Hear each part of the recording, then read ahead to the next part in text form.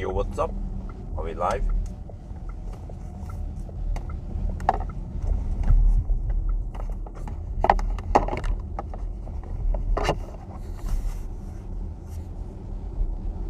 Oh, it's getting busy over here. Almost 6 in the morning. I'm supposed to start at 6. Better hurry.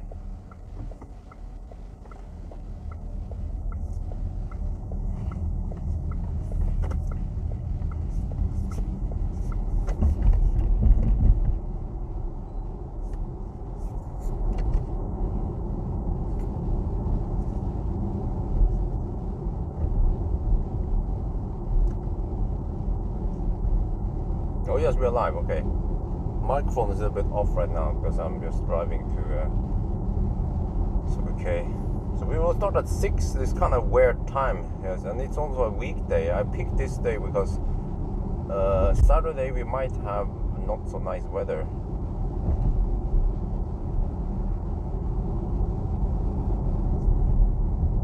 Okay, English only, no Thai in here.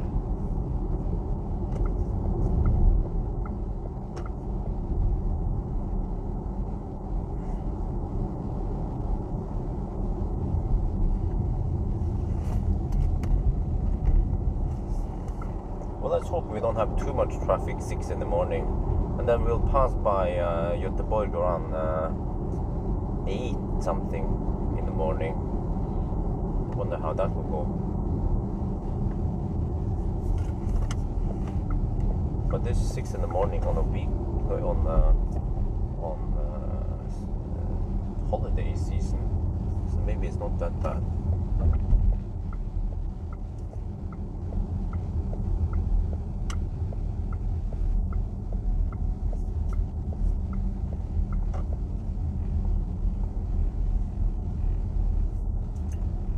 Yeah, I haven't figured out, is this RS or VRS, or is it IV, Intelligent Vision, IVRS? I don't know. I thought it was Skoda RS, but is it a VRS? Like VTech? Okay, let's plug it in there. Okay, let's see, I can choose whichever one. Okay, let me take this one. This one here. Yeah, that's good. Alles gut. Let me see, charge port is on the right side. Oh, it's a charge port is on the right side, is the wrong side. Should have been the left side, is the right side. Okay, try like this then. Let's hope we don't run into too much laderstau today.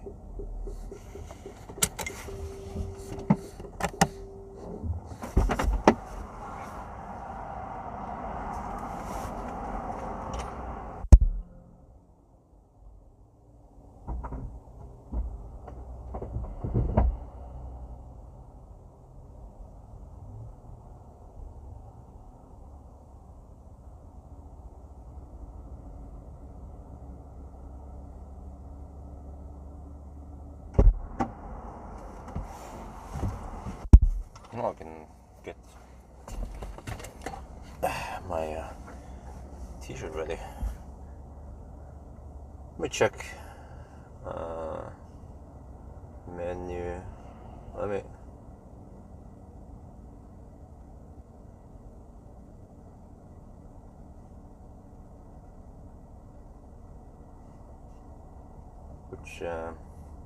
which software is this?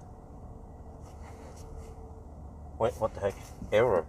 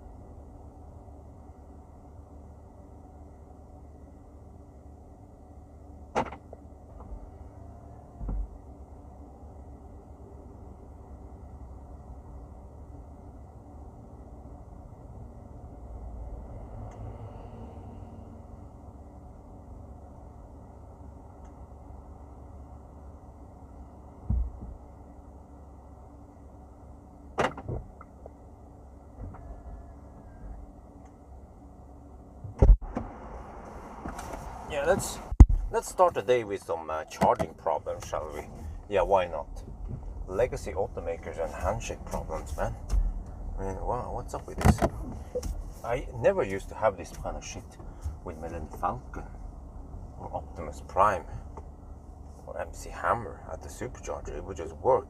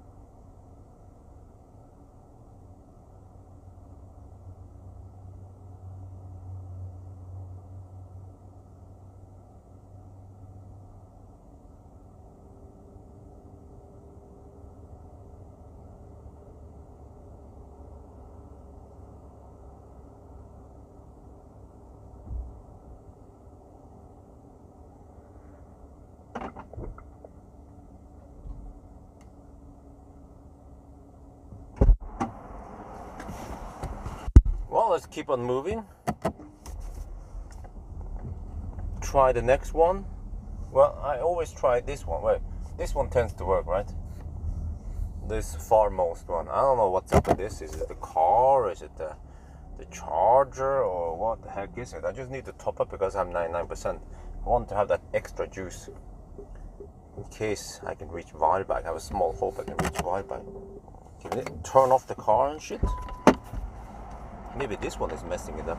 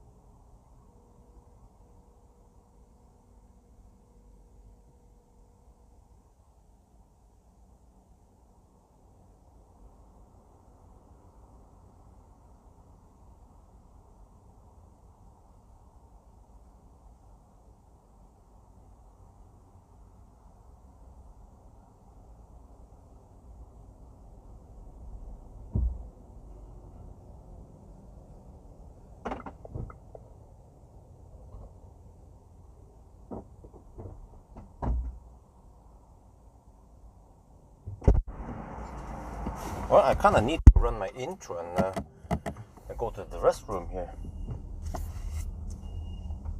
Where's it going? Okay, how about I try some AC then? Seems like DC doesn't work. Maybe it has something to do with that the car is at 100%. But I just want to top up. I mean, if the car is at 100%, it should tell me that it doesn't work.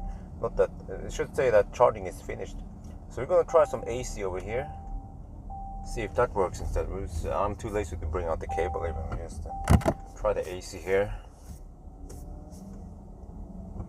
We're running kind of out of time soon.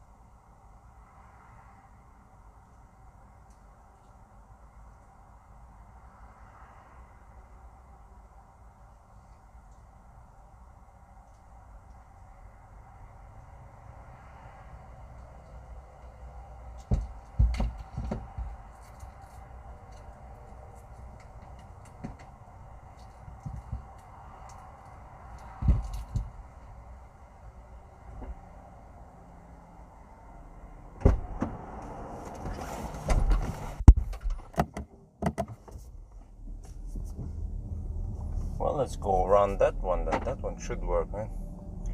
It could be that DC refuses to start, but it gives a weird signal. Whereas AC should at least top up, right? I mean, it says 99.1% on the car scanner. So maybe I just have to do the trick and charge on AC. Then it will top up. But then I don't have many minutes anyway before I'm kinda want to go. So I'm not sure how fast this will go.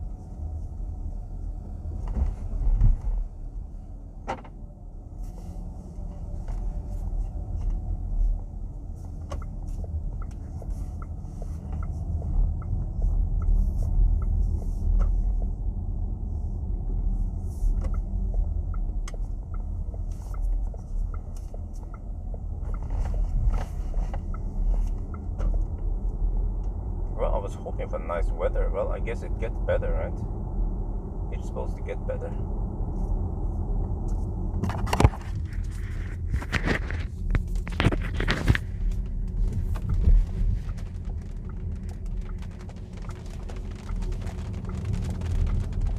This is kind of bad that we start with rain. I didn't see this in the weather forecast. Shit.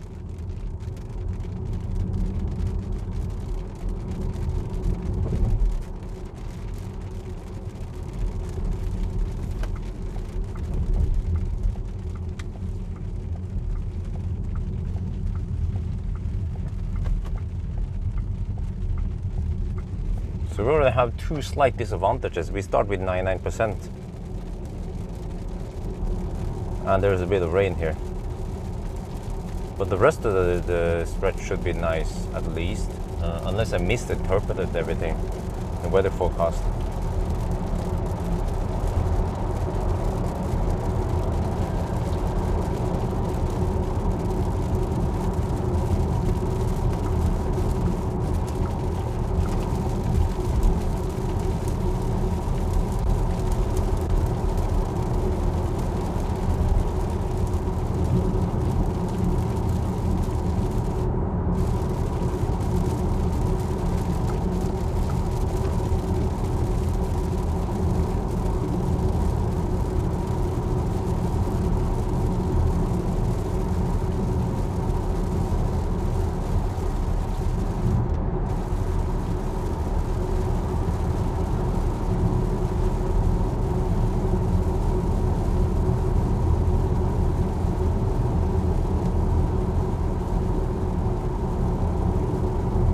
There should be quite local rain.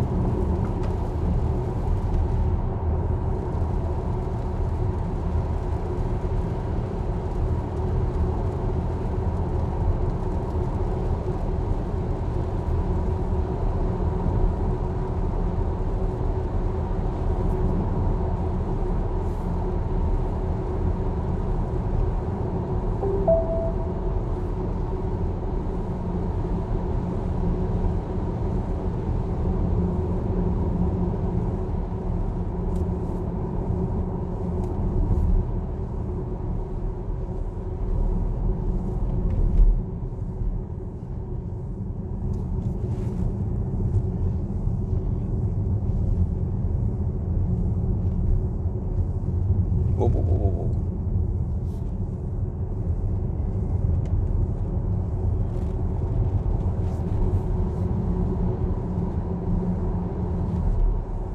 Yeah, it should be fairly empty on the roads at least, so we have that advantage.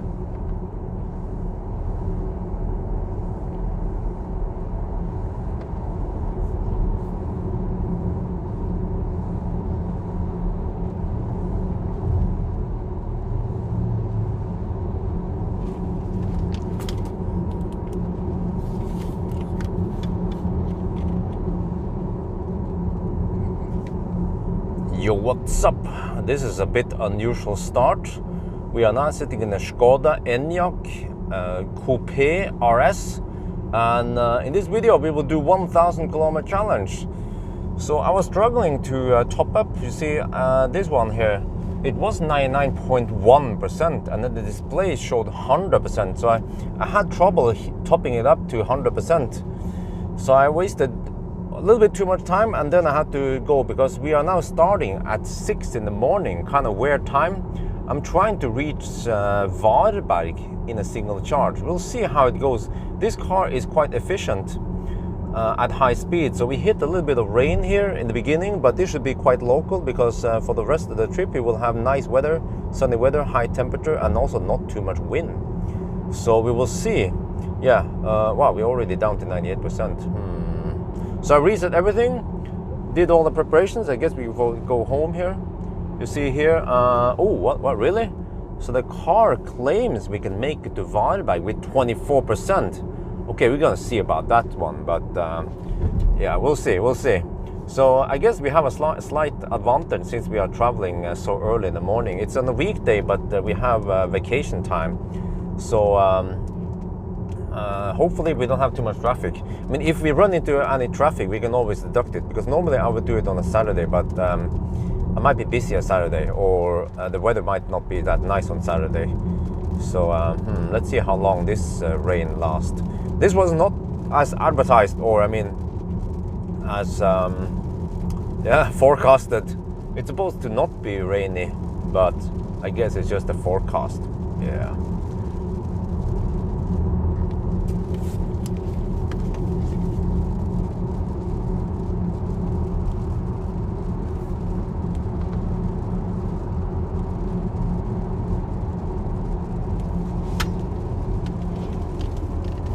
Fredrikstad. Damn. So it's going to rain all the way there. That's not optimal.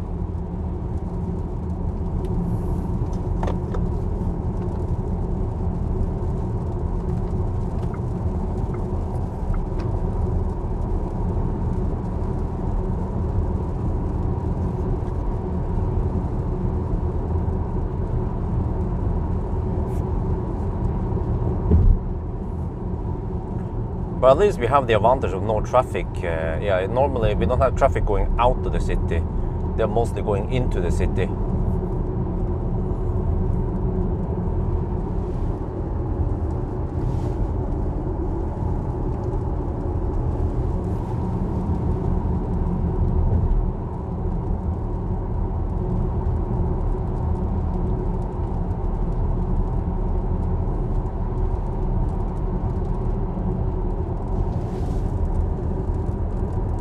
Well, I started with 70 something. I'm down to 70 kilowatt hour now. It was probably 73 kilowatt hour when I started.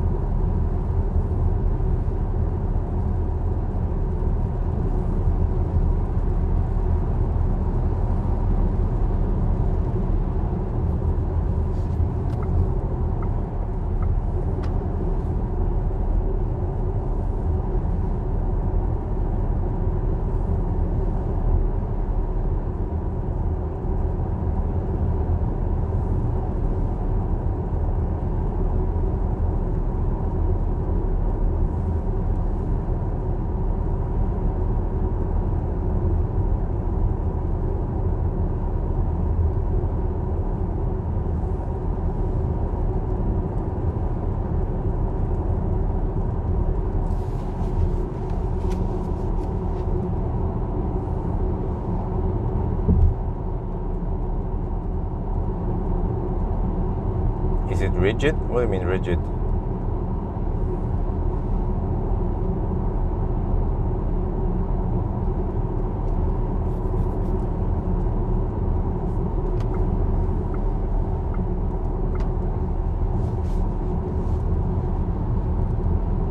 Wow, never seen so little traffic before.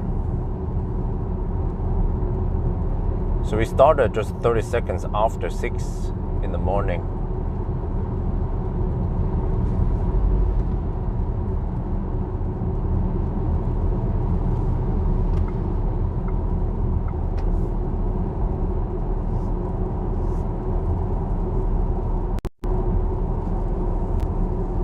Mickey donated $25. Always love the content. Thank you very much. No, it's kind of bouncy.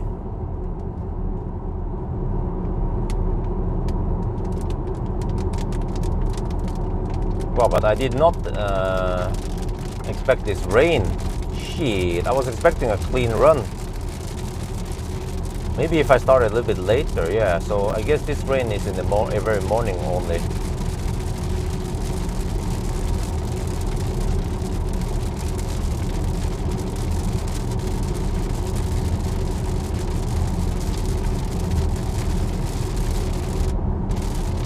Consumption will be higher because of this rain, unfortunately. Because I even picked today, not Saturday, because there was supposed to be a little bit of rain and not so nice weather as today. But then I couldn't sleep because I got a lot of sleep last night. Or I woke up kind of late yesterday and then I had some afternoon sleep. So I couldn't sleep and I figured, okay, let's just get this one done. And I'll finish roughly around 4 or I don't know, 5 if you have too much deduction. So at least I have the evenings I can do stuff. Svindal, okay, I'm not sure where Svindal is. But I mean, as long as it's not too wet on the road, then that's fine. We have some tunnels that can at least save us for some wet roads. And it's not soaking wet. So consumption right now is 207 watt-hour per kilometer. Now the advantage we have is that we have no traffic. That's always a good advantage.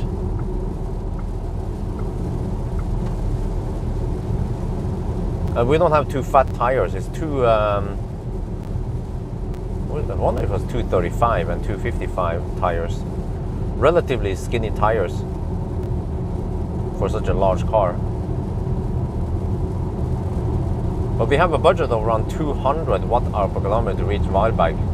So you might not be able to reach Hvalberg either way. So you have to stop at Spekerød, do a quick top-up there. Mostly just trucks on the road right now. We're moving out of the city.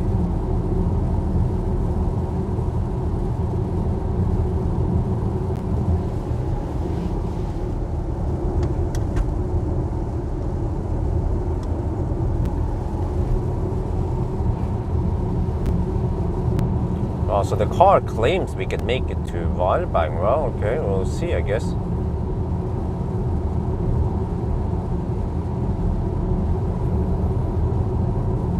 But I did a range test 2 days ago, and it turns out this car is, as expected, more efficient than ID5. Don't remember the numbers, but it was roughly the same as the ID5 at 90 test. It was 145 or something, 145 watt-hour per kilometer. But then at the 120 test, it was really low, 214 only, which is lower than ID5. What the heck are these guys doing? Man, when you expect no left lane huggers, then the freaking truck is left lane hugging.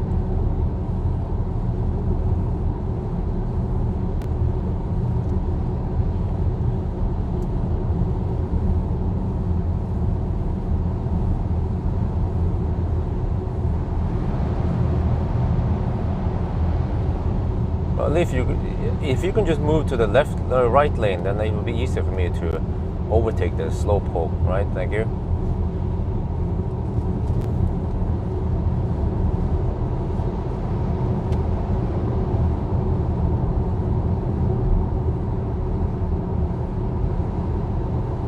Oh, is there no auto here?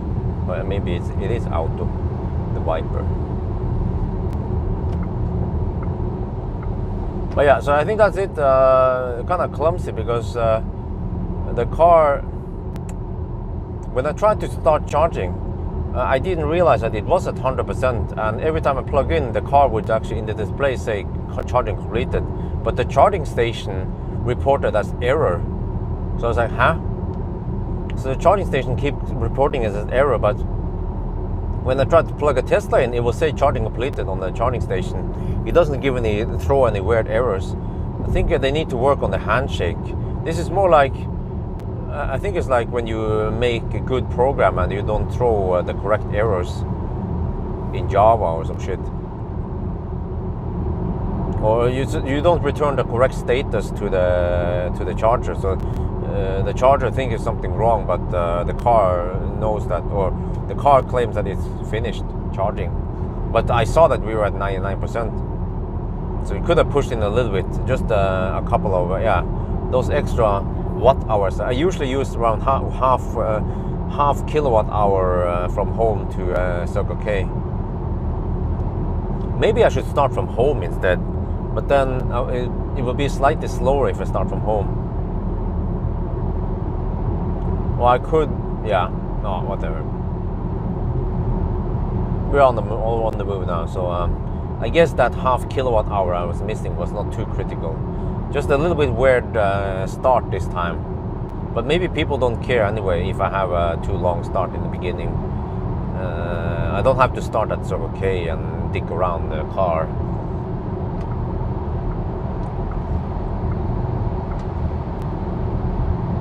Wow, the traffic here is wonderful. But this is only special during holiday season, that 6 in the morning is so empty. Well, actually, 6 in the morning could also be empty on weekdays if you're traveling south. But But then I'll be hitting the Göteborgsstau, so I will see what kind of Göteborgsstau we hit today during a holiday season. That will always be interesting.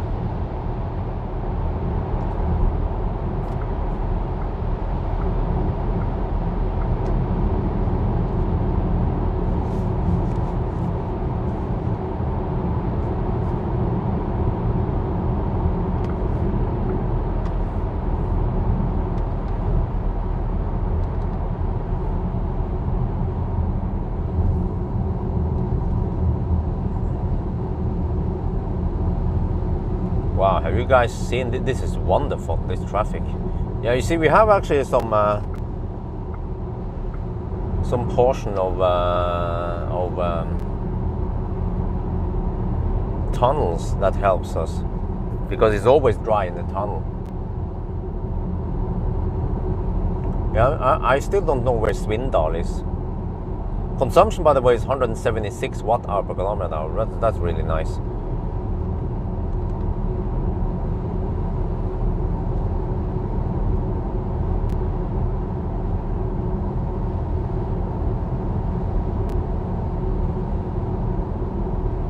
And yeah, if I manage to get consistent runs, then this car should do it in 9:55, 5 minutes faster than the ID5.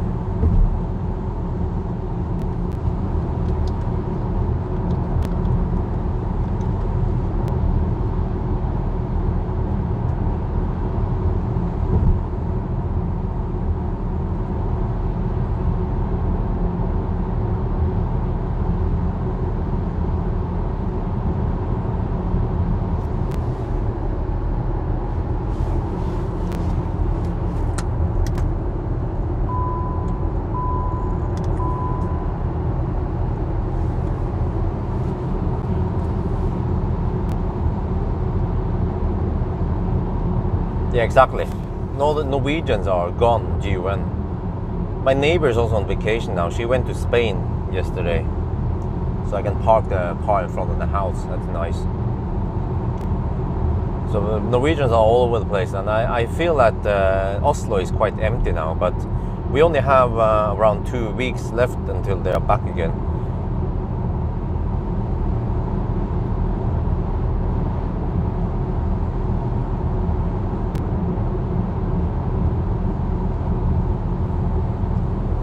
But yeah, I will see. Hopefully I can finish by 4 and be home by 4. That'll be wonderful. But then I'll be dead tired by that time.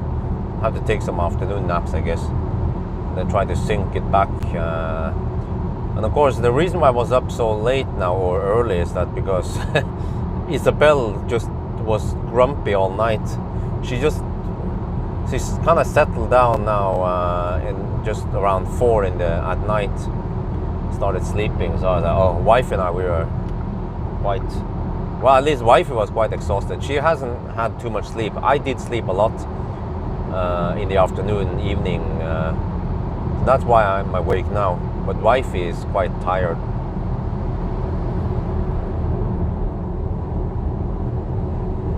Yeah, I see that even the traffic going into Oslo is not too bad now. Usually it's way worse at 6 in the morning. Oh, Toyota. Well, he's so slow that... Nah, okay, I'll stay in this lane.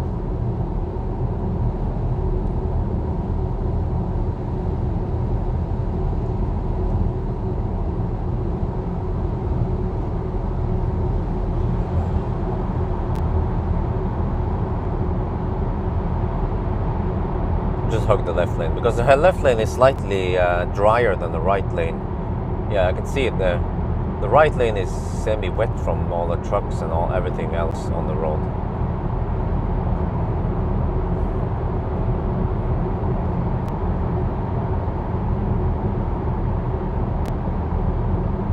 .550.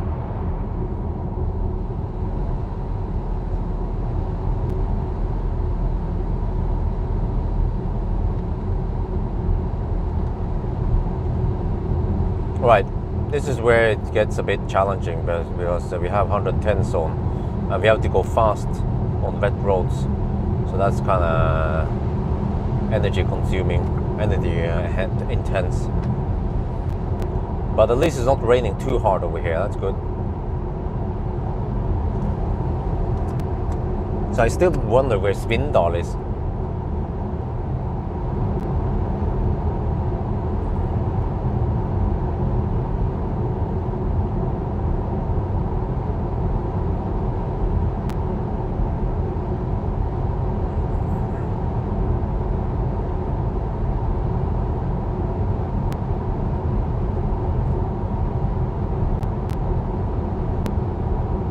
What the heck is bonnet? This car has 5,000 kilometers. Huh? What? No, it has 2,100 kilometers on the. You mean the odometer, right?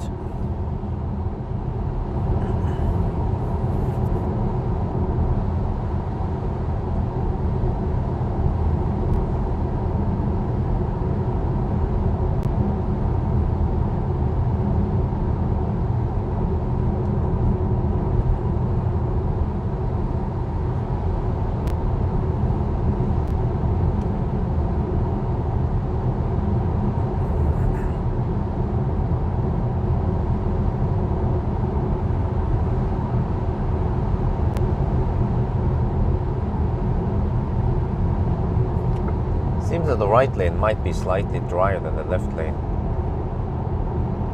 So I just try to seek the lane with the least water for now. So we have 21-inch wheels, by the way. But it doesn't seem like that big of a problem. Because I was getting quite good consumption numbers during my range test. Well, about those left lane huggers. Maybe I'll flash at some people.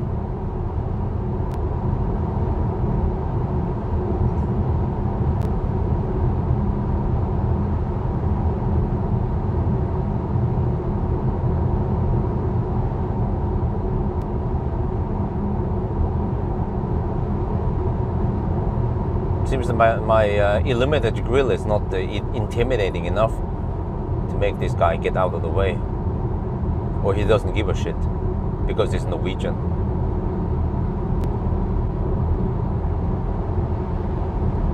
Yeah, I saw he look at the blind spot.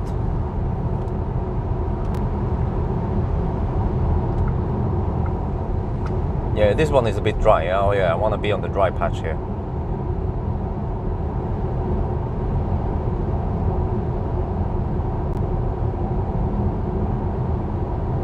Where is Karlshus? I have no idea. Those places are not that well known. I know Vestby, Moss, but I don't know Karlshus or whatever. Solli I also kind of know, but not Karlshus. But already now the road is getting kind of dry. Consumption is 198, right? I think we have some headwind right now, from what I remember. I studied the wind map and the weather map. I use Windy a lot. Actually, for the last few years, I've been using Windy to figure out what the weather looks like. Because just looking at the weather forecast for one location is not, it doesn't give me a good enough picture. But Windy gives me a nice map of what's going on and where stuff is moving. Rain and shit, and the wind also. Bonnet is the app, okay, well, is that relevant for Norway and Sweden though?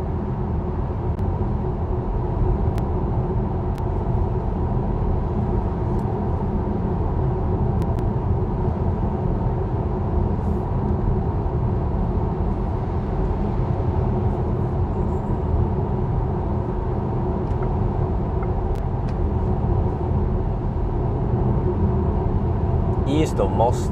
Okay, well then pretty much since we are going north south, then you basically mean Most then. So after Most, well, I think the rain kind of stopped already. But what is important is that the road needs to be dry. I mean, it could be raining as long as the road hasn't been wet yet.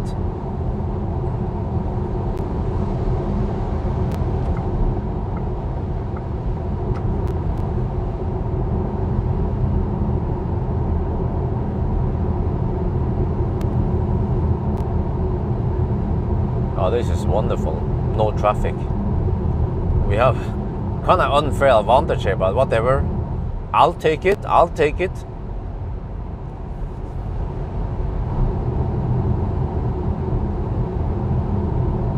Yeah, we're getting close to Moss now, so I guess the rain kind of stopped almost.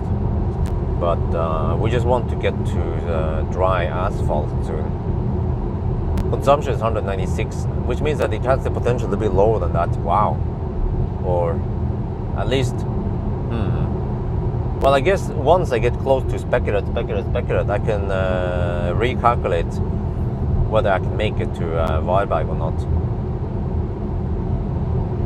I guess there are several advantages by going directly to Varberg rather than having to stop at Speculate.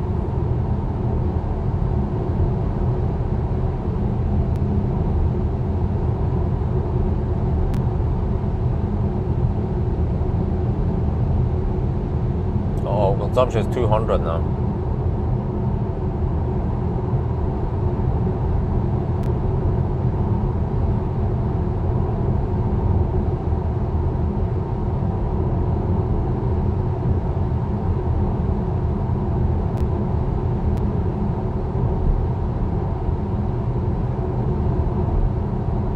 Also, I can't drink too much. I've been holding back on drinking because I know that I have to hold it maybe all the way to Varberg, and that's a long stretch without peeing.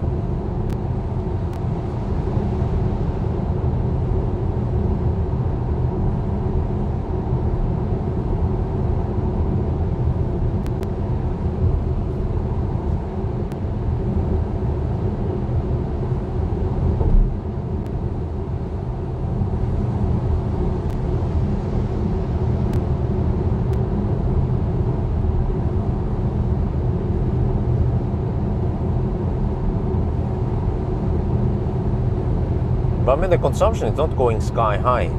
It's 202 watt hour per kilometer, 203 watt hour per kilometer. So see, if this car was quite thirsty, we will be at 250 watt hour per kilometer by now. So this is looking really good. We just have to get out of this wet area. We've been driving on wet road for around 50 kilometers now. Well, actually, less than that, since a lot of this was tunnels. Maybe 35 or 40 kilometers on wet roads and actual wet roads.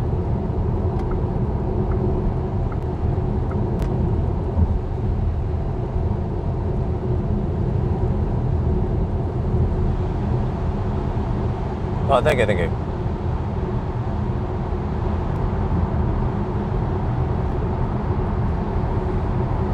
Well, just lots of vans. I can see lots of vans on the road now. Seems like these are just plumbers and electricians and carpenters. They're going to work. And then the commuters, they're going the opposite direction into Oslo.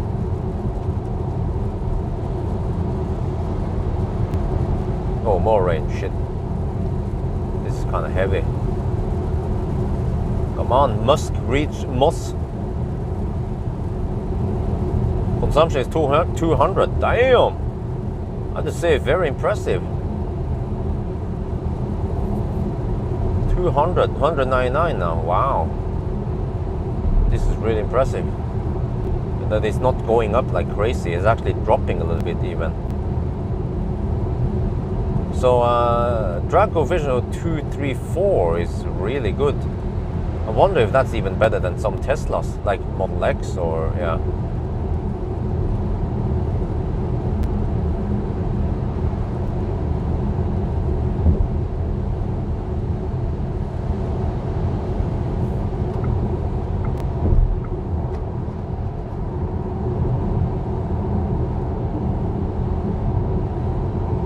Well, we're getting close to Moss. The rain is supposed to stop soon, right? All of a sudden. Because when I look at the weather map, it's supposed to be nice weather all the way. Maybe except for this stretch here.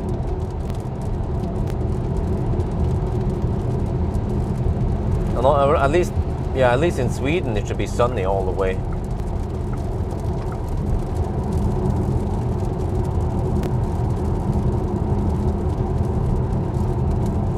Well, this color maybe hides all the bugs.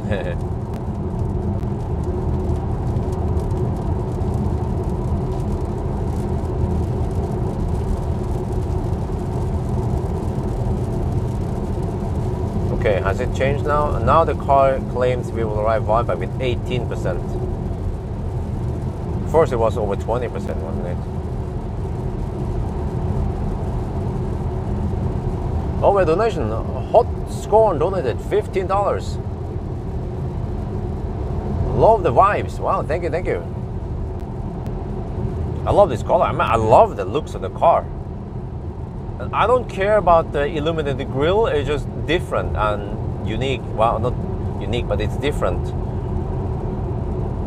And at least they kind of cover it up so it's aerodynamic still. And it might suck 5 watt, 10 watt extra for the illumination. Actually, the illumination is quite gentle, so I don't know how powerful that LED is. No more than 5 watts, I suppose.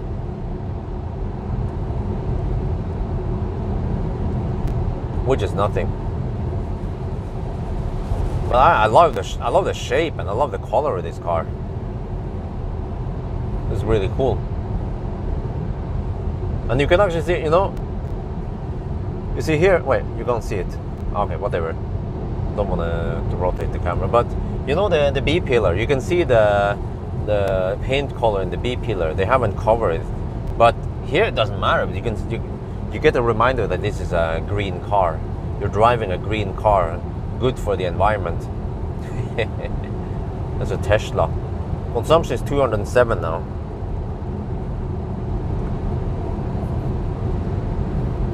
Got to slow down. Langsam. For Moss. Wait, it's supposed to stop at Moss, wasn't it? Why does it seem so heavy still? When will I test the run? I don't know, man. I actually email a bunch of people. Yeah, we have some upcomings. Next week I will test Mach-E GT. And in a couple of weeks I will test, I think roughly the week after that one, I will test BYD Tang finally. So now my calendar starts filling up for August also. And then I have some cars in August. I wonder if it was the i4 M50 and also the EQS rear-wheel drive that was supposed to come earlier, but they had some problems with it. So yeah, I need to book my time, book my calendar. Usually one car per week, so I can take roughly 4 cars per month. Don't want to stress too hard. And then I have the Teslas in between. 10-15 kilometers south of Moss. Okay, around Solli then, alright. 62 kilometers in now. So roughly 5% of the stretch will be wet then. Hopefully only 5%. Oh, this is kind of wet, what to say. So in about 10 minutes it will stop, right? Well, that would be great. Yeah, consumption is 206. Not too crazy. I'm kind of thirsty, but I can't drink yet. I guess I have to wait until around Specker or Göteborg before I start drinking. Need to starve a little bit. Well, or unless we have to stop at Specker, but it's looking pretty good because yeah, my budget was around 200 watt-hour per kilometer to Varberg, and if it's 207 now, then and we have to pass through Gothenburg, then I guess that's possible. But yeah, given that we have wet roads also right now, but I guess once we're closer to Specker, we'll get an idea of what consumption we have. Yeah, I want to test that Mach-E. I just have to hammer a couple of times and see if I can trigger the power limit. Seems like maybe the cooling or something is not optimal on it. You guys remember that the Mach-E even had some problems with the massive regen and it totally bricked. But what is that -5 second power limit thing? What does it mean, -5 seconds? It has power limit for 5 seconds, or how do you trigger it then?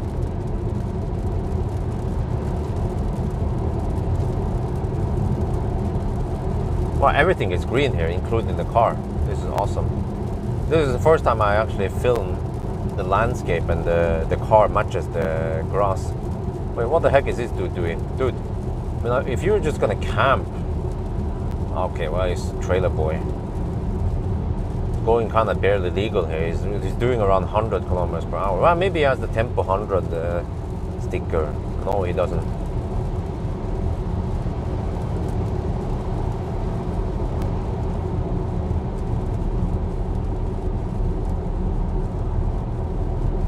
A Toyota, wow, he's going real slow.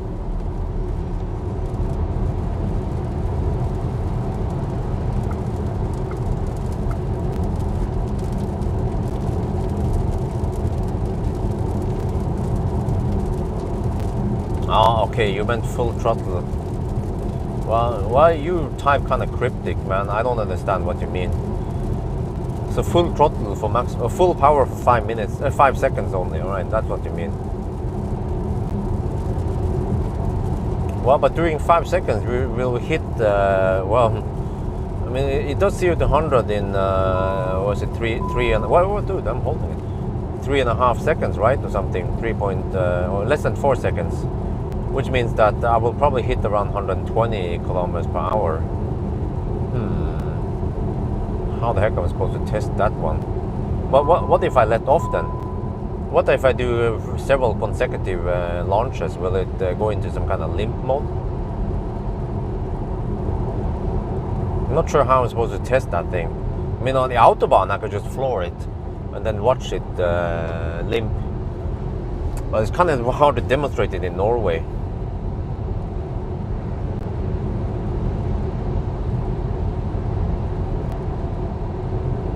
Maybe I just have to launch it and then regen and then launch again, and I will see that the second and third launch will be slower, a lot slower.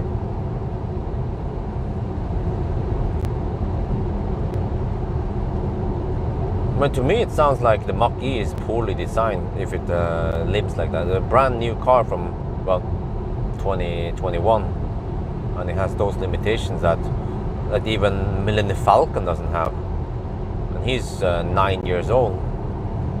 Well, of course, he also goes kind of slow eventually, but you kind of need to punish him more before he goes slow. Well, I guess I'll test that. Ford won't be happy with me testing it, but if they design the car like that, then I need to document it. But I'll of course go through the regular stuff, like range test and yeah. Maybe I can do the baby stroller test. I don't know. I feel like many people don't watch it. For example, I will not do the baby stroller test for this car since it's very similar to the ID.5 anyway. But at least range test and 1,000 kilometer challenge. We need to see how thirsty that car is. I mean, it's a triple motor, wasn't it? Or correct me if I'm wrong. The Mach-E, is it a triple motor? Does it have torque vectoring, or is it thirsty? I'm kind of thirsty right now, but I have to, yeah. Wait, rain was supposed to stop, right? Consumption is 214 now. Come on, how long is this supposed to last?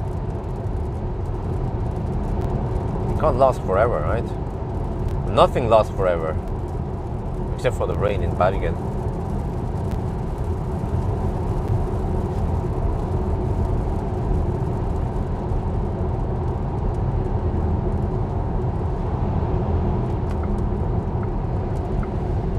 Well, I have to say the traffic is wonderful. Holy shit. Like this kind of traffic here, you don't see it that often. It's a combination of holiday and early hours. We see on the opposite side, we have a bunch of slow pokes clogging the left lane. I'll be so pissed if I try to squeeze myself through there, the other side.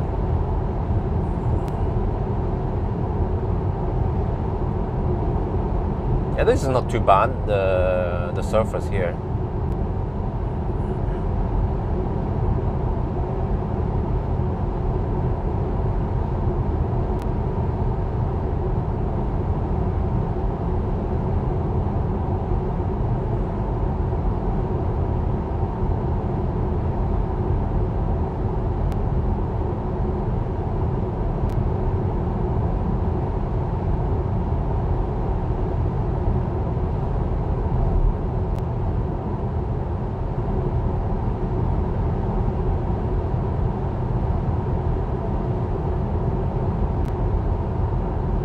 Well, just hope I won't be too tired by the end of the day, because I kind of need to stay up until 4 in the afternoon.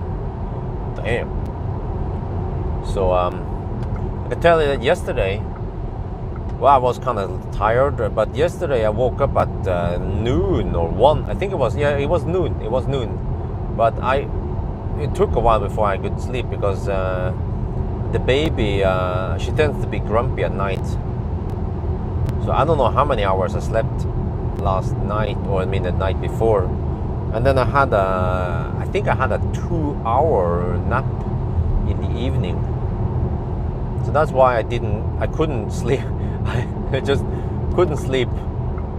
So I figured, okay, let's just start driving now, since Isabel has settled and she's kind of, yeah, sleeping now. Oh, it's only 2 motors. I thought it was triple motor. Okay, my bad. Oh, but it's not like it's the Fat e-tron 60. That one is triple motor, and it's the BMW iX M60. That's also triple motor. But the Mach-E is dual motor, but just, I don't know, beefier motor or something. Well, you see over here, we have fresh asphalt, and the rain tends to be absorbed in the fresh asphalt, so we don't feel the difference that much, which is good. I think that was it, the end of the rain, as forecasted. Still kind of wet though, but let's see now. Consumption is 216, outside temperature 17 degrees Celsius. Battery pack is at 27 degrees Celsius. Oh, it's getting kind of dry already. Come to the 100 zone again. We have several of these 100 zones before we have, okay, there we go. Now it's getting dry, that's good. Oh yeah. Let's see that consumption drop now, 215. This car also underreports, so we have to count to 99. Let me see here, let me check my notes. This car underreports by 0.7%, so we have to count to 992.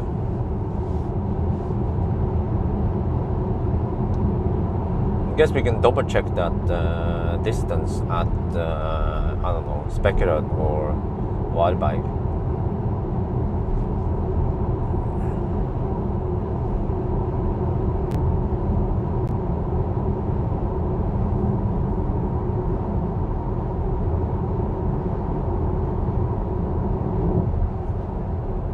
But I feel like Volvo is going to camp in the left lane. Or maybe not, okay. That's new. Volvo's attempt to be very campy.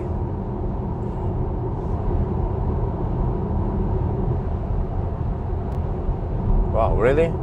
More problems with Mach-E? Shit. Yeah, I don't know what's up with it. I like the Mach-E when I tried it, but I just can't find myself buying one. Not sure why. But for example, I could totally buy an i4, even though it's messy code. Whoa, dude. You don't have to hug that lane. You can hug the lane, you can hug the right lane all the way to the intersection. Maybe he wants to run on some smooth asphalt. And there's some cars, like this one here, the Skoda Enyaq. I could totally buy this car just for the freaking color and for the shape. I like it. So many haters out there, but oh man, I think this is the best looking crossover out there. Better than Model Y. Better than iX. Better than those the regular Enyaq or the ID4, ID5. This thing is just pure sexy.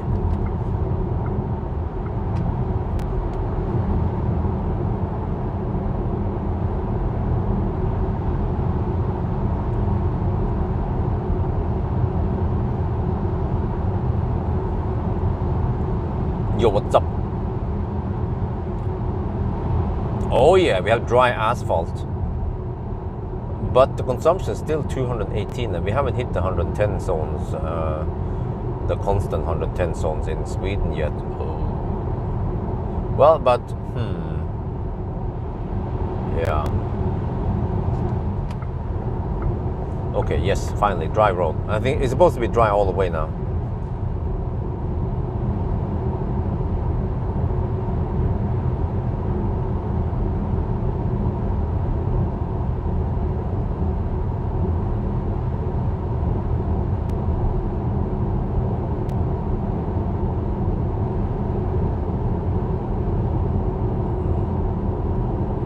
Windy for the win.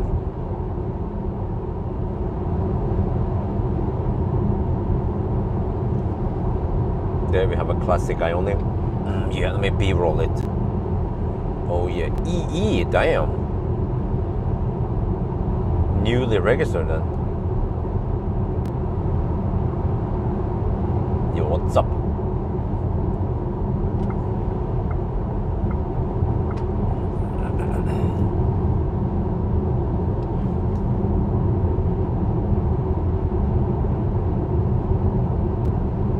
I think we have headwind. Wait, no, there's very little wind. I see it in the flag. Okay, almost no wind here, but we're supposed to have a little bit of headwind, but then it turns into side wind.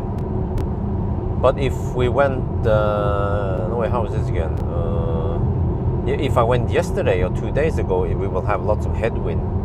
So I actually picked a day with not too much headwind, so we can maybe reach Waalwijk on the first run, because it's kind of nice to hit Waalwijk. I wonder if you could save a couple of minutes, up to 5 minutes, if we go straight to Waalwijk.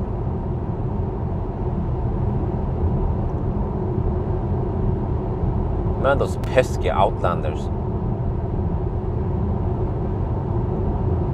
For some reason I don't like these Outlanders. Nothing wrong with the car, it's more like the driving behavior of the Outlander owners. Because they tend to be slow pokes in general, but then sometimes they hammer it and makes it slightly harder to overtake them. Unless you drive a Tesla, then you don't care, you overtake them. You could just hammer them anyway. Yeah, Ioniq for the win. 18 degrees Celsius, oh perfect. And it's going to be around 22. Yeah, today is not going to be that hot. Yesterday it was really hot. 2 days ago, but also windy. But at least now we will have not so hot, but then not so windy. So I think that it should be better, because the wind kind of kills many legacy automakers. Oh shit, what's going on there? The Honda is going to hug left lane. There's a possibility. But he's dog slow. No, he stays there. Good.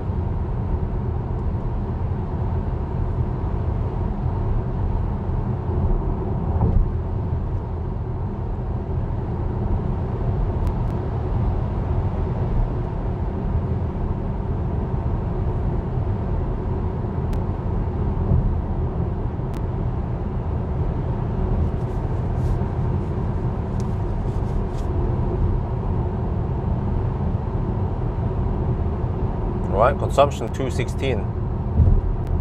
I think we'll start feeling the wind soon. Yeah. From what I remember, around here we get some headwind. Okay, now we reach the 110 zone soon, and then we have 110 pretty much all the way to Sweden. And less traffic also. That's great. I guess we'll see how it goes in Sweden, right? I mean Göteborg. Around 8 in the morning there. I'm prepared to deduct some time for some Göteborg-stau.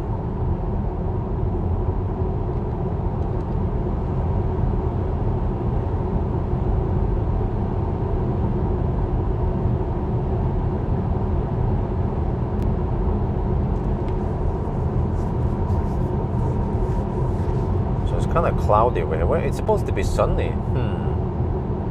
Where is the sun?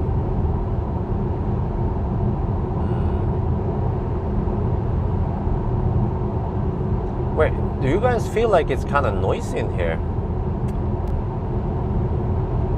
Because the noise level here was not the best from what I remember. Like, I wonder if the Model Y was even better. Let's check my notes here.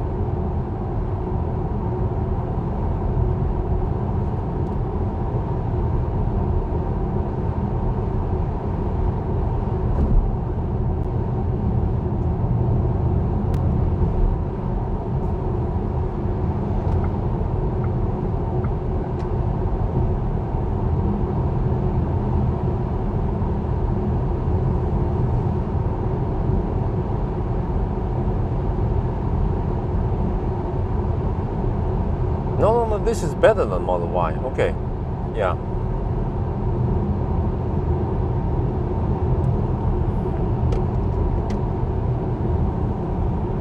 Oh man, this traffic. Oh, you guys have no idea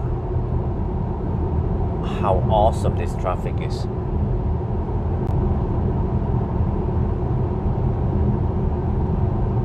My blood pressure is so low now.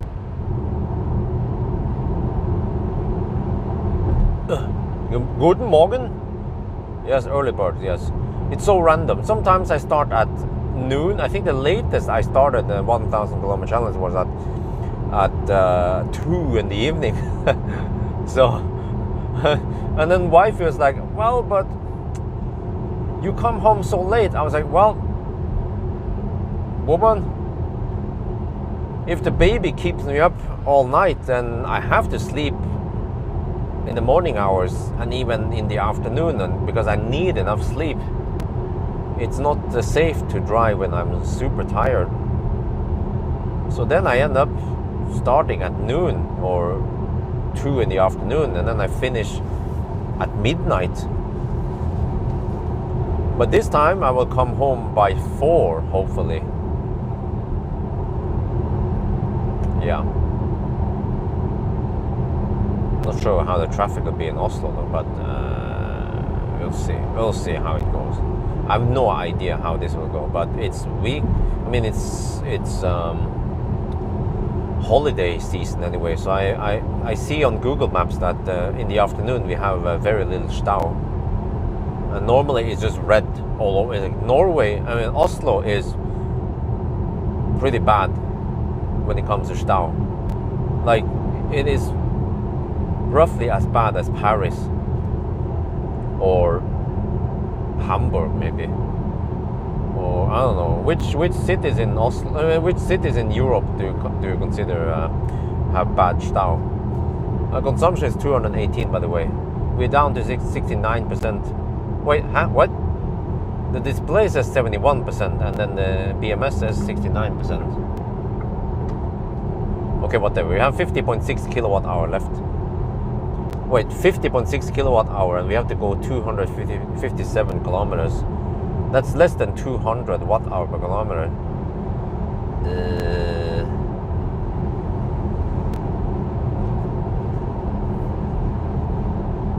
Not sure if that will work. Probably have to bail out at Spekerød. Wait. I could bail out at Chop Chop. Whoa. Because this car can take the Chop Chop speed anyway, right? But I brought food with me. Which I'm supposed to eat. But then if I stop at Chop Chop, then my next stop should be... maybe I can check out the V3 supercharger. But I don't know if this car works with the V3 or not. It should work, right? What's it called again? Halmstad.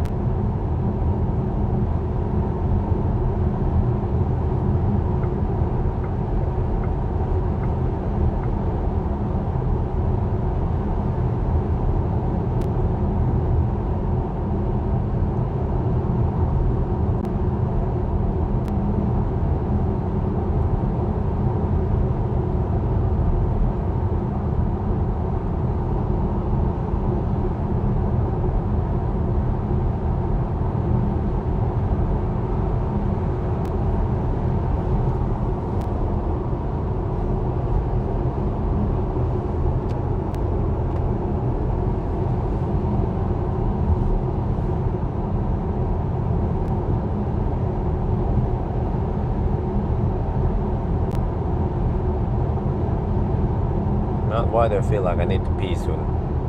I need to hold it for almost 3 more hours. At least 2.5 hours.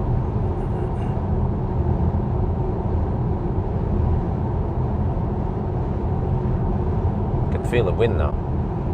Consumption is going up, 222, okay. We might have to bail out at Spekerød, which is probably a good thing for my bladder, anyway.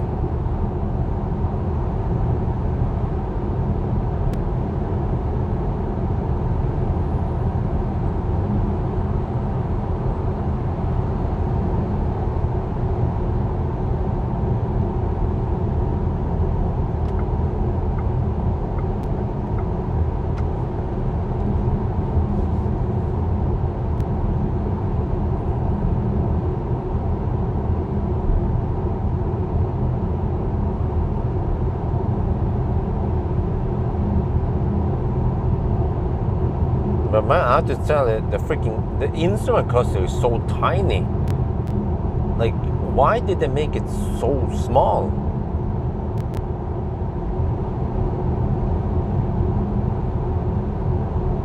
Well,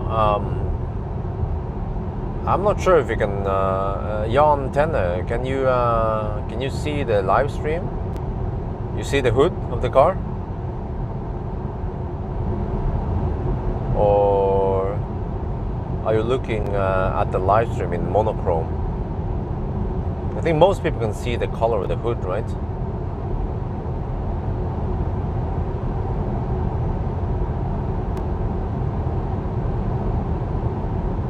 It's called Mamba green. Like the snake, the mamba. Wait, is it a green mamba snake? Getting close to Sweden now. Almost no traffic. This is marvelous how fast we were hammering it all the way here. Okay, trip meter says 112 kilometers. Let me check something. Vehicle status 112.9. Yes, 113. Okay, let's confirm the under reporting here. 113.3, 113.4. Okay.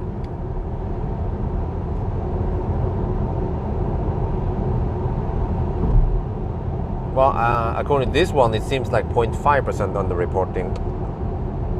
But I measured 0.8% in my range test.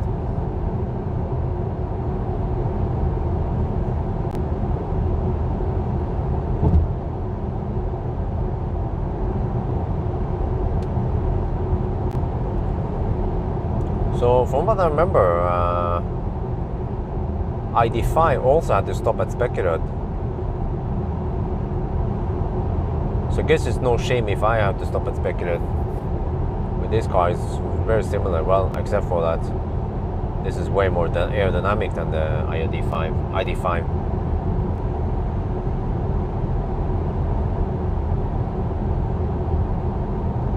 You can't see the hood? Really? What? I thought whatever I see is what you see. What do you mean you can't see the hood? What? I can see it on my screen.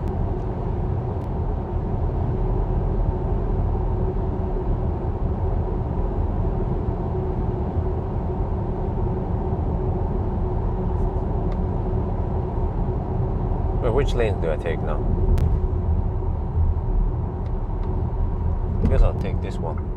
Well, actually, it doesn't matter. We can just go for this one, right? Or there's a freaking mother trucker there. Let's take this one. Might experience a little dropout soon.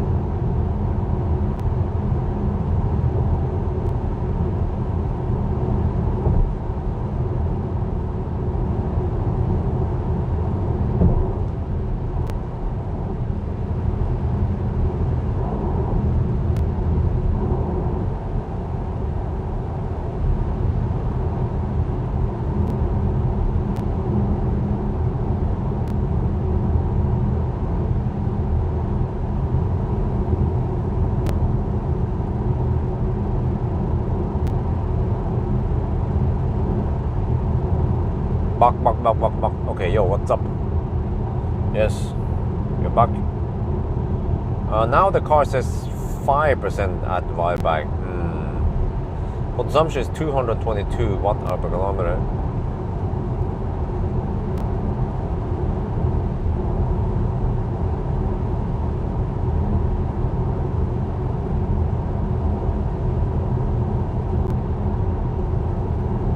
We have 44 kilowatt hour left and 230 kilometers left. Oh.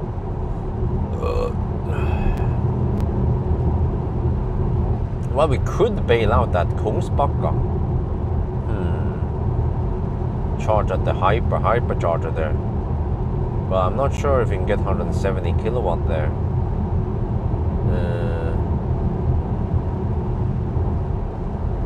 But then, yeah, Kungsbacka all the way to Helsingborg could work. Just a slightly longer charging stop. 40 kilometers extra. Wow, that's 190 kilometers then. But then we cut down on charging stops, so maybe that's a good idea. Then do I want to go chop there? Guess I can just eat my own bread there. How about that? Or do you actually have time for a quick chop?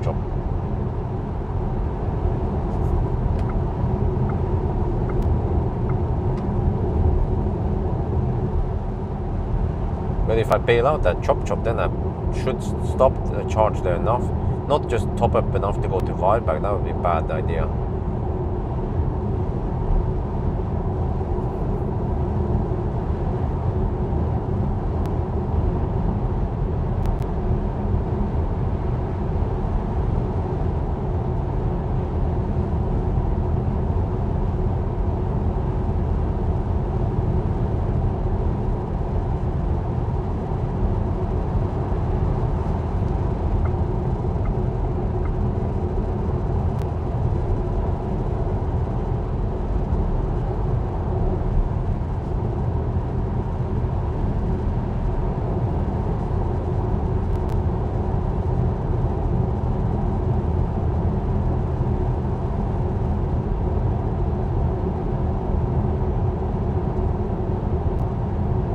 Opens at 11. Oh, shit, that's another problem then. Shit, because I will be there at 9. Yeah, it's too early. Okay, but either way, I can charge in front of McDonald's at least, and pee there and eat my bread. I brought some bread and some grapes that I can eat. So that's a bailout point. And then I have to drive 190 kilometers from Chop to Helsingborg.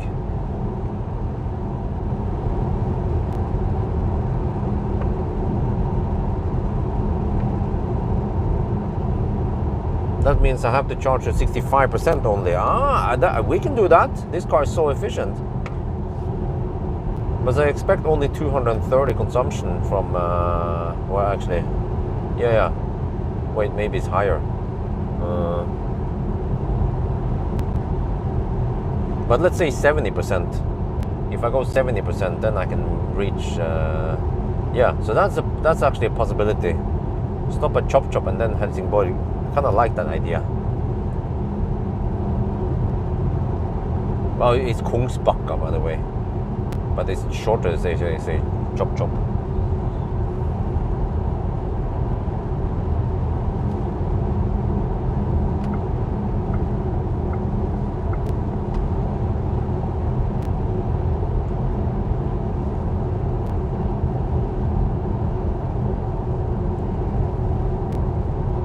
Getting kind of sleepy though, because I wonder if I'm supposed to sleep by now, and then I'm out driving instead, which is kind of a bad idea.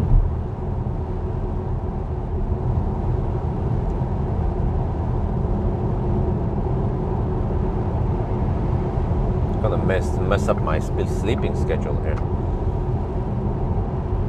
But I have to tell you guys, Isabel, she's grumpy every night, usually between midnight and 6 in the morning. It's kind of random, but roughly around that time she's grumpy. So we have to cuddle with her and try to put her to sleep. Yeah.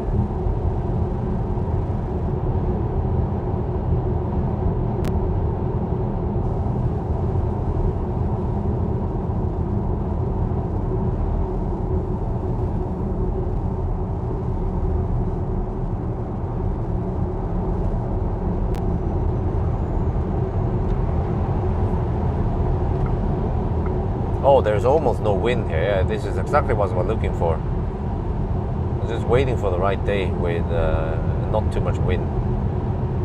And the temperature doesn't matter. If it's 18 or 22 or 25, no big deal. But the wind kind of kills it. So right now it's 19 degrees, 18.5 degrees outside. We have slight headwind, but just really, really soft headwind right now.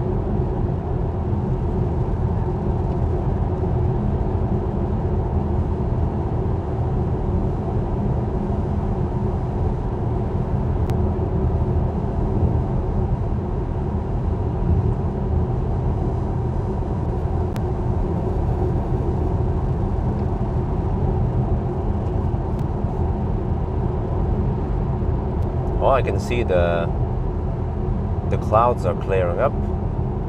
It's getting brighter and brighter now.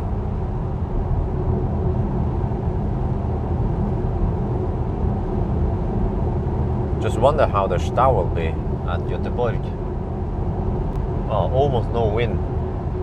Ooh, hopefully I get some wind on the way back.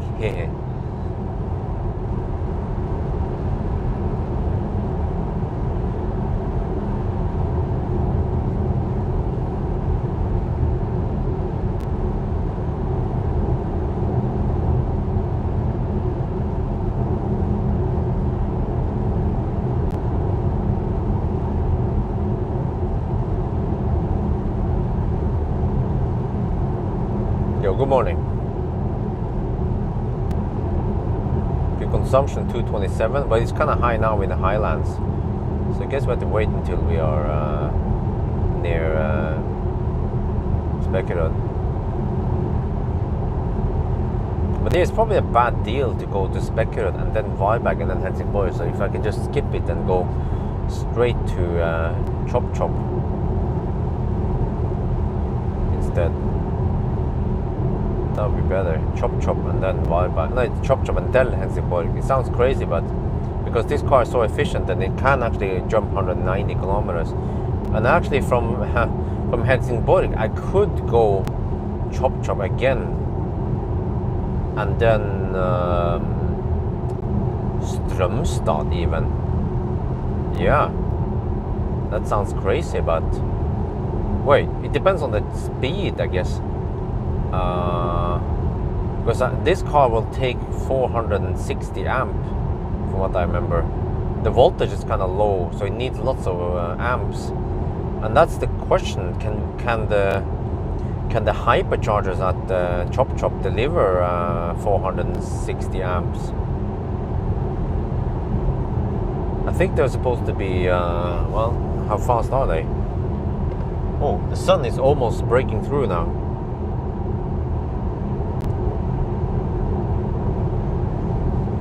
Oh, wife is breastfeeding.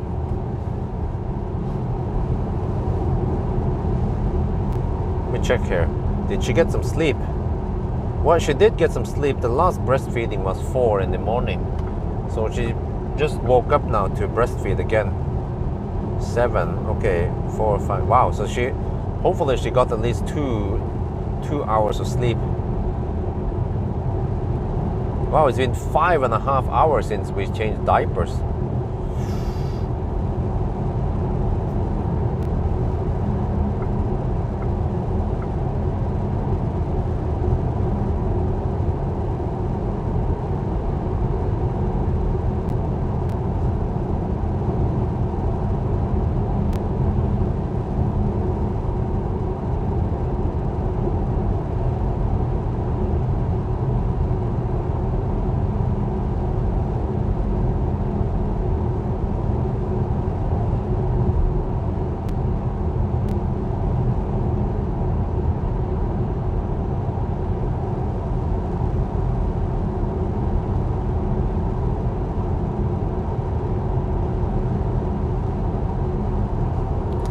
It's a wait, where's the cable? It's a 225 kilowatt. So that means 3 power modules at Chop Chop. Those hyperchargers. Because each power module is, well, technically it's 87.5 kilowatt, but I think they brand it as 75 kilowatt. So we have 3 times 75 kilowatt power modules. Can they combine? Wait, let me see. If 75 kilowatt should at least deliver 200 amp. Wait, maybe not.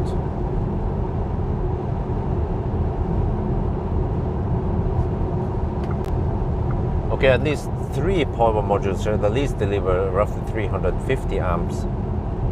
Or 180. Yeah, it should deliver 500 amp then. Hopefully. I guess we'll see. And I don't know if this one peaks at 135 or 175 kilowatt. But to me, right now, it seems like we might have to go for Chop Chop, because the car now estimates that we will arrive at Varberg with 0%. We won't make it to Varberg.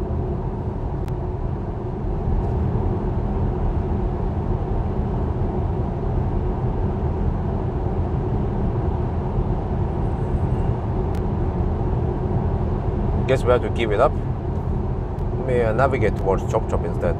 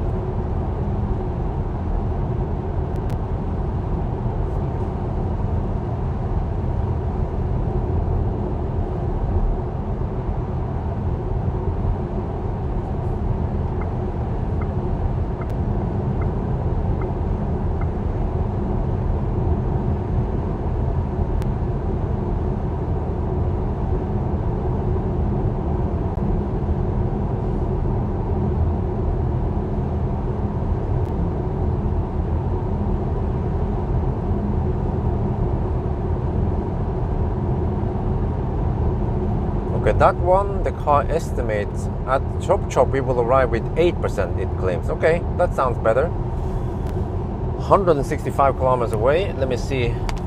Yeah, that's more plausible.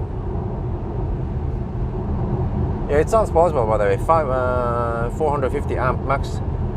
450 amp times roughly 350. Yeah, we should at least be getting 160 something kilowatt, but hopefully 170 at least. Don't remember the voltage on this pack at low state of charge. Maybe it was 370 volt. 175 kilowatt divided by 460 amp roughly. Yeah, 380 volt maybe. Yeah, we should at least get 170 amp from it. 170 kilowatt, I mean, which is good enough. But let me estimate here. 37 kilowatt hour left. Let's say 36 kilowatt hour divided by distance 163. We can average 221. And it's 228 right now, and then we have to go past Göteborg. So yeah, I think that's it. Chop Chop.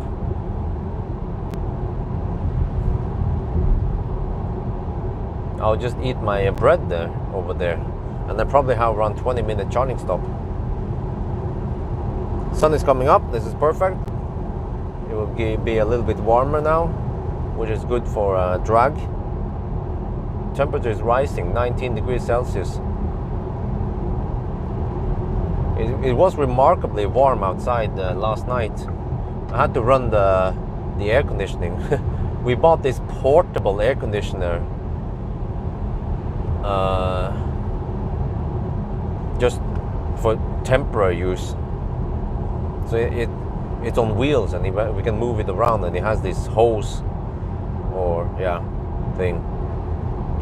So we just put the hose out to the window and try to cover up the window with some curtains. and it works quite well.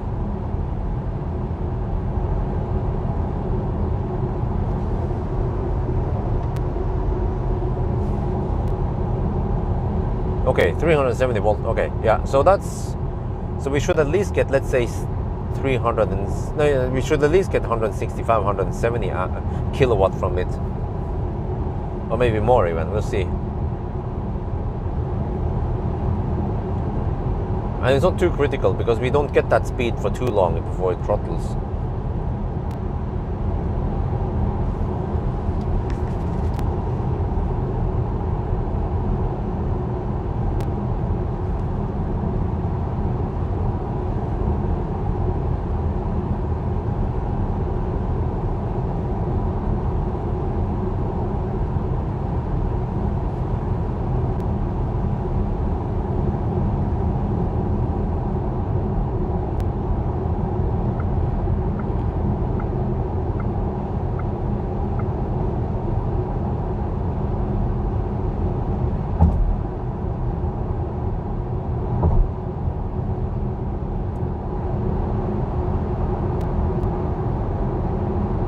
Dude, like is that guy doing? He's over the line.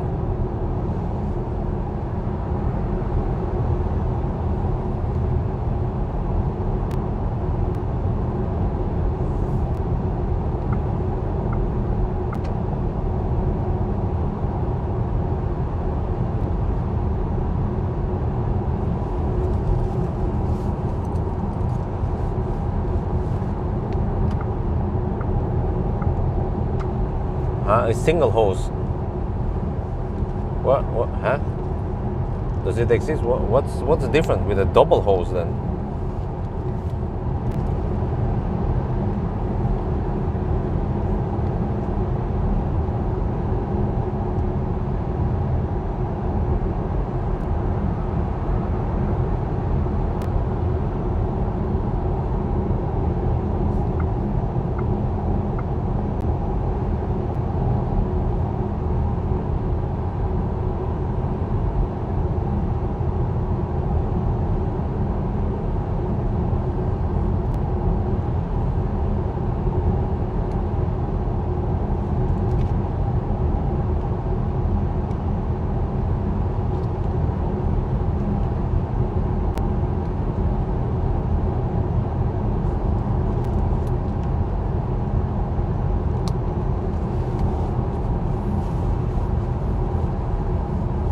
Oh yeah, the new battery Tesla. Yeah, I will ask Nasir. I think he's kind of busy. I've also been kind of busy.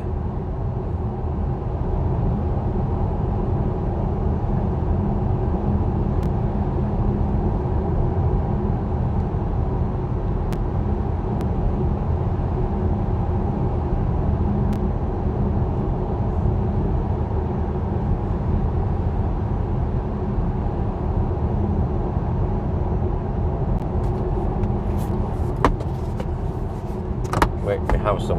I need to.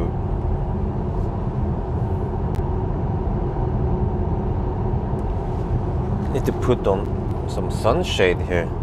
It's getting kind of sunny outside.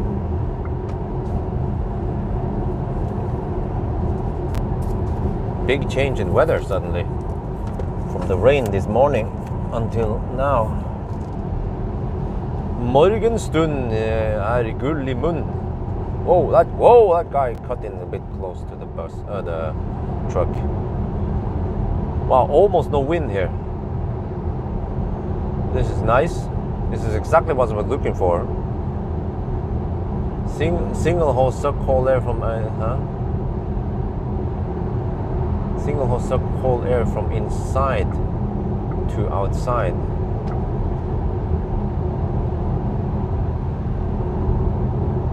Huh? No, I'm cooling down the house, not heating it up.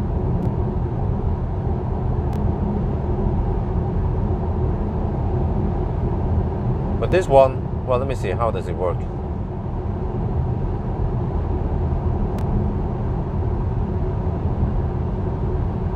Oh, I see. Yeah, that's a good point. Okay, now I understand. Yes, this one will just suck in It pulls in, yeah, I guess cold air from inside, yeah, and then he has to kind of cool it down. And then the out there is just the exhaust.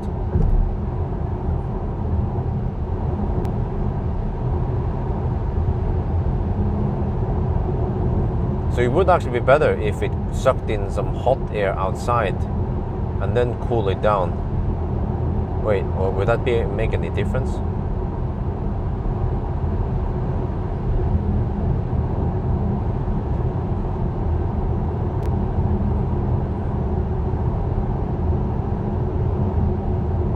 Yeah, this is the perfect weather I was waiting for. I look at the weather map and I was like, oh, I want this one.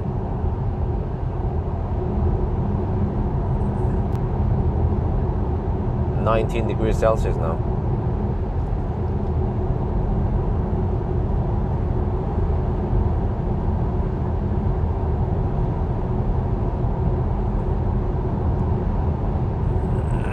Well, actually, well, the software on the Skoda and the ID family is very similar, but Audi, they chose their own software. Maybe they think it's better.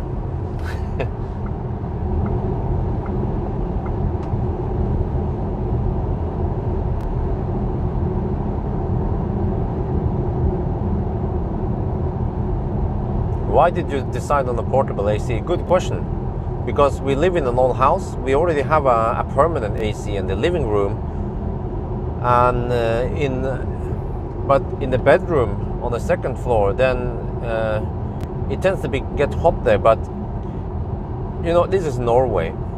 We get really hot weather just 2 weeks per year only. For the rest of the year, we don't need that AC.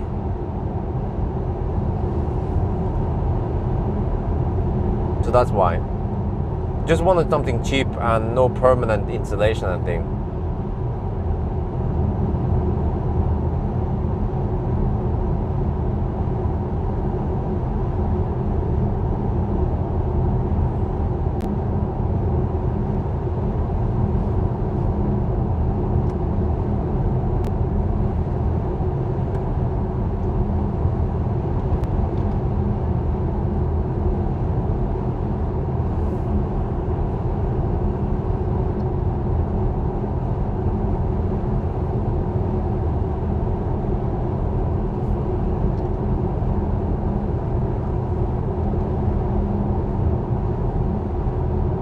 That trailer is going barely legal.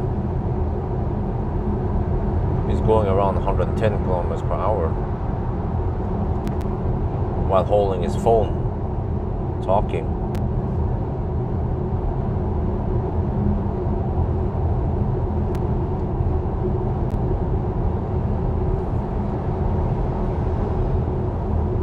Well, consumption is 231,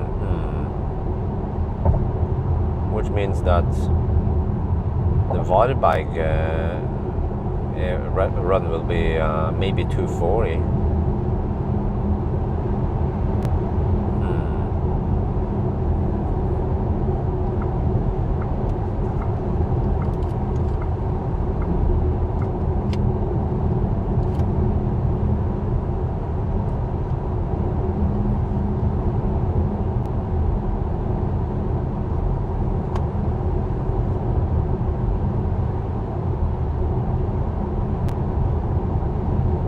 Really? No, I think the dash. Oh, you mean the instrument? I mean the infotainment screen, right?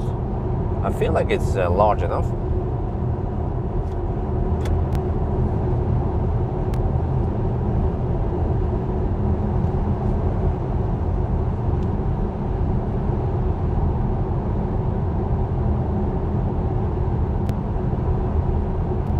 But we only need air conditioning there for a couple of weeks per year, and even we don't even get a whole full week where it's really hot.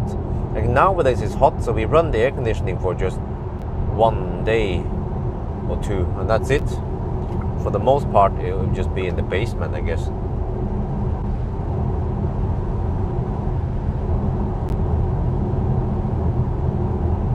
Oh, instrument cluster, yeah, the instrument, yeah, correct. Your instrument cluster is freaking tiny. You see, the instrument cluster was already quite small on the ID4, ID3, but it was mounted closer on the steering column or whatever it's called. But here they put it in the instrument cluster, so it becomes tiny. But yes, from what I remember, the Q4 had the bigger instrument cluster.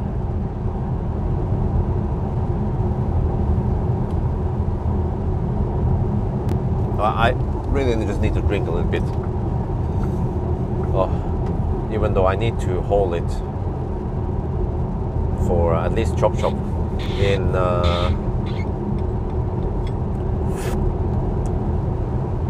1.5 hours.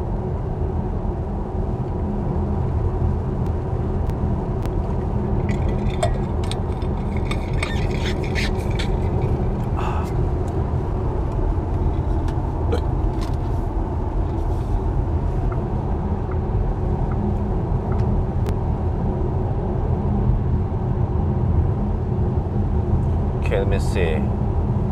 30 kilowatt hour left. Okay, temperature is rising 20 degrees Celsius now, and it's only 7 in the morning, 7:30 in the morning. Wonder how hot it gets today. Maybe 25 on the tarmac. I didn't bring shorts because yeah, wasn't sure whether I would need it or not. Okay, it's called steering axle. Okay.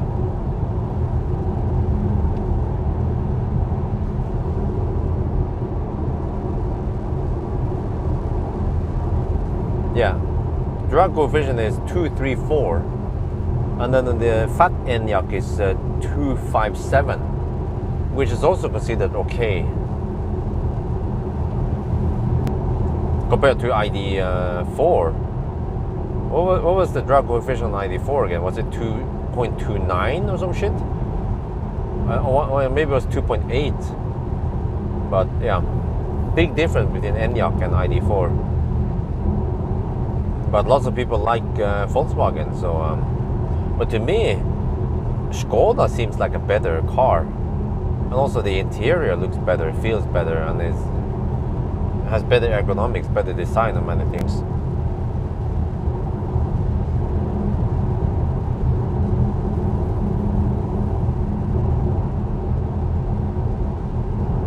Yeah, the traffic is wunderbar. We're gonna check, by the way, checkpoint at Spekkerød. Normally, well, it should take 2 hours and 10 minutes roughly to go to Spekkerød.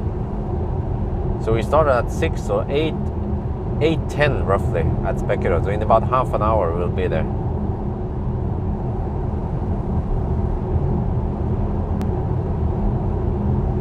Right, 29 kilowatt hour. I guess we can trust those kilowatt hour numbers, right?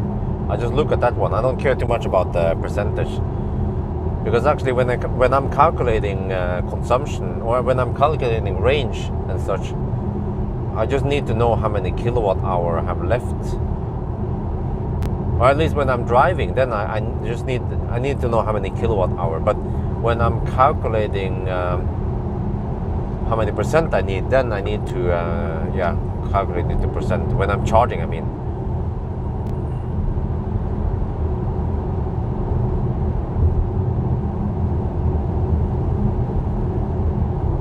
Yeah, I know. I mean, the air conditioning we have downstairs is super quiet, since the AC compressor is outside, and also more efficient. And yes, you can heat up also, but we just needed it. Like I said, we just need it for maximum 2 weeks per year, maybe not even that long. This year, I think we had just two or 3 days when it was really hot and we needed that air conditioning. So then, no big deal. And when we can also try to, and fortunately, in the daytime we are not spending time in the bedroom. So in the daytime we could just run in the bedroom, and even we are in the living room, so it cools you down for the evening. But normally, if you don't have it, then it just gets boiling hot in the bedroom during the daytime. And then we have to open the windows at night, and it still gets kind of hot. And then I don't want too many insects inside.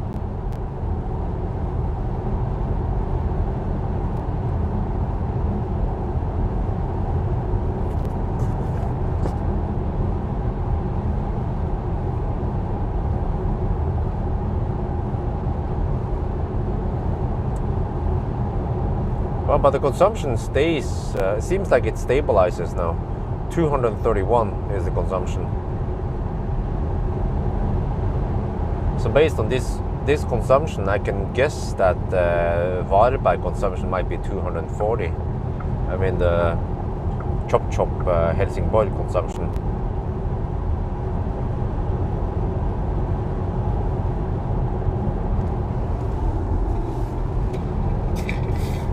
Oh yeah, oof, I don't know what kind of style we get.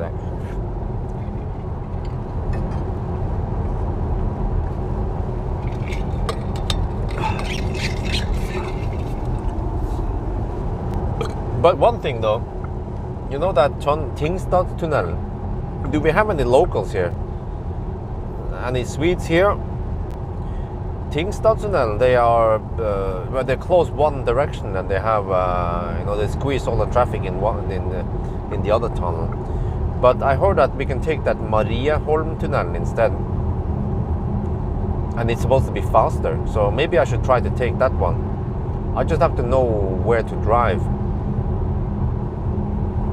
to get there.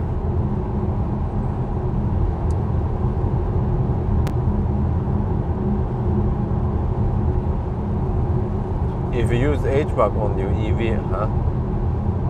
Yes, of course you will increase. So, simple math, if you're cruising at 100 kilometers per hour and the AC uses 1 kilowatt or 1000 watt, then you take 1000 watt divided by 100 kilometers per hour and you get 10 watt hour per kilometer higher consumption. Well, I have to say the traffic is getting kind of busy here. Normally it's really empty on a Saturday morning, but I've noticed that during holiday season then we have more traffic in general, like during the OnlyFans run. I just posted the OnlyFans run on the Model Y today. Okay, let me see. What is the car claiming now? 1% at Kungsbacka now. Wow. Okay.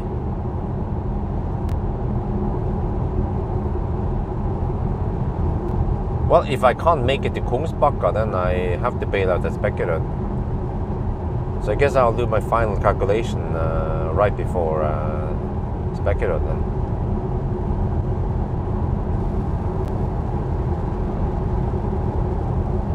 But if it hovers around 230 now, then in the city, in Göteborg, it will be way below 200, maybe 180 only.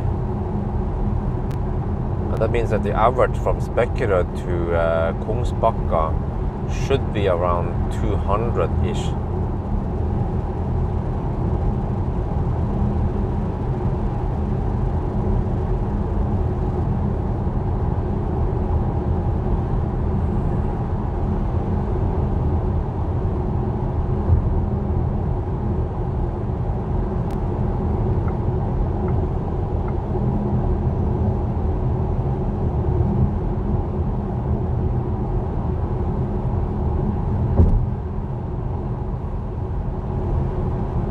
What? This should be plenty. What the heck are you? What the heck is the car on to? We have at least 25 kilowatt hour divided by 120 kilometers. Ah, that's the budget of 208. Oh, I can see it's getting kind of close. Yeah. Oh, maybe I have to bail out at Spekkerød. So then it might be Spekkerød Varberg after all. But just a very quick top up, maybe 5 minutes at Spekkerød.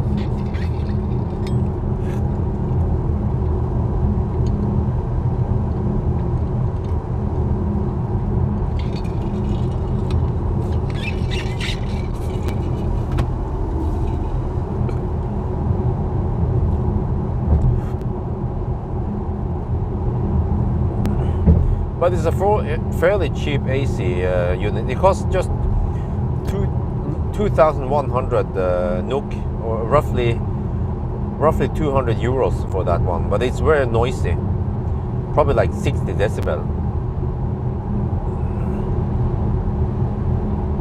But just requires a little bit of planning, and we can avoid the noise for the most part.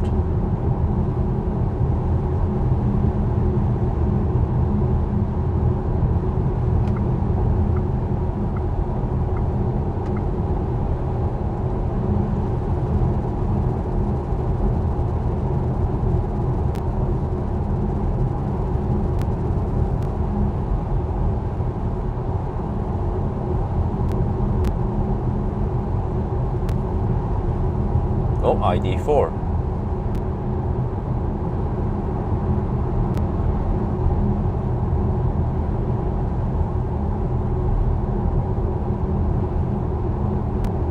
Well, consumption is still 232, alright, that's good. See, this is where I need that extra half kilowatt hours I was trying to put into the battery, but the car refused to charge back up.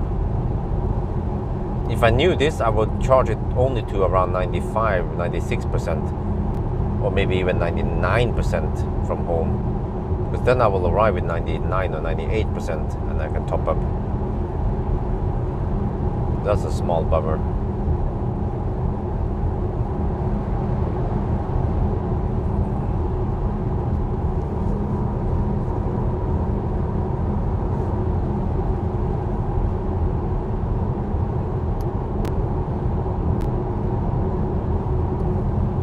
This Hogstorp,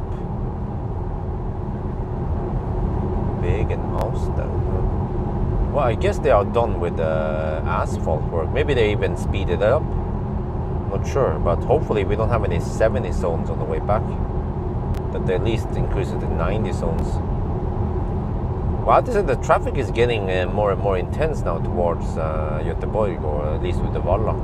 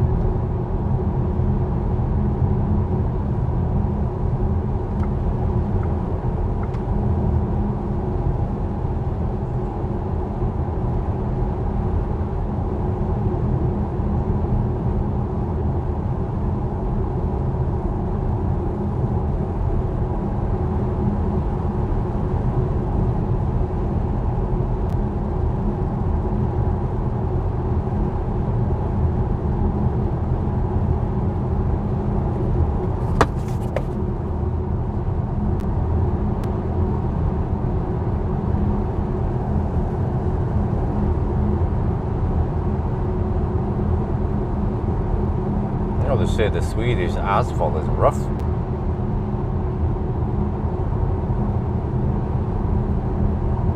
But this surface is probably 10 years old, or as long as Melinda Falcon has existed.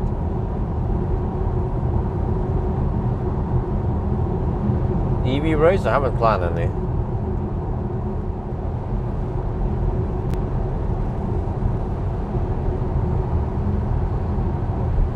Yet on Norwegian. Well, you guys are up early. Wonder if I will run into Laderstown today.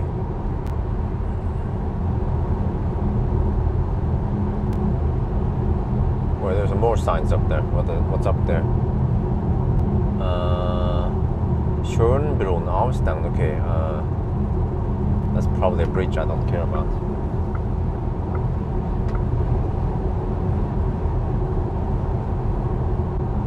Okay, 108 kilometers left, 23 kilowatt hour left. Well, this is gonna be kind of close to Chop Chop, unless I bail out that.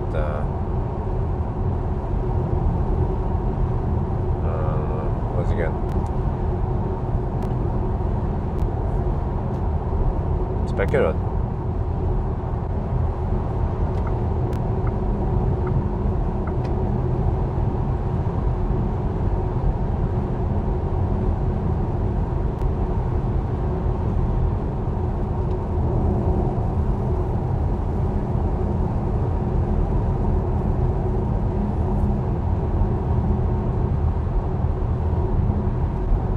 Oil consumption stays at 232.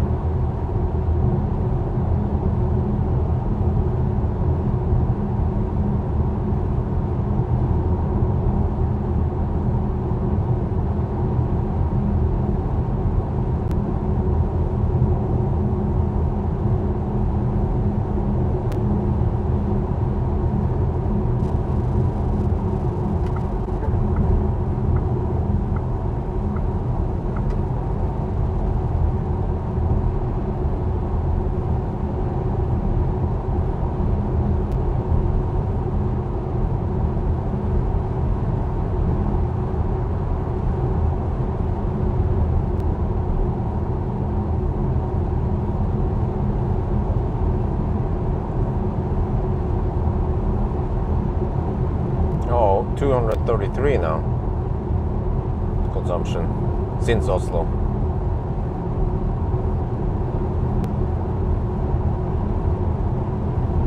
We have kind of high battery still. 30% left. So if we would charge at the specular, we'd be at around 25%, which means we get maybe 120 kilowatt, maybe 150 kilowatt. I'm not sure. Nah, I think the battery is too low, so maybe 120. That's not optimal. Okay, so in not too long, I need to calculate.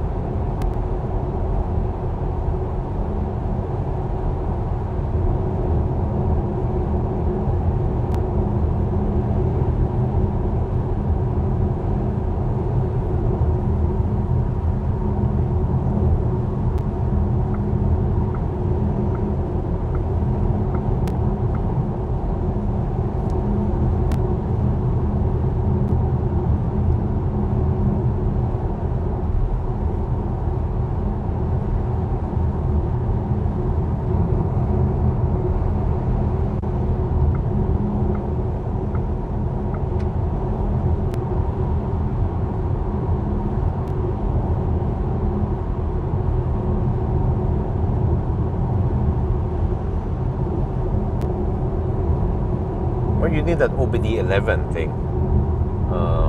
Let's hope that the guy who made the car scanner can make it work with regular OBD. Actually, I don't know why we need OBD11 for it. Because there is a dedicated hardware also and a software for it. But the regular OBD should be able to read it also.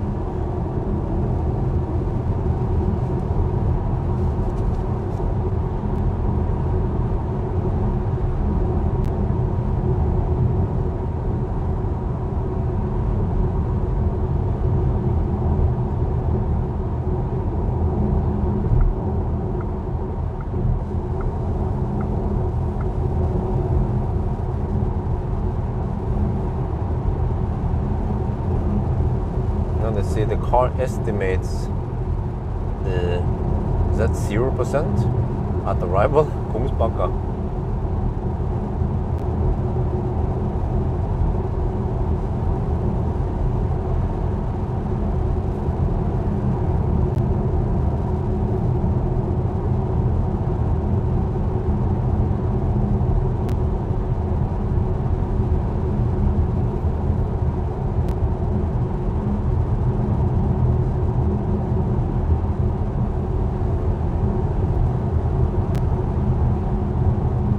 Oh, really?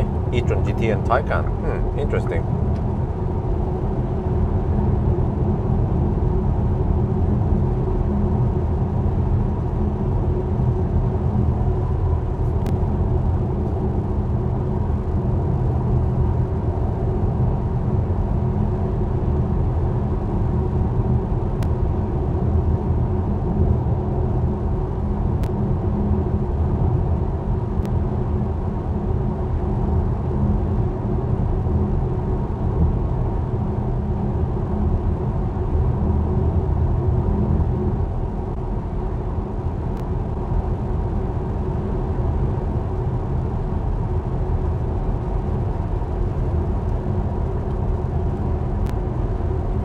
That car must be a Norwegian.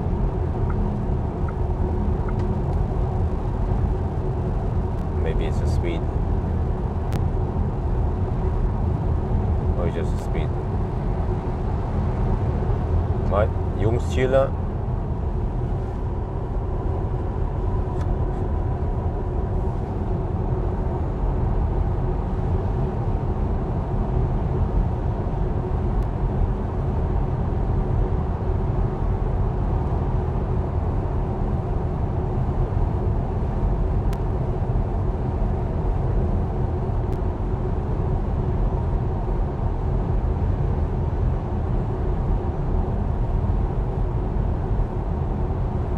These bots are getting more and more creative.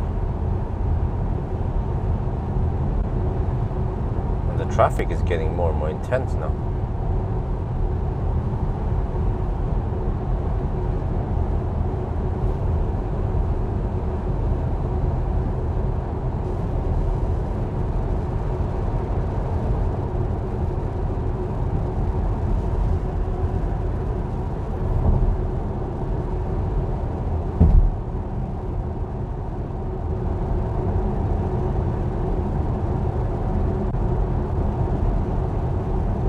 I guess some people need to go to work, right? Göteborg, still, even during holiday season.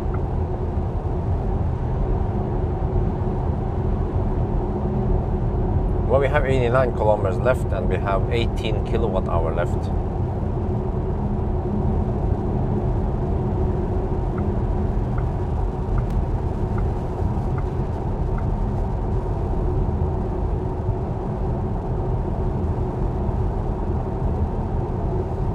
So a budget of roughly 204 watt-hour per kilometer for the remaining part. Eventually we have to slow down. The Göteborg stretch is quite long, or like half the remaining stretch here. Yes, we have auto steer here, working very well.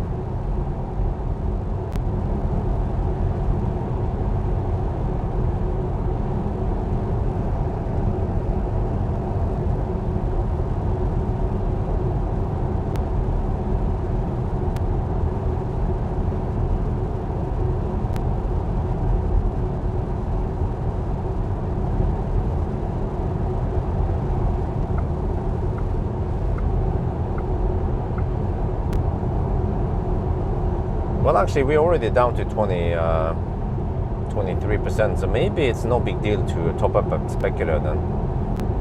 Yeah, I might just do that. Because I might risk having to slowpoke towards the end if I go for Kungsbacka. So we should still be getting okay speed at 20%.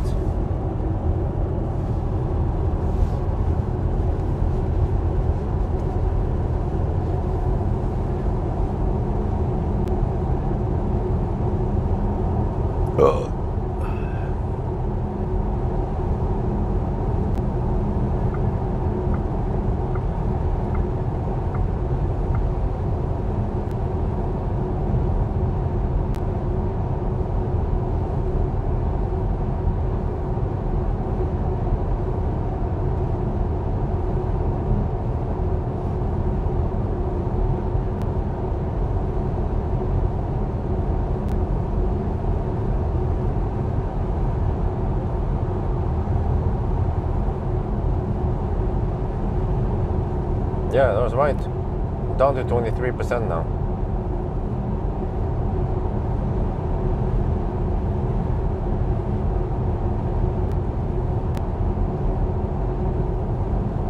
Let's go for a quick top up.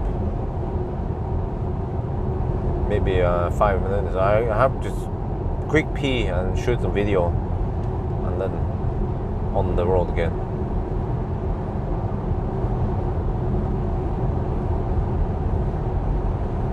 So we might even be below 20% at Spekerød.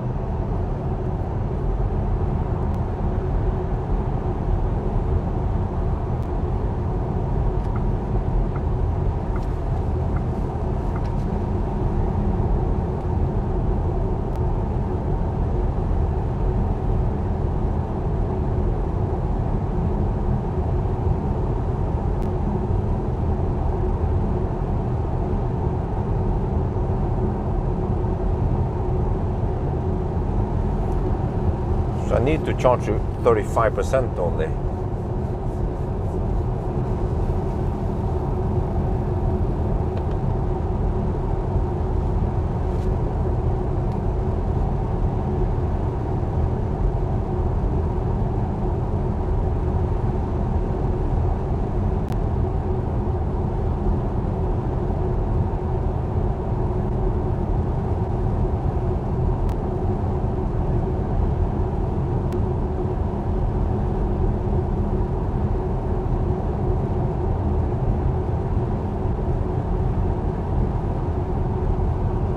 Do I have seat heater cooling?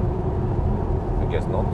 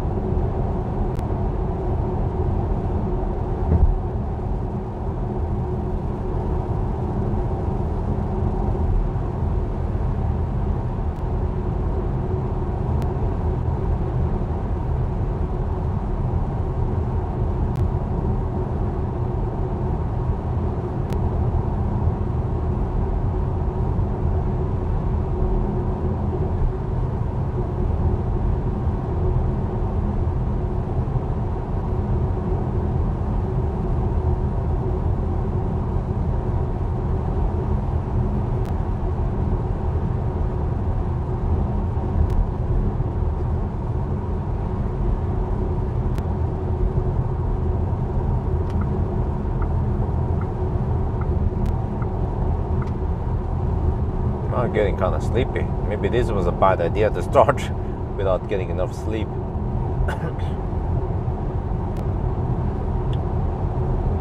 But I couldn't get I couldn't sleep anyway this morning, so I thought I could just do something useful instead.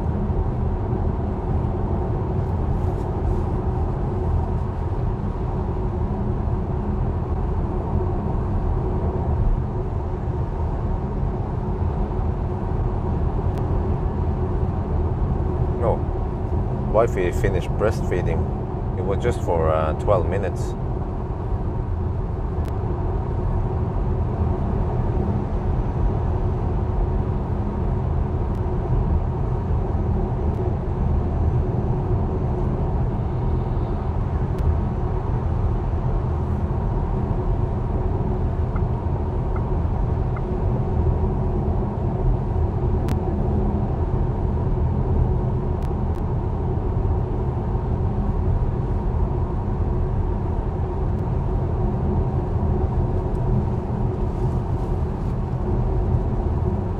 Instead, the health is kind of all over the place anyway, so you can't trust it.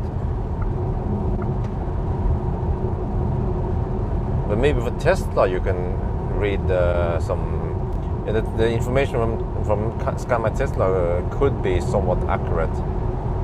Like the nominal full pack gives you like a guideline. Yeah, you see, we have low battery. We're down to 20%. So which means that we should be at around 18% at Spekerød. I think that's good enough. We can stop at Spekerød.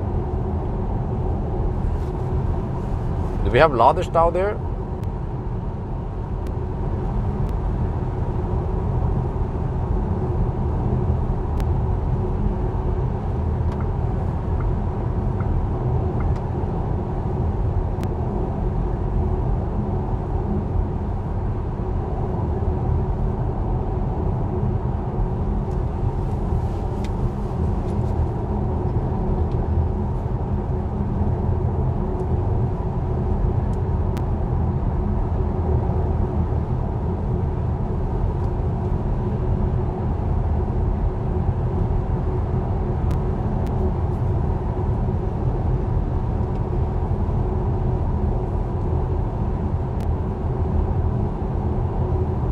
Okay, really quick pit stop here. Suppose they have 18%, so I only need 35%, roughly. Maybe 37%, or what did I calculate again? I need to spend 32%, so I might go 37%.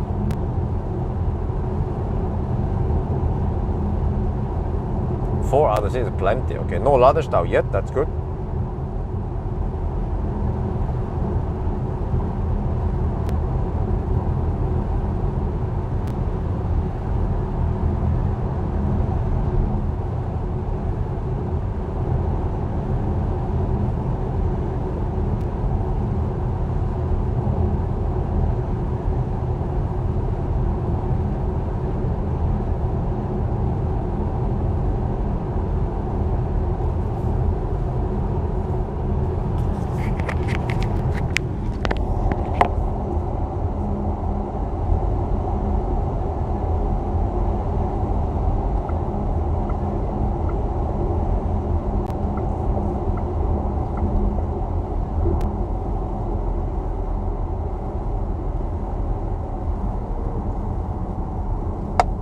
Right, 18% left. Yeah, that's fine, I guess. Yeah, let me go for this one.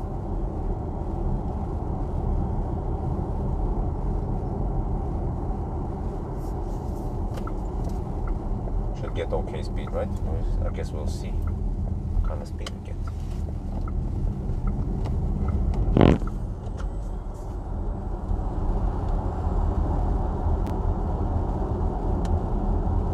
Charge port is the right side, is the wrong side. Okay. Quick pit stop. Real quick one. Let's hope the handshake goes well.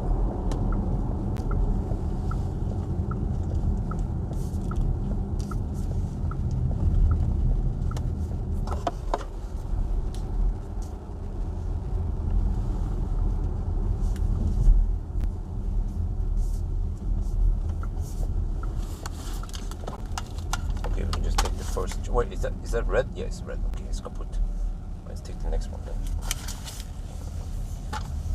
Good thing I spotted it. Or is that Tesla? Okay, let's take the next one here.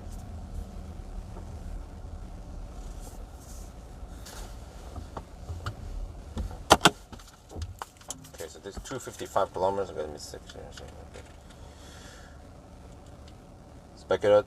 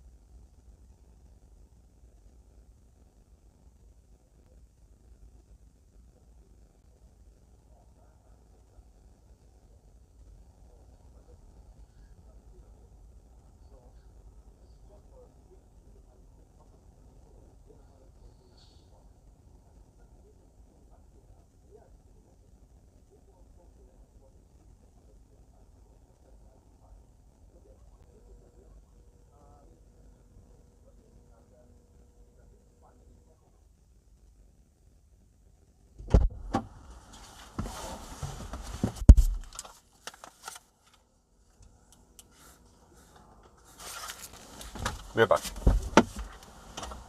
Wait, let me. I don't think you even have time.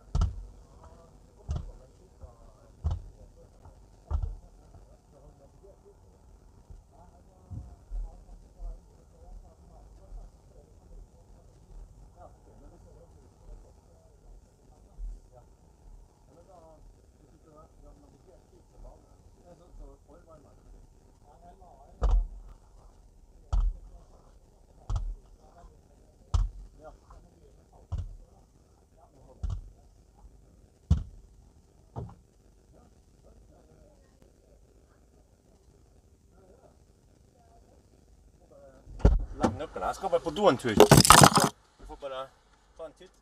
Det er dritkul bil. Jeg må bare løpe på do, for jeg har bare 5 minutter her.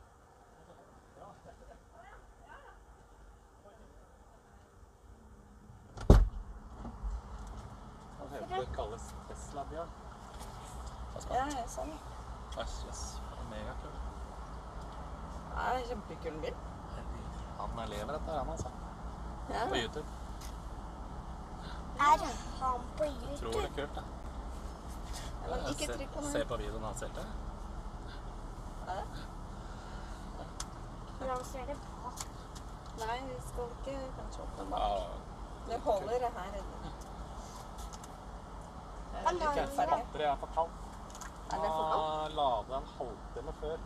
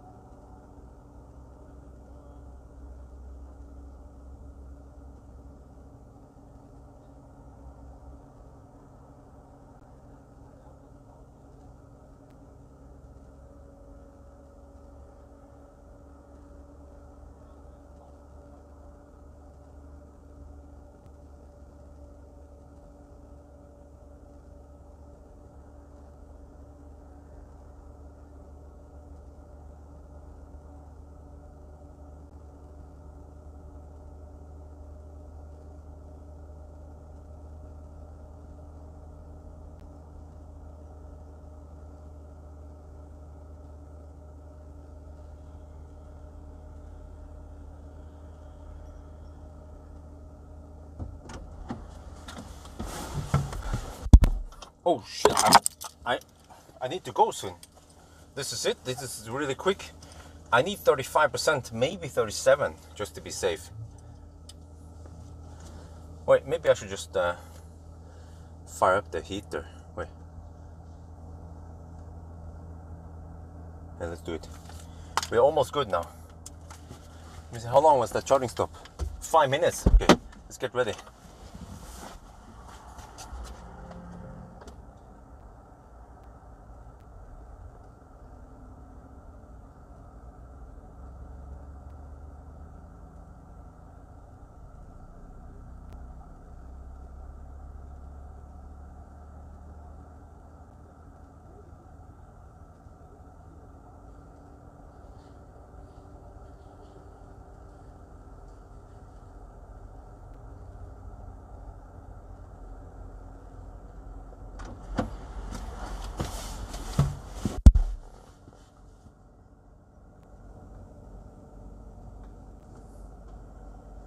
All right, have to get ready to leave. So we have 35%. I guess I can even also calculate based on the kilowatt hour. 26 kilowatt hour divided by 107. Yeah, that's plenty, man. Let's go.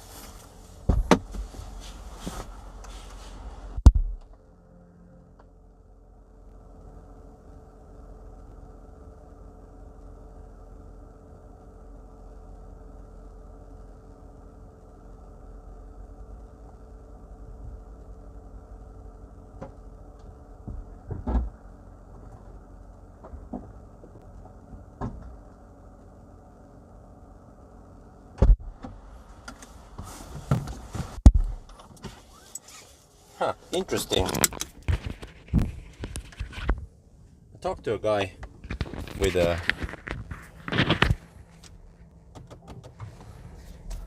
Model 3. He's charging here. He followed my videos and he asked me why his Model 3 is charging so slow. I was like, huh? How many percent did you drive it? He said 20%. I was like, okay, it's not that low. But then he didn't navigate to this fast charger, so the battery was kind of cold, I guess, or not optimal temperature.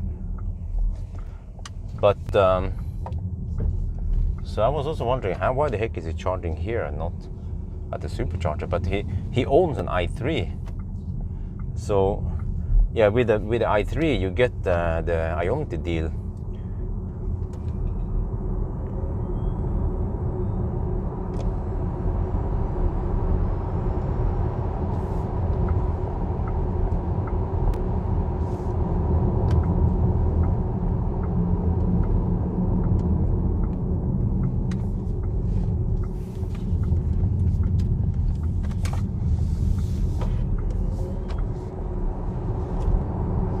That was a quick pit stop, 7-minute charging stop. And we have more than enough juice now for a vibe bag. But I don't know what kind of stove we can expect over there.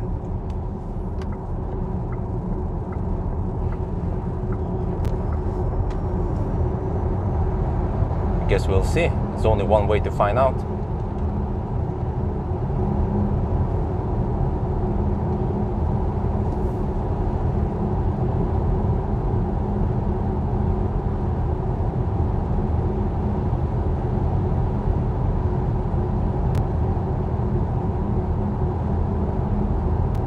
So I guess for him it's cheaper to use Ionity. He get away with, I don't know how much it is in Sweden, but it's cheaper there than the supercharger. But he's kind of wasting his time now. He's getting 80 kilowatts on his Tesla. Should have been pumping in at least 150 kilowatt if he prepared the car. But I guess the car was not preheated for this session. Then it goes kind of slow.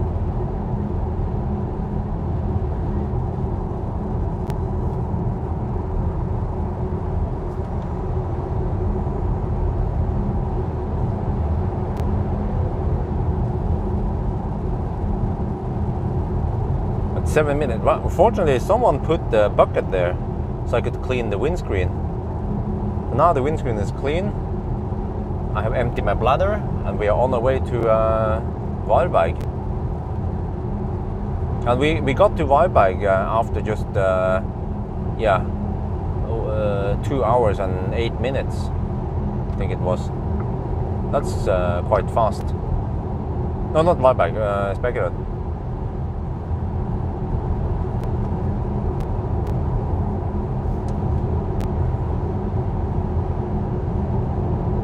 Wow, the AC compressor is running at 3.4 kilowatt now. I guess it's cooling down the battery after the charging session.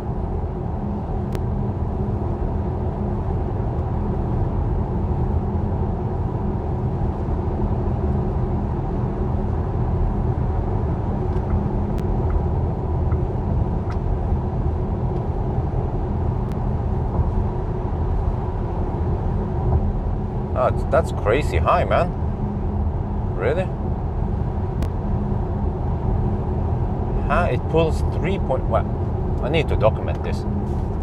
Maybe film it.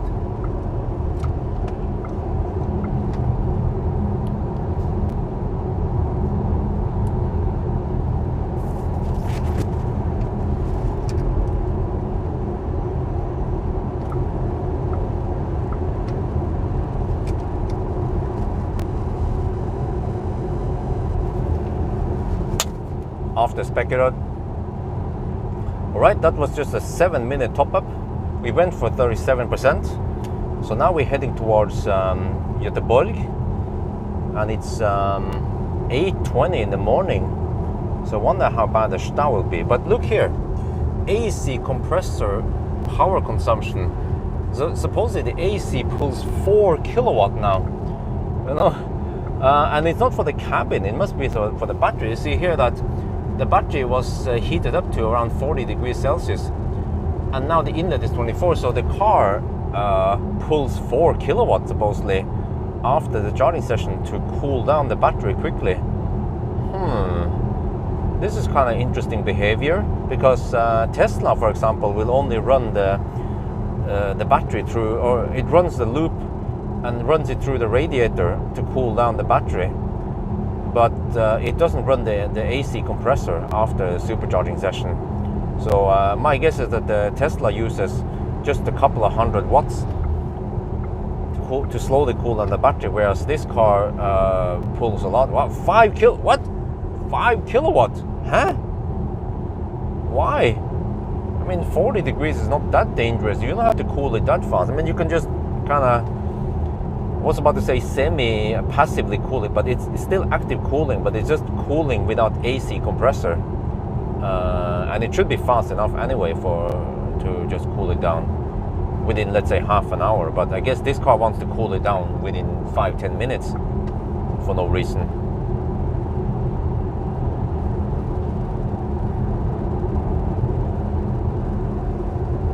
Well, it's pulling 6 kilowatt now. What? Why is it pulling 6 kilowatt? AC unit.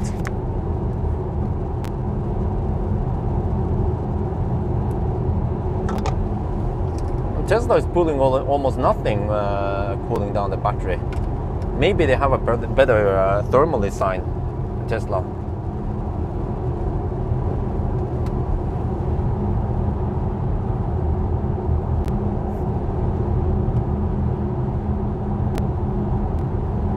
It's not that big deal that the battery is at 40 degrees right now. So it's down to 39 degrees, and then inlet is 20 degrees. The inlet was 24 degrees just a couple of minutes ago.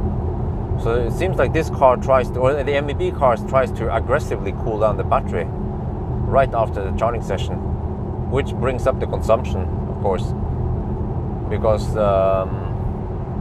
the propulsion part probably takes only like 20 kilowatt, and then the AC takes another 5-6 kilowatt. That's crazy high.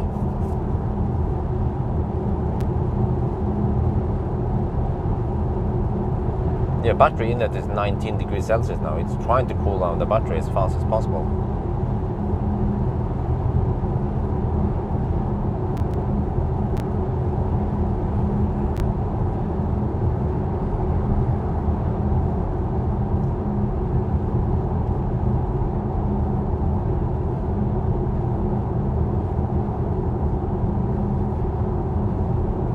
But I don't know what's up with that, because Tesla, I mean, you guys have seen it, like Tesla heated the battery to around 50 degrees Celsius, but then after the charging session it will cool it from 50 degrees to around 30 degrees Celsius within around half an hour, and it doesn't use that much power or energy.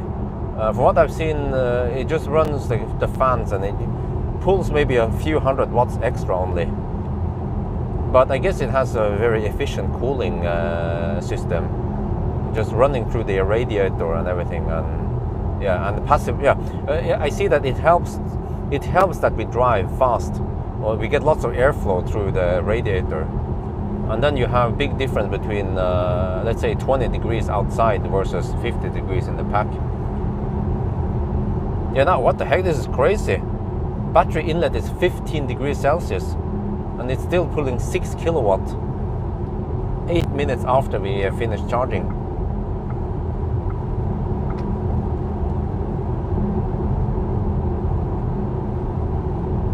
It's actually pulling a lot of extra power that I didn't expect it to pull. So I hope I can make it to Varberg.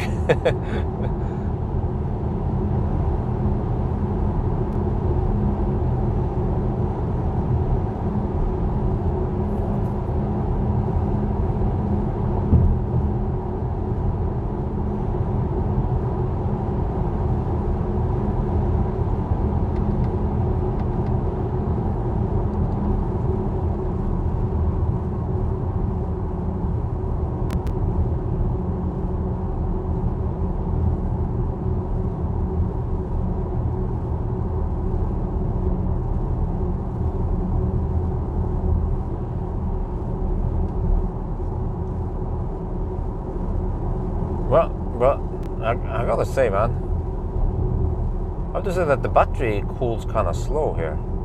Maybe down to 37 degrees Celsius. And with that hefty cooling going on also. This is actually kind of bad for consumption or energy total. Like, we waste energy cooling down so quick.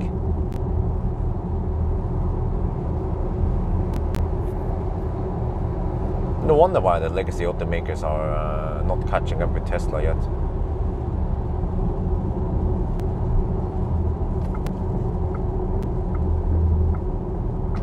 There, now it starts kicking down a little bit, but still 4.9 kilowatt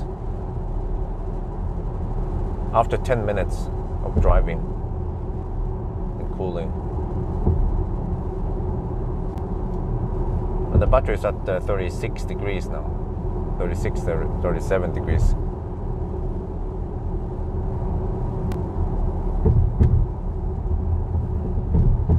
"11 minutes in." Okay, I'm going to try that tunnel. Maria Holms tunnel, I think that's what it's called.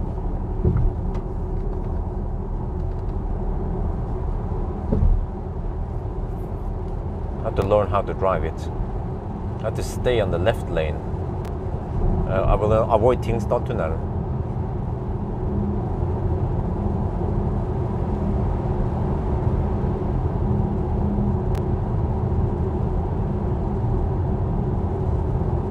HVAC is weak in Skoda, and that could be it. I mean, Tesla has learned a thing or two over the years with Model S and Model X, and then Model 3 and Model Y. But I have never seen Tesla pull 6 kilowatt for AC. Wait, or... Well, actually, maybe when you enable track mode, it might pull 6 kilowatt.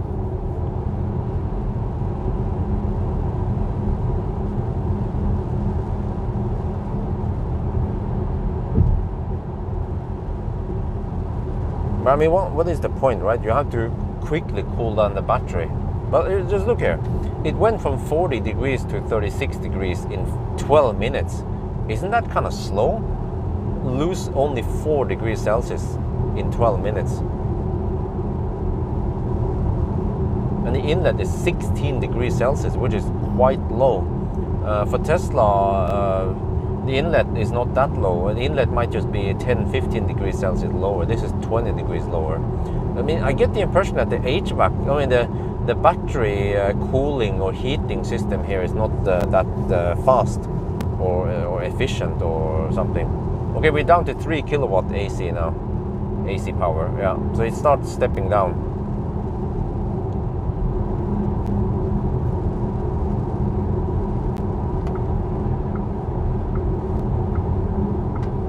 I never noticed this before because I never look at it.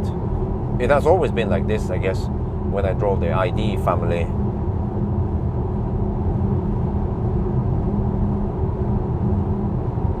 And this is I guess why, if you look at just a range test or something like that, right, then it could appear like the MEB cars or the ID4 or maybe even the i4, like they seem to have caught up with Tesla. But when you look at the whole big picture, including charging session, and this whole test here is prime example. When you have charging and driving and hammering combined, and then suddenly the other cars, the legacy automakers are doing some weird shit, consuming more energy than necessary.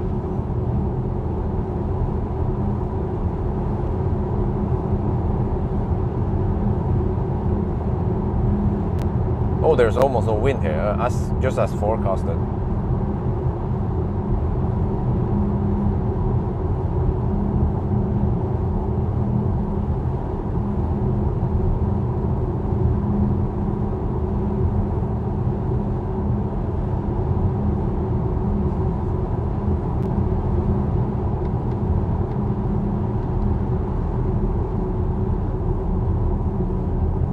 Right, we're down to 1.7 kilowatt.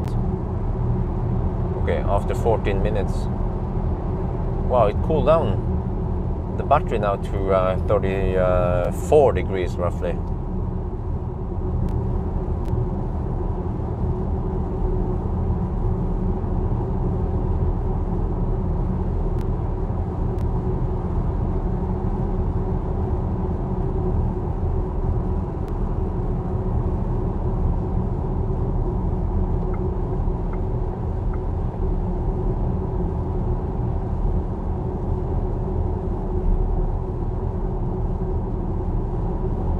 Getting kind of hungry.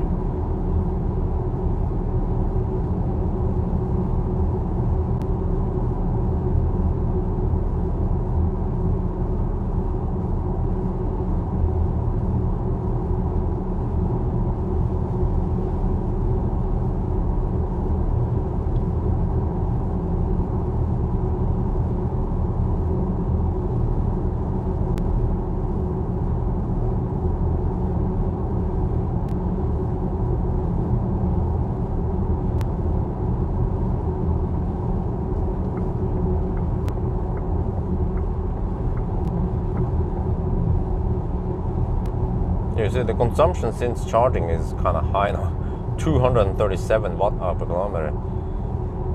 Mainly because the AC unit was running so hard. Okay, we're down to 1.5 kilowatt AC now.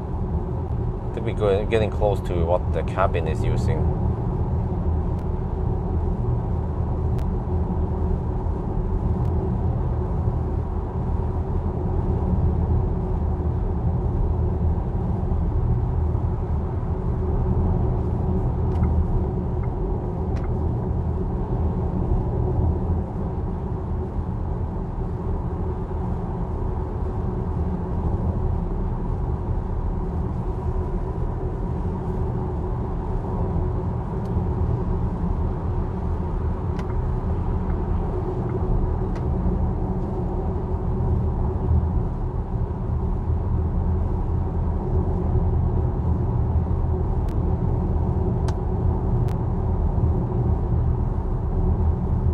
And I've seen this also in other cars, Korean cars. I remember it was the Kona and those cars in Euro. They also cool down the battery quite aggressively after the charging session.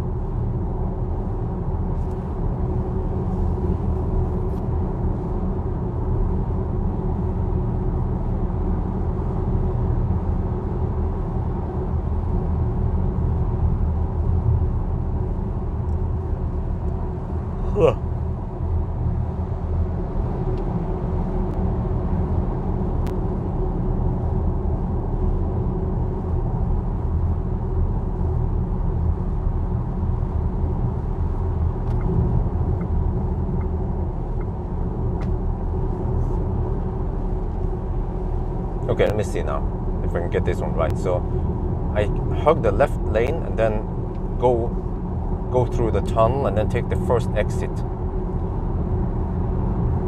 I have to try to get this one right. Then also have to try to get the reverse one on the way back.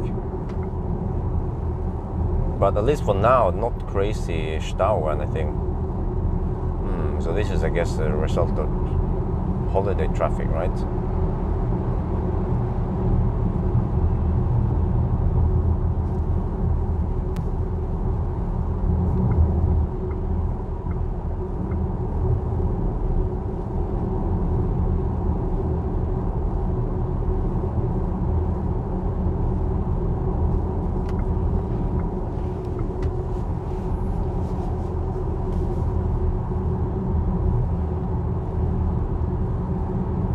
Do we have any locals here? Do we have any Swedes here?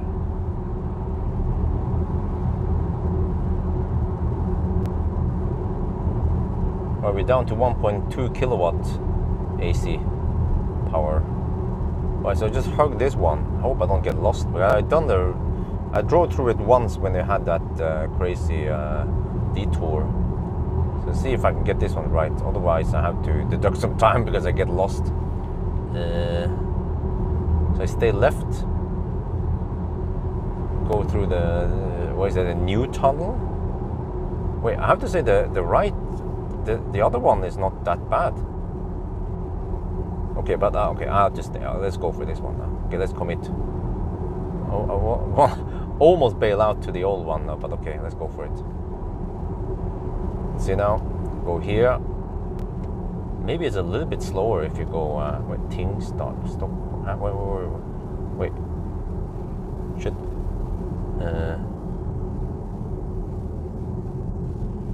Is this one right? Wait, don't tell me that I go the wrong way now. No, this is. Oh shit. Okay. Yeah, it's this one. Okay. Oh, okay. So it wasn't the first exit. This one first. Marieholmstunnelen. But then the first exit after this one. Supposedly. Look through a map here. It's dog slow map. Shit.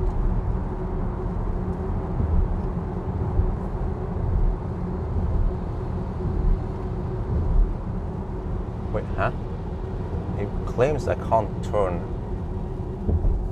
What do you mean? Stockholm. Wait. I wonder if I have to be in this lane. Cars. Malmö. Yeah, Malmö. Yeah, towards Malmö. That's it. This seems to be a slightly slower route, maybe, or.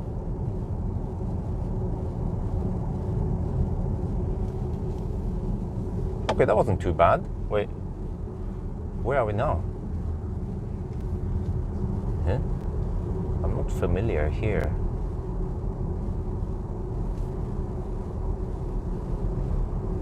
Oh wait. Huh? Oh shit, did I screw up? Did I screw up?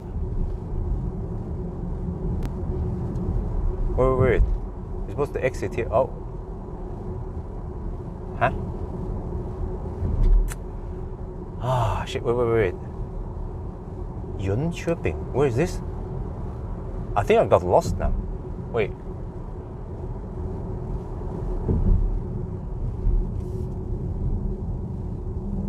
Shit. This doesn't look like the place we're supposed to go. Wait, or...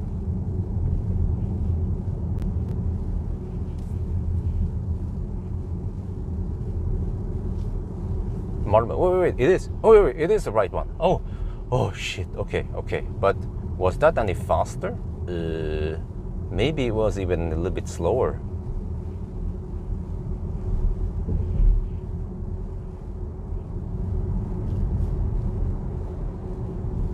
Maybe I lost 30 seconds there.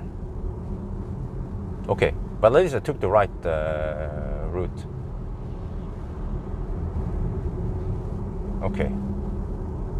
So I guess next time if I see some Stau, I can do this one. Okay, let me see. Just gonna do fairly legal here.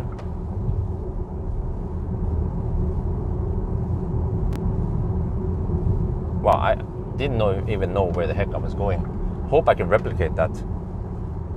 Kind of remember it. So you have to go straight, and then you find the tunnel, and then you take the first exit, stay on left, and then yeah. I think I need to look at it again on Google Maps, see if I can remember it. But I don't know if I can go the reverse path all the way back.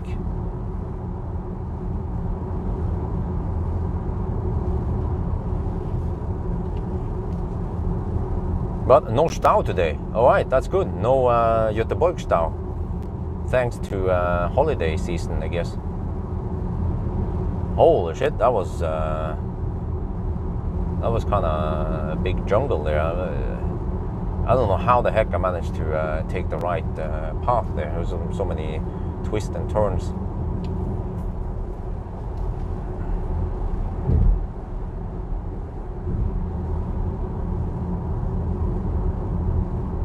It looks a little bit slower. But unless there is Stau, if we have Stau at the other Tingstadtunnelen, then Marieholmstunnelen might be faster. So at least I tried it today. So yeah, we could possibly deduct 1 minute if we care about it, but I'll probably not deduct it because we had so good advantage with no traffic.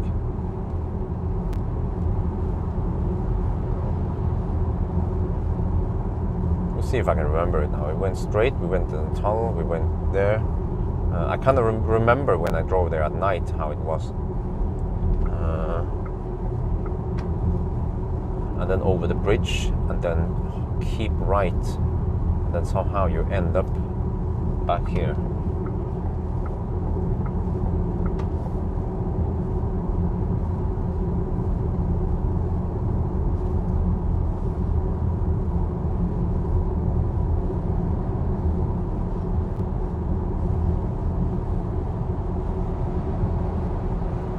Let me see, now the car estimates I will arrive at Varberg with 7%, that's plenty. Okay, now the HVAC is more normal. Yeah, now the HVAC is pulling 1 kilowatt just for the cabin, I guess. And then the inlet is 29 degrees and the battery is at 30 degrees.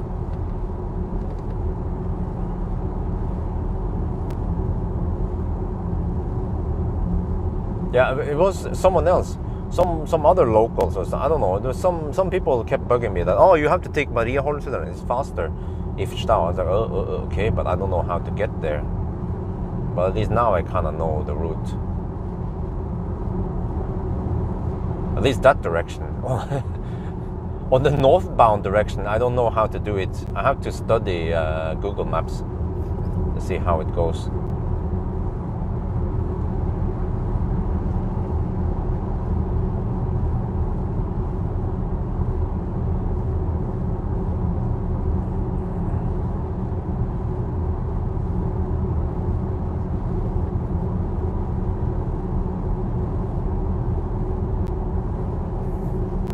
Oh, we have some campers here.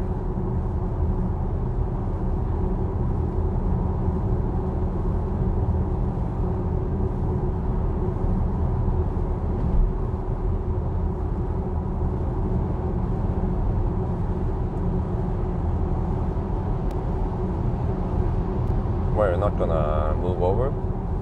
Seriously? Woman? I think it's woman. Woman! Move over, move on. Yes, danke schön.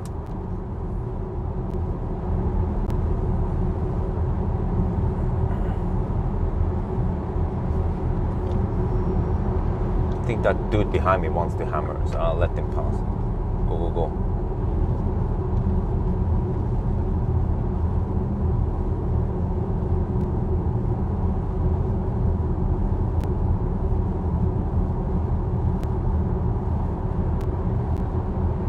Yeah, this is so weird.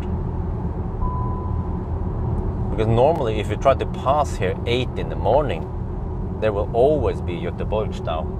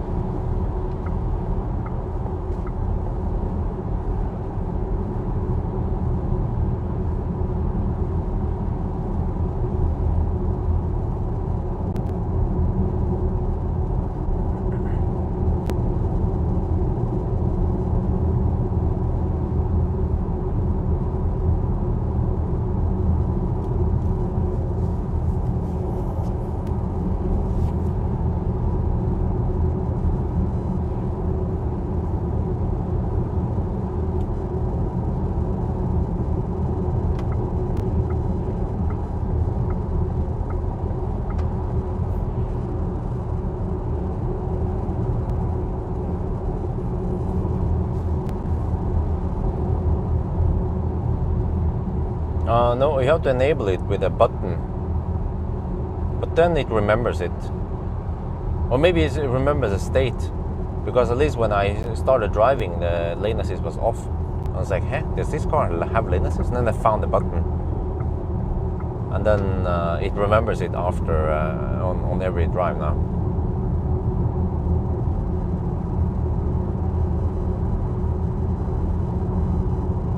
We have to say the traffic flows remarkably well through Gothenburg, almost better than the regular Saturdays. Let's see what kind of Laderstau we have at Varberg then.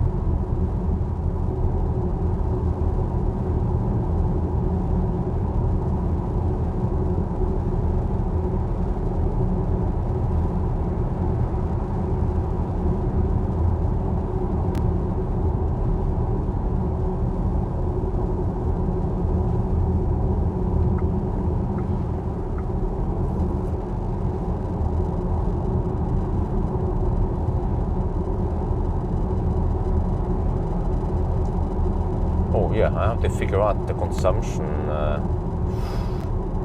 This is kind of tricky. I have to figure out the consumption between Varberg and Helsingborg. Maybe no, it can't be 230. Maybe 240? No.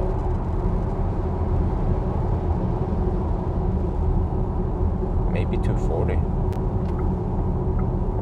It's heating up now.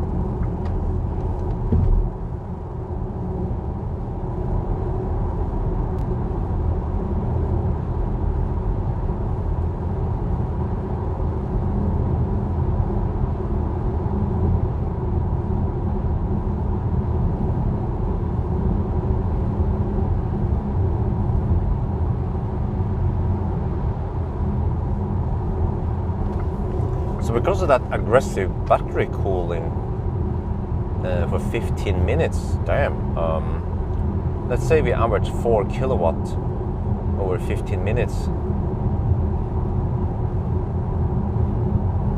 That's actually 1 kilowatt hour extra,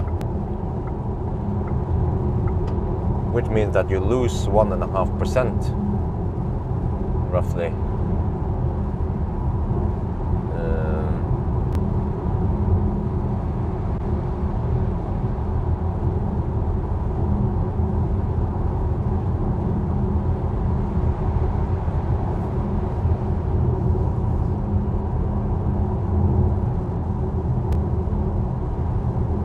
That guy is in a rush. Go, go, go, go.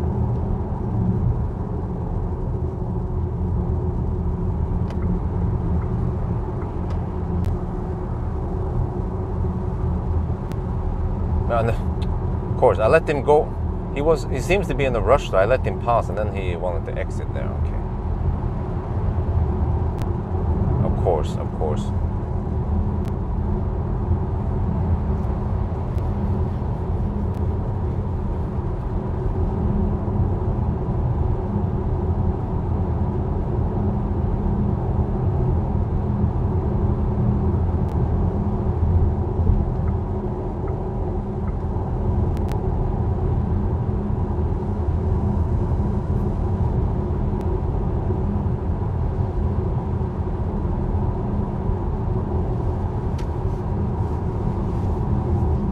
Morning.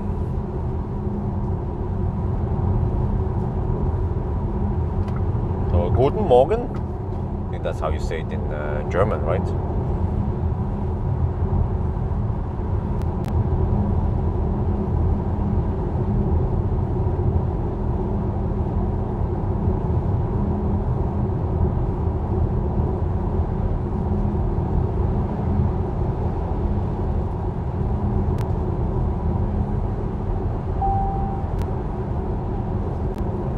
Oh, it feels hot. What? Damn!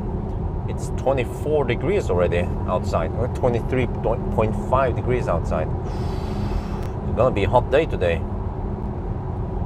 Right around noon it will be the hottest. Well, actually maybe 2 in the afternoon it will be the hottest. Then I'm almost back home.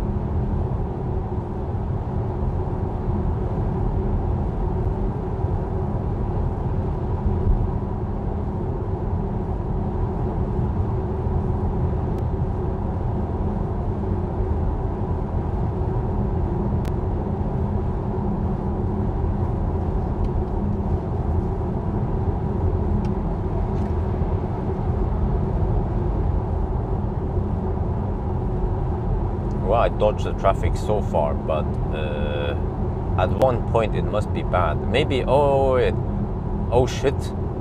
Of course, Göteborg on the return. Scheisse. Then it'll be around 2 in the afternoon.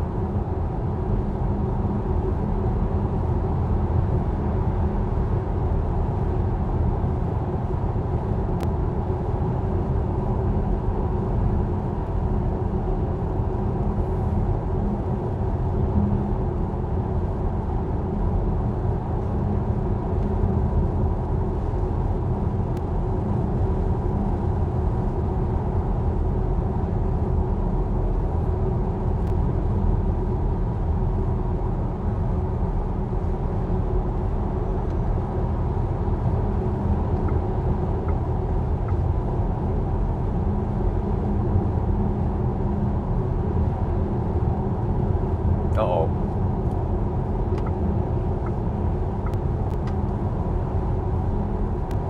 Oh, mother trucker's overtaking a slowpoke. Holy crap, that guy's slow. What? She.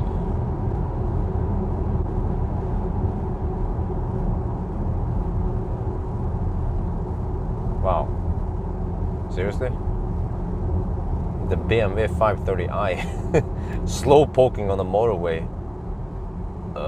Going around 80 kilometers per hour on the motorway.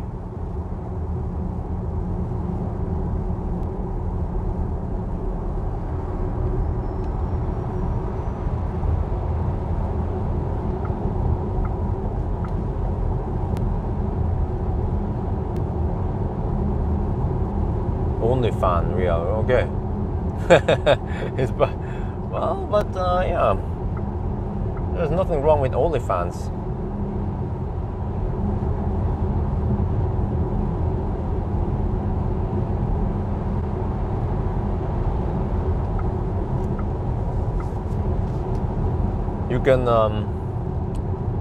You can achieve a lot with OnlyFans, yeah.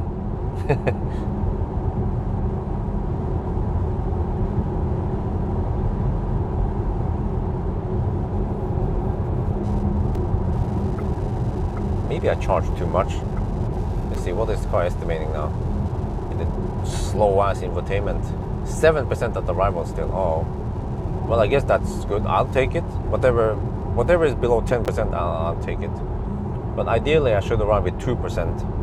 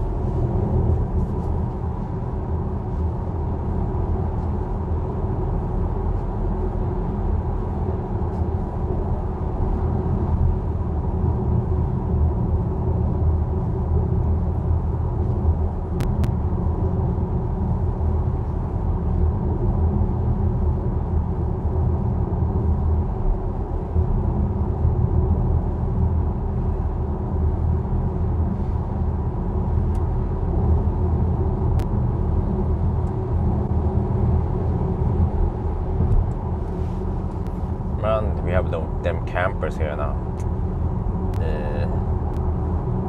hope you guys are not planning to camp too long.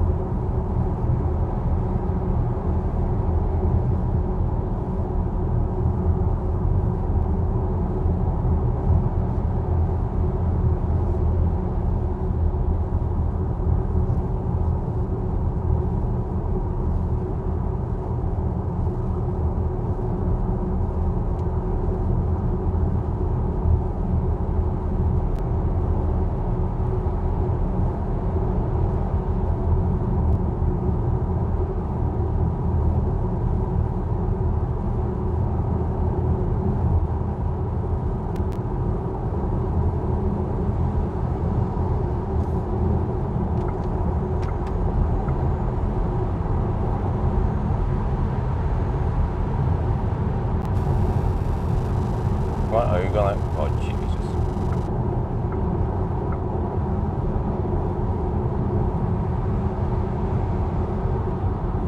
Don't tell me that this. Oh, okay.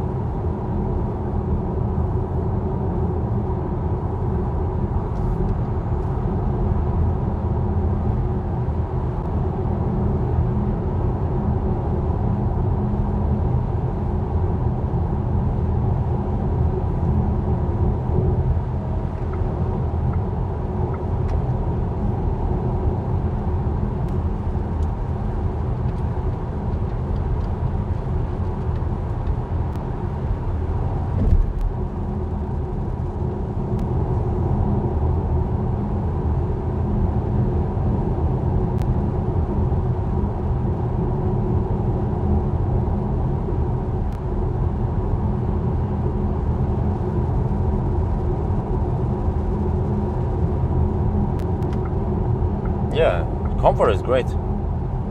Just like the fat Enyaq. Leaf, MZ, okay. I will go for Tesla. Sorry, long message. I can't read it too well right now. I'm driving.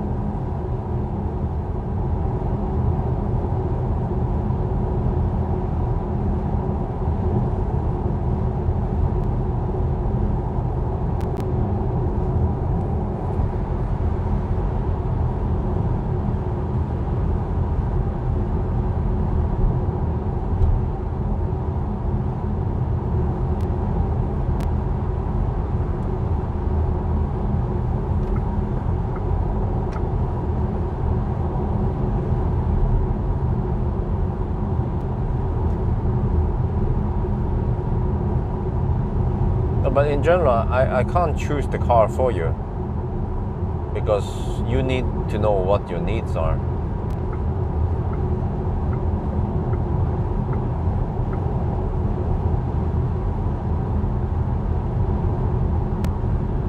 And then you're gonna need to know which cars are good for what purpose.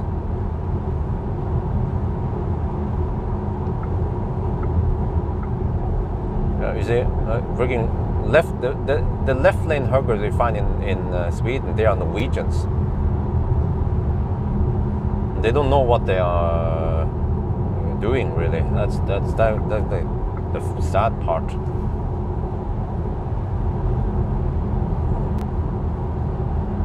I haven't checked knob. It's dog slow.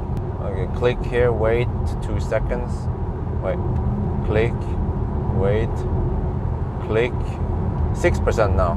So we might actually arrive at 5% or 4% because we have 28% left, 28 kilometers left to destination. So it tends to drop towards the destination.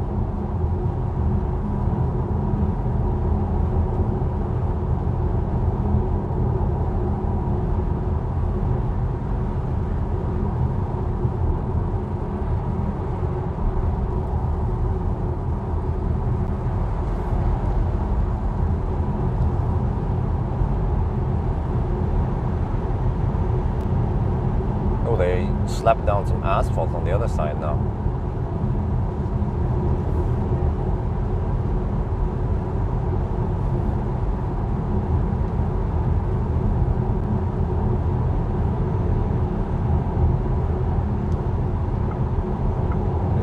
90 zone. Well, okay, maybe we can avoid 70 zone at least on the way back.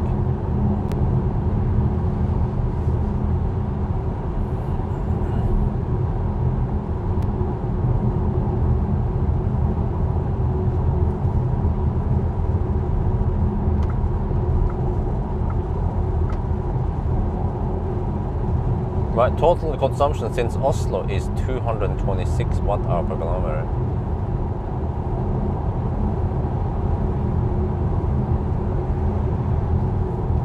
That's not too bad, is it? Don't remember the numbers for the ID5.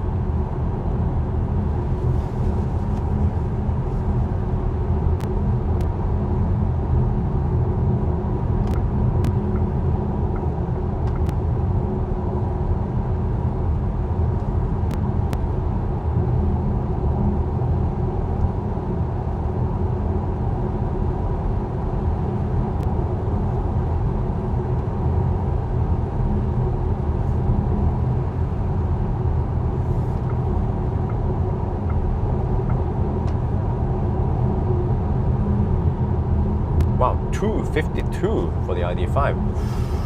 Really? Why the heck was it so high? Why are legacy automakers so thirsty at high speed? You know, I always gotten used to that the Millennium Falcon was kicking ass for the Lord. But now that I started testing legacy automakers on 1000 kilometer challenge, they are all thirsty at high speed. They might be efficient at low speed. Okay, except for classic Ioniq. But most of them, they average 250 to 300 watt-hour per kilometer.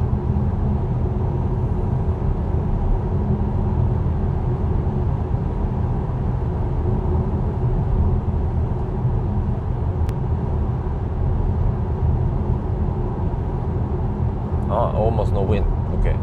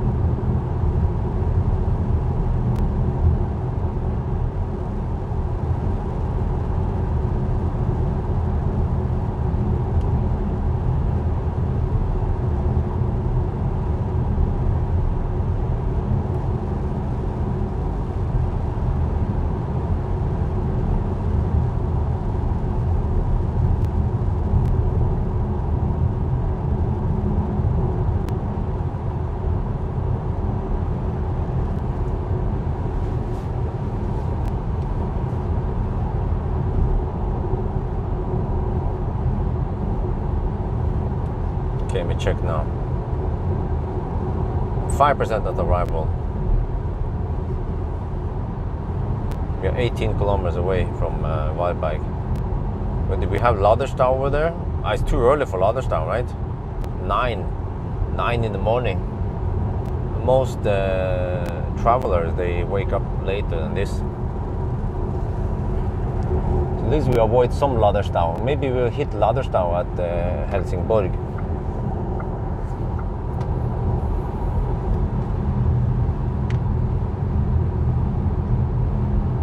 Oh yeah, maybe I should test the V3 supercharger.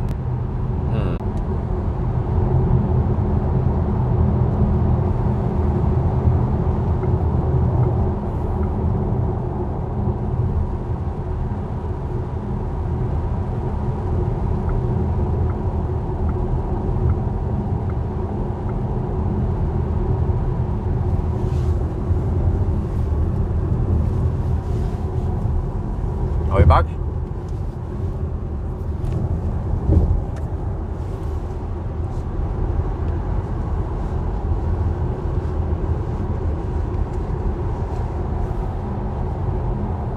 Back. Okay. Right. Almost at Varberg now. 7 kilometers left, 6.5%. All right, that's good, that's good. We go deep. Let's get that awesome speed. Let me see, how is it again? I cannot, no, I have to turn off HVAC right before we arrive. Because otherwise the battery will overheat. That's kind of funny. Well. Legacy automakers for the win. And people say, oh, well, Tesla is caught up. I mean, the legacy automakers have caught up with Tesla. Well, have they really? If I have to turn off HVAC while fast charging so that the battery won't rapid gate.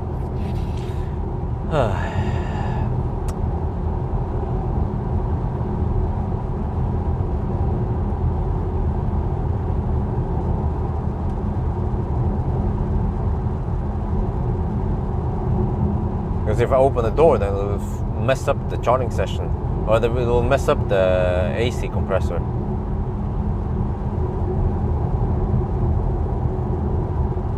And especially today when it's hot outside. Wow, shit, 25.5 degrees outside. We really want that cooling to go while we're charging. Actually, wait, if the car is limited to, no wonder if it will steal the charging power. No, probably not.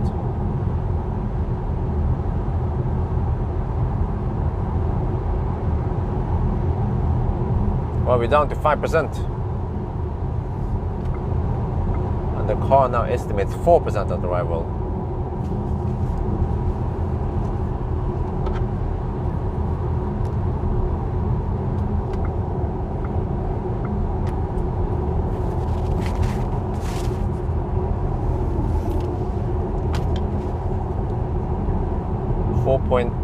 .7% left.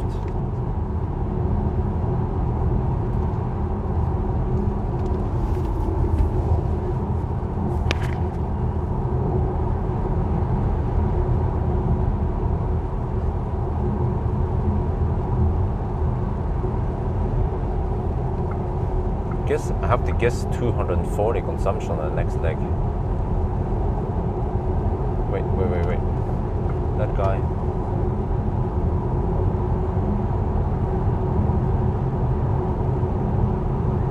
Never get stuck behind a Honda CR-V.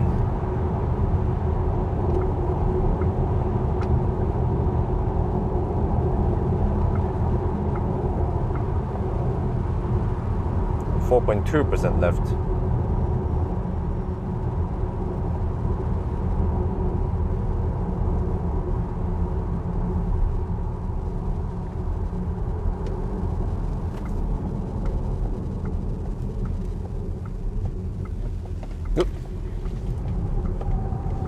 Wow, is that skidding? Tire squealing. 4.7% left.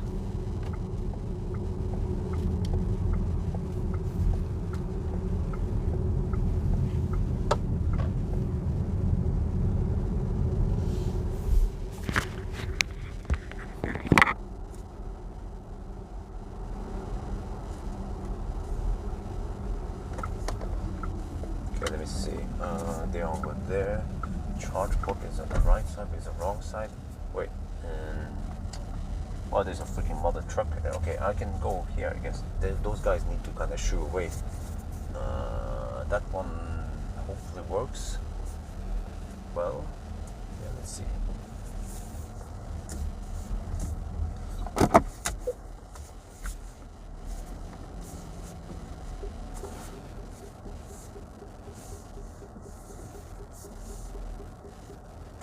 Okay. Park. Stats. 361. Wait, that's spot on. Oh, no, it's not. Bye. Because I went speculated. Whoa.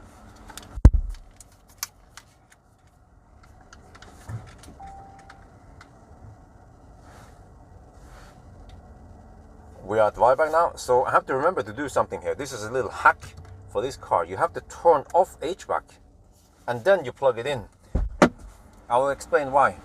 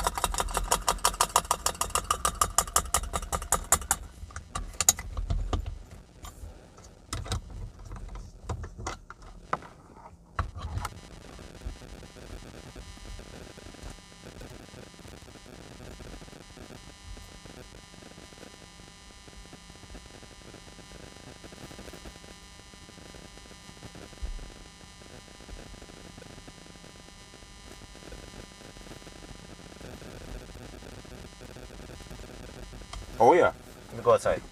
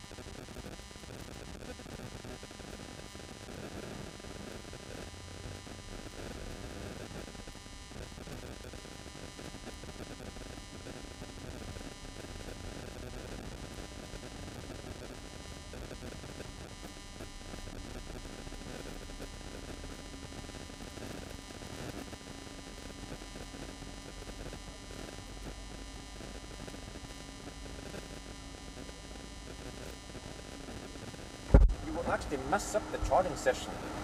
It will fire up the HVAC, but it will only fire up like only fans mode or something.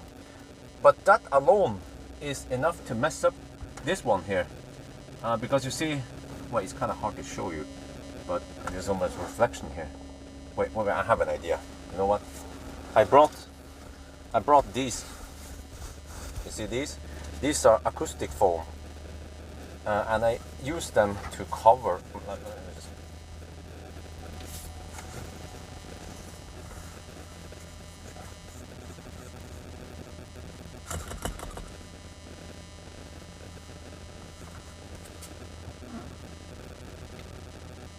Oh yeah, that's better. You see, I use the acoustic foam, but anyway, yeah, now it's better to read it. So you see here, the cooling is pulling now 4.4 kilowatt. And the AC unit, from what I remember, it's just one AC unit, and we want to divert all the cooling power towards cooling the battery. And if you actually press the brake now and fire up the HVAC and fire up the cooling for the cabin, it will then steal this cooling power, and then what will happen is that the battery inlet will rise crazy. So and then the battery will rapid gate. Yes, that's 2021 EV design. MEB cars are designed like that. Das, yes. All right. Anyway, so I guess I need to quickly eat because we don't have too much time here. We're charging like a boss. Look at that, 174 kilowatt hour per hour. Okay, I need to go to the restroom. Shit is getting kind of hot in here, but I can't. Yeah, I have to.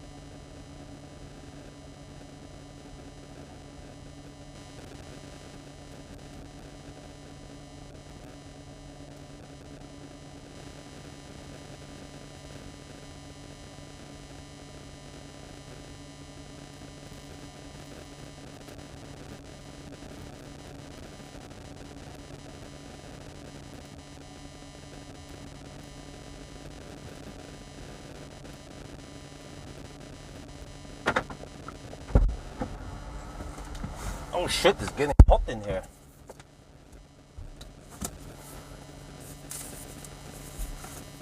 Okay, I need to open the windows.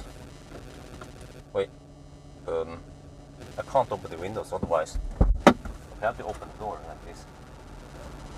I don't know if that will mess up things if I... Wait, what? I can't roll down the windows. I don't know if I press the brake if it will mess up everything.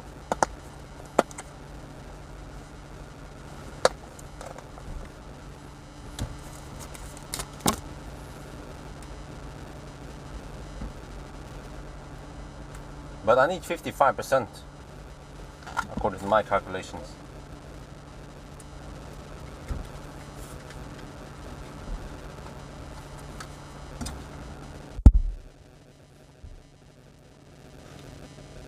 Right, I went to the restroom and now I'm ready to eat my lunch. So I brought some food with me. Yes, remember to ABC, always bring calories. But we're already at 34%. It's going so fast. And I need 55%. I need to spend 50%. That's my calculation. And you see here, inlet is 13 degrees, so it's cooling down the battery now. You don't want the temperature here to go past 50 degrees. Well, it's actually happening right now. So then it will start replicating. So it's just keeping it in place. But I want to lower the windows. I can't do that, and I don't dare to push the brake because I think that might mess up everything. So I need to just open the door, I guess, like this, so it doesn't get too... Oh, sorry. Yeah, I have to just open the door so it doesn't get too hot. I will show you. So I will demonstrate soon, right before we unplug, what happens if I fire up the heater. What? The car is pulling 9 kilowatt for heating. That is insane amount of power. Huh? I've never seen Tesla pull 9 kilowatt for cooling. Holy macaroni. I get the impression that the cooling here is a bit inefficient. Wait, is it really pulling 9 kilowatt? Okay, let me check something here. So you see here we are 109 kilowatt into the battery, 9 kilowatts of that. So it should pull, well, it drops quite quickly now. Because this is 50 degrees. Okay, but this one, it should be over 100. Okay, you see, it's around 105 kilowatt, right? 105 kilowatt.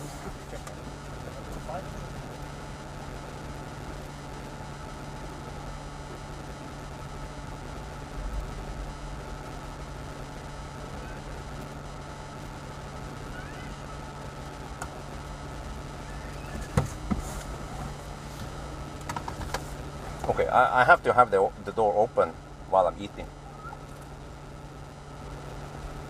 I think this shows 107 kilowatt.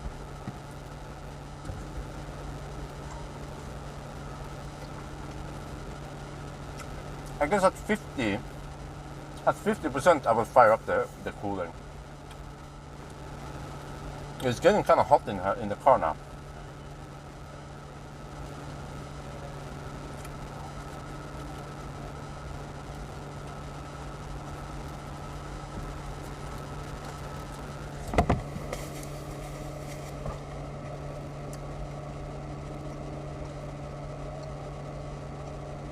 Let me check something.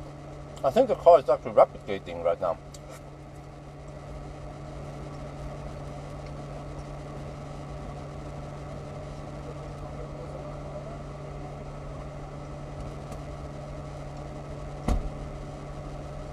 At 40%. Yeah, it is replicating. Whoa!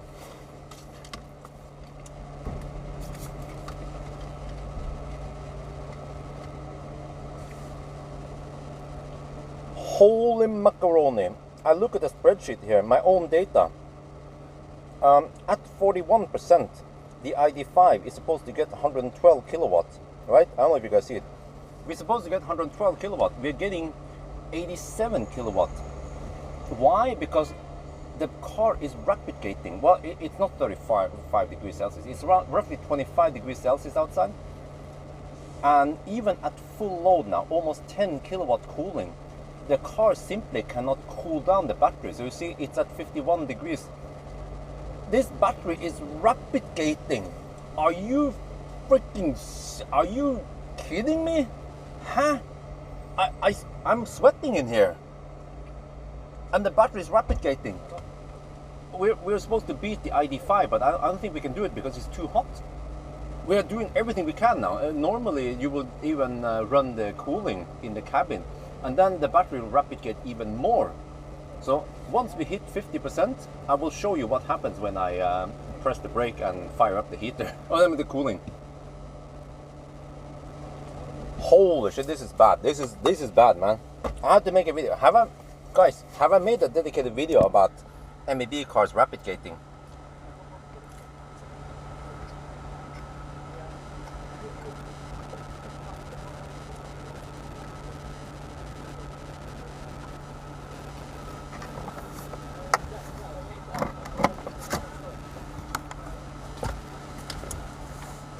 I'm gathering some footage here.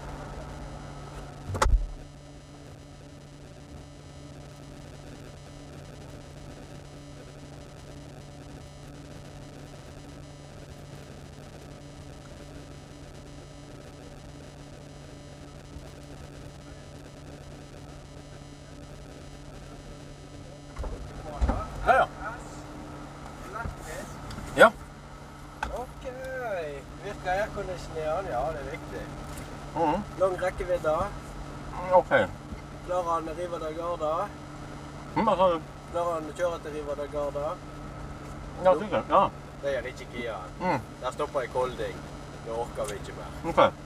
Tidlig Kia da. Mm. Men det hadde vi alltid. Jeg vet ikke, det tok noe lang nok tid, 6-7 laddinger bare ned under Sverige. Ja. Men så snudde vi der og kjørte hjem igjen i stedet. Så da, ok, men det var kjekt å se deg da. Mhm. Du har lagd om elektrikktrucken til Volvo. Mhm. Ja da. Ja. Ja, bare kobler den ifra. Bare plugg ut. Jeg snakker med Bjørn. Tesla-Bjørn. Så er jeg litt opptatt, for jeg skal bare filme litt, og så må jeg dra Ok, snart. så du vil ikke ha meg med på videoen altså? Jeg må bare filme noe her. Ikke en autograf. Det er batteriet. Ok, du får... Ja. Ja. får vi neste gang da. Ja, det er sånn.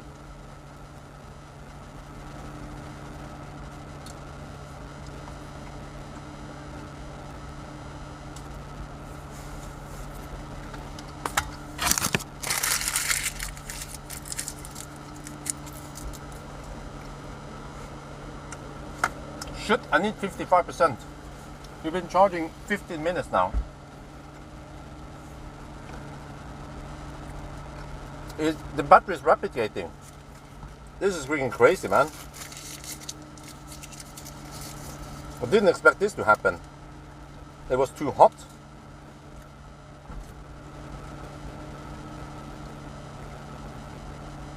I wanted to fire up the cooling, but I don't want to do it yet.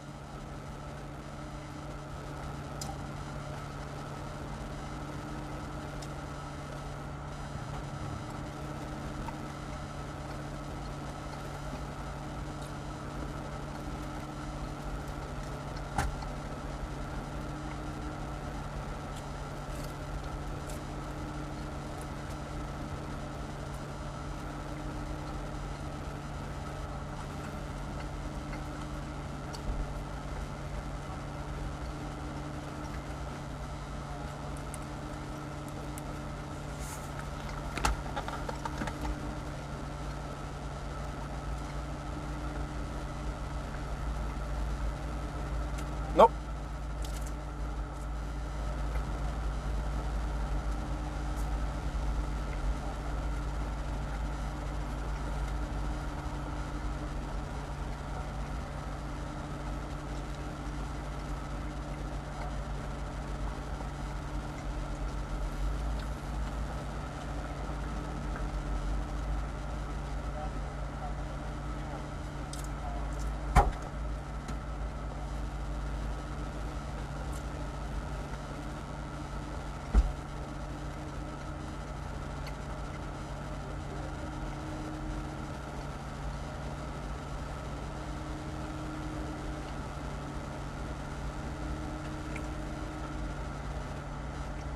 How the heck can they pull 10 kilowatts for cooling?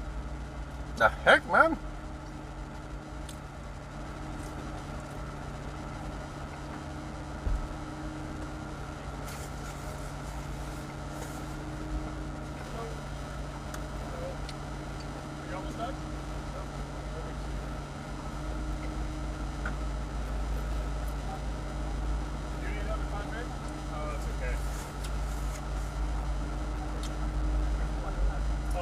We're good to go.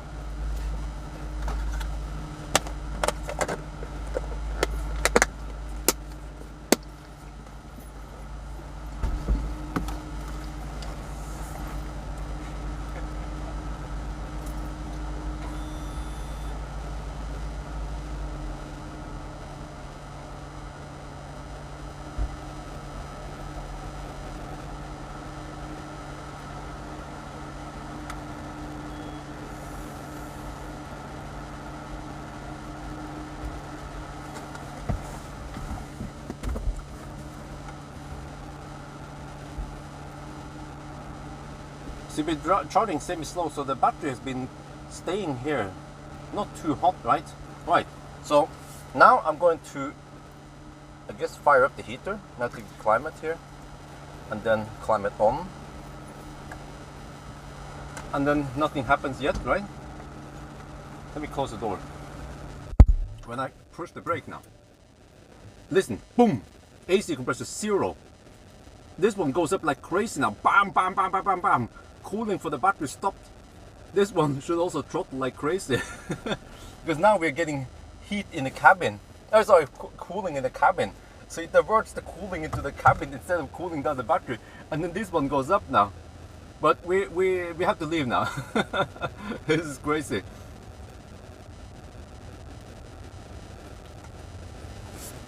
Oh man, it's so hot in here.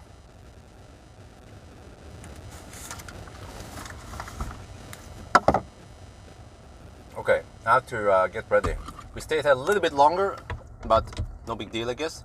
Actually, it's actually slightly better because we don't want to arrive with 5%. It's actually slightly better to arrive with almost 10%. Heat-wise, that is better.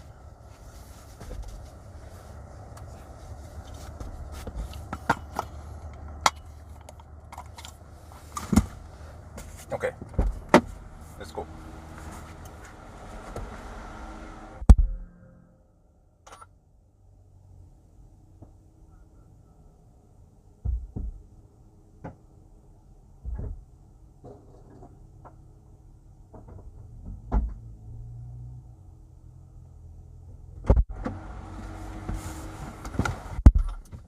Oh man, it's so hot here. Holy crap. Get this one ready. Take one. Cooling now.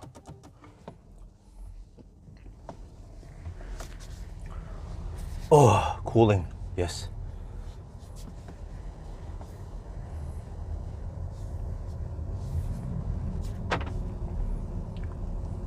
And then the phone overheated also because it's hot in here. Holy crap. Oh shit. I'm recording the battery stuff now. Let's see what happens. I might make a dedicated video about this because this is kind of bad that the MEB cars are rapid gating. And it's not that hot today, 25 degrees only. And I even did my best to avoid the rapid gating by not cooling the cabin because I know what's going to happen if I cool the cabin. I should actually demonstrate that after the 1,000 kilometers challenge is over. I can demonstrate what happens when you don't pay attention and oh shit, insects in here.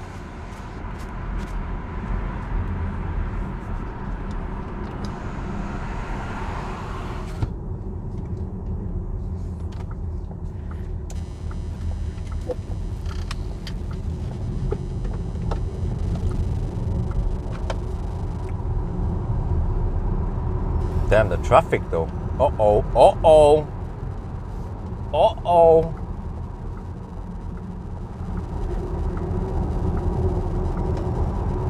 Damn.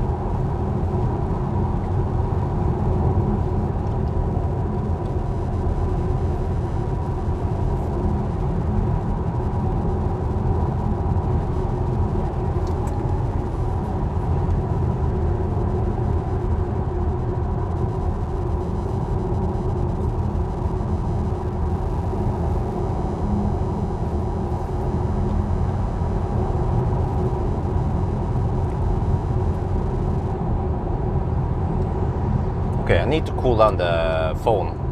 It's quite hot, so it's not. Okay, here we go. It's not charging.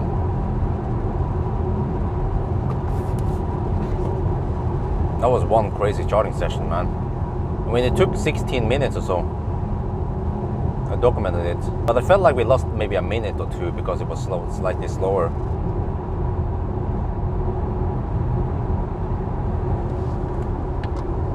I have a Norwegian Tesla camping in the left lane.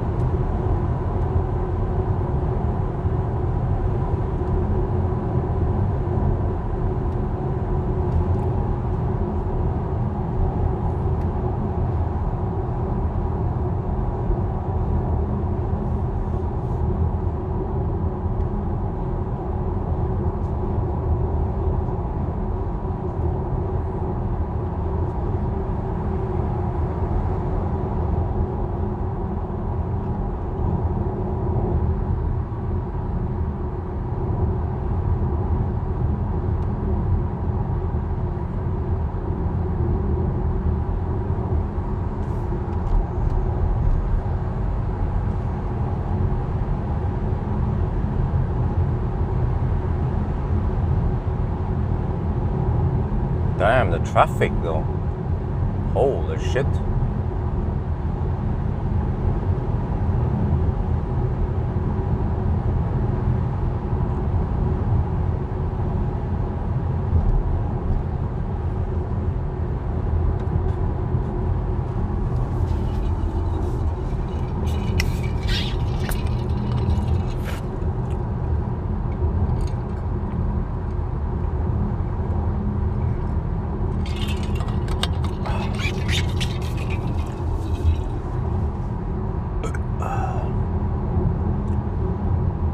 Two, 3 years, maybe 5 years.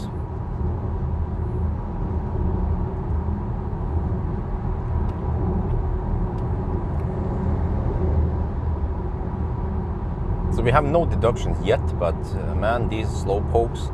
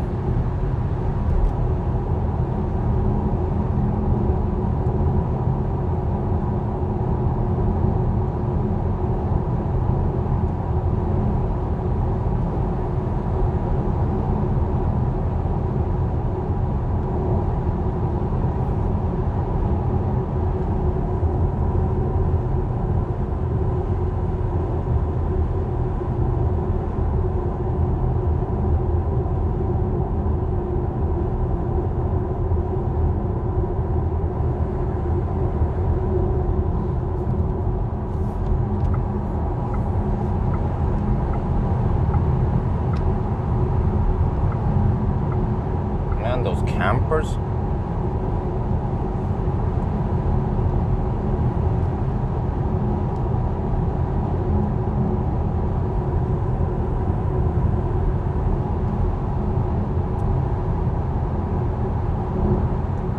Wow, the wind turbines are barely moving.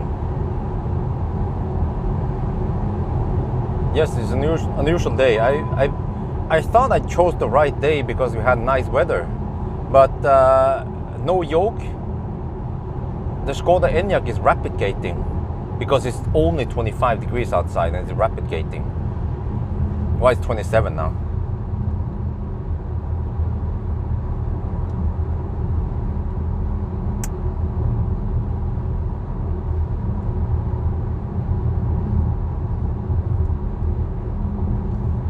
And then we have all these slow pokes on the road.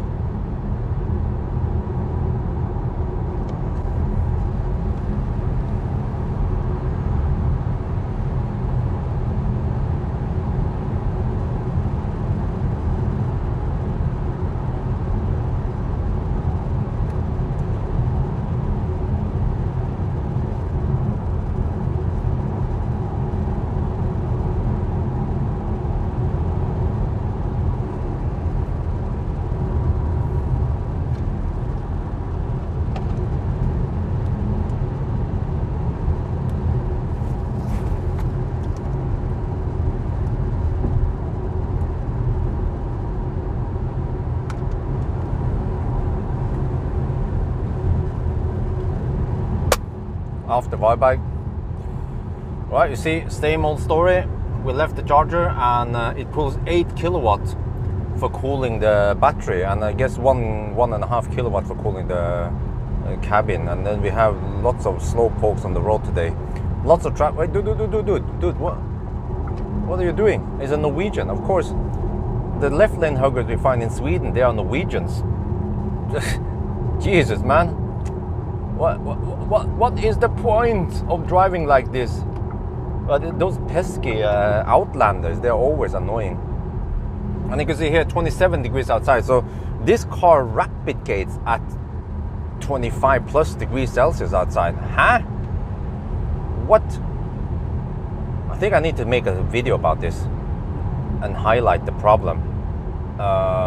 Is there a way they can fix it though with software?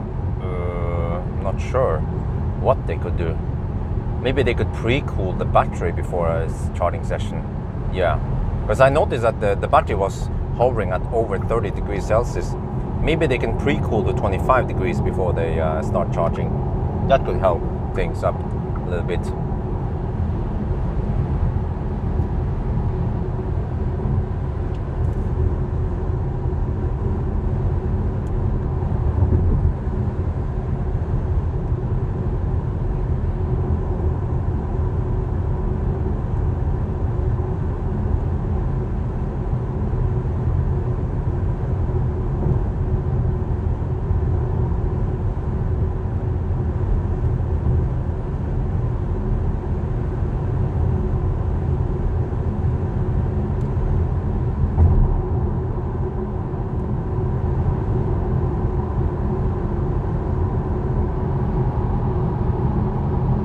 Status update, right? 385 kilometers done, 228 watt-hour per kilometer. Yeah, that's it, I guess. We started at 6 this morning. There's a bunch of pesky Norwegians over here clogging the left lane.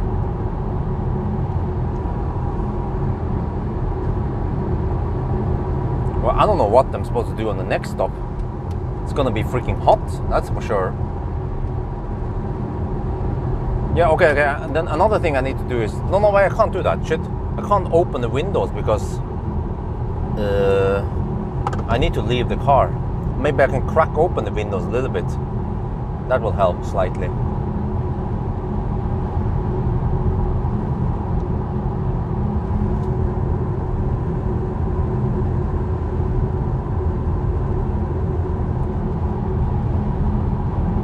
Man, the amount of traffic here today, though, is just... another Norwegian. Will he move? That's a big question.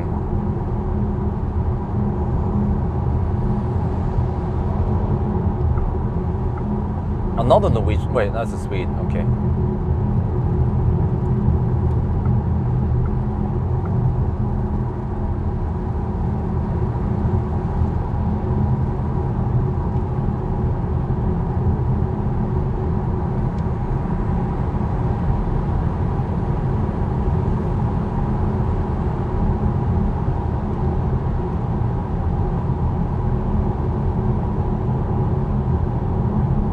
Shit. Wait, so I need to cool down my phone again.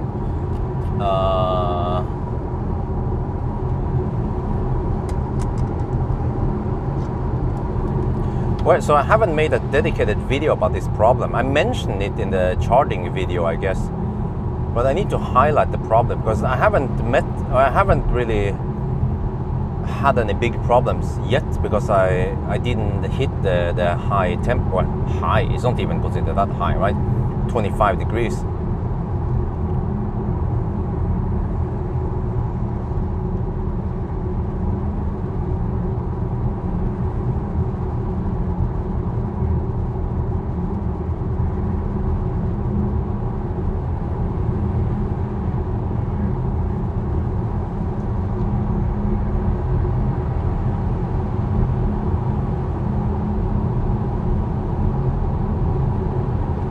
Okay, I need to cool down the phone enough so it stays cold and charging.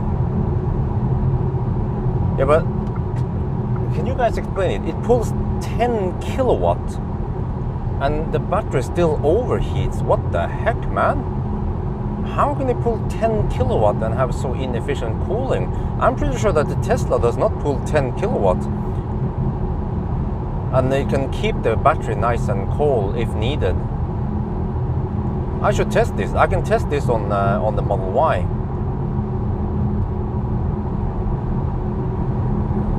Wait, actually, what I need is track mode.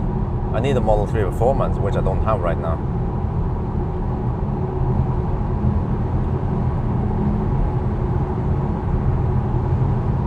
It's 27 degrees outside now. Okay, let's try. I think I'll cool down the thing a little bit, but let me see. I need HVAC to blow. It's on auto right now. Wait, nothing goes to the front. No wonder why. Need to divert some air towards the front also.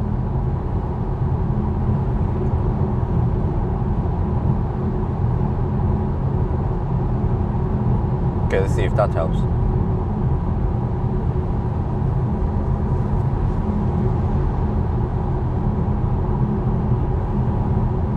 Now we were kicking ass for the Lord in the beginning, receiving 175 kilowatt, but then the battery just heated up too fast. And I'm not sure, but because I guess the cooling on, for example, Millennium Falcon was not very efficient, but then they managed to improve the cooling on the Model 3 and Model Y. So I wonder if MEB cars are like Millennium Falcon, you know? It doesn't cool that effectively compared to Tesla.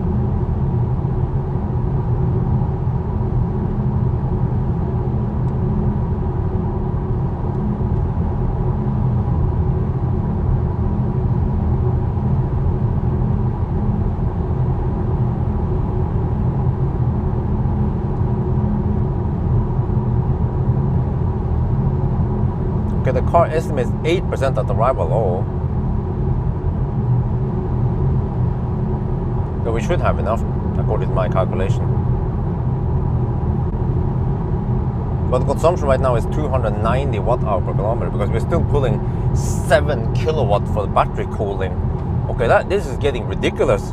I did not expect this.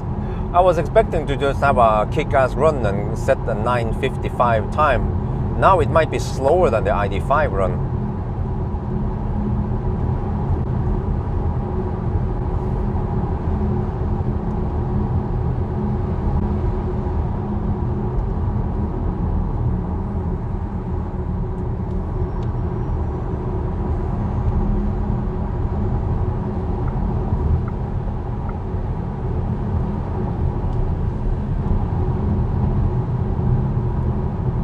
Not Model Y is more efficient.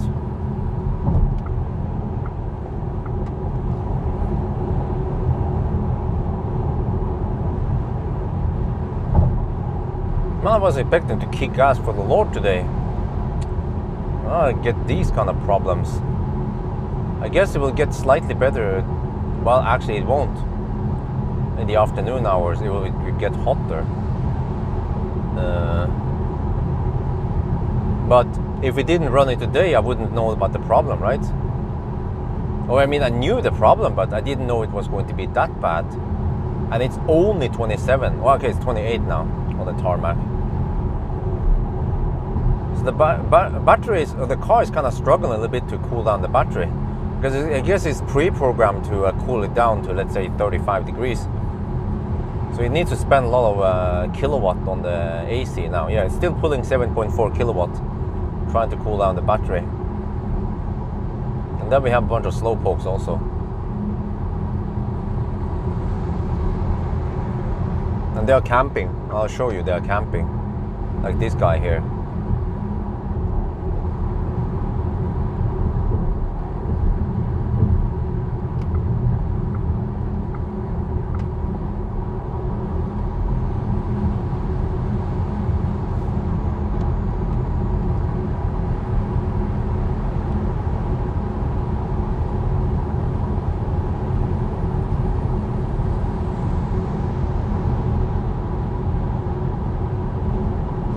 What is that sensor doing before I add it?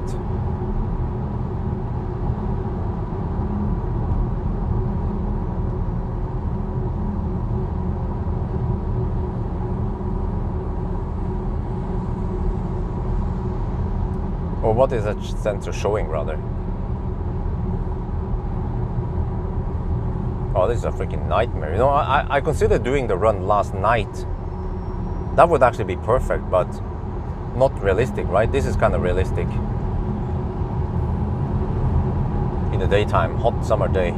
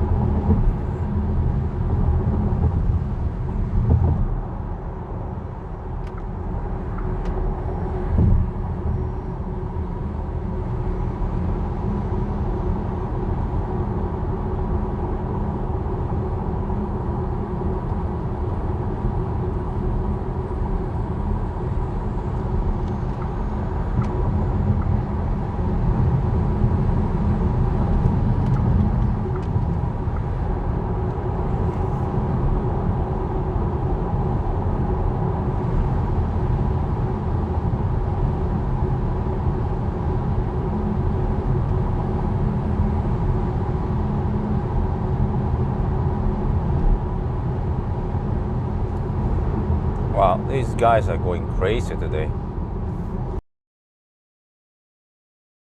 Maybe we might have to deduct some minutes. But I don't have any today.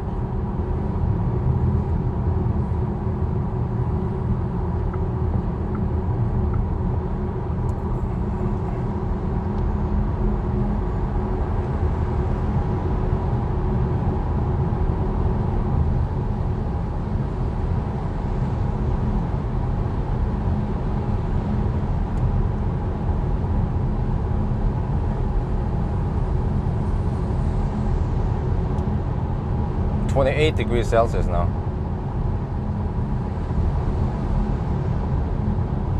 Well, consumption is 285, and we are 100 kilometers away. And I have 27 kilowatt hour left, so I have a budget of 270 watt hour per kilometer on the remaining leg, which should be fine because we have well, the high consumption will eventually drop, yeah, because the AC unit is sucking a lot right now. The AC is still pulling 6.1 kilowatt. I mean, eventually it should drop to around 1 kilowatt. Well, yes, you know, people keep saying, oh, do a summer run, EV6 is going to be fast. No, EV6 is gonna suck balls because EV6 has the same problem. It will also overheat. Or actually, I don't know, because if you run the AC cabin cooling, then it should overheat. But I guess if you don't touch anything, then it might be able to cool down enough so it won't overheat. But yeah, that would be interesting to test EV6.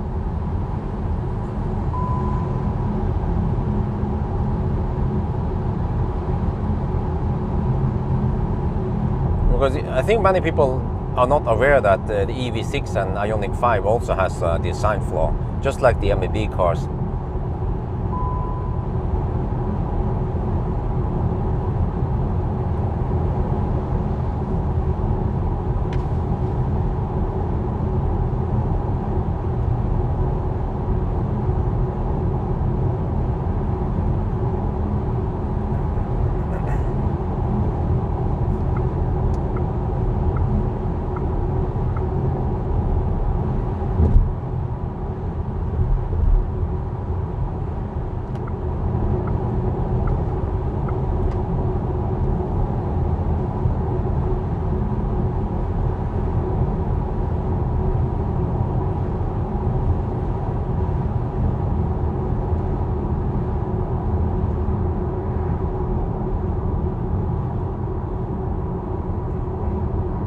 Oh, is this Lamborghini?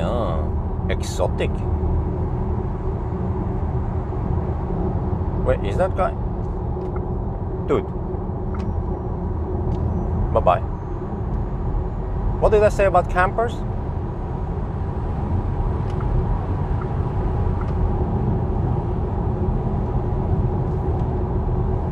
Lamborghini should have hammered. He has the power to hammer.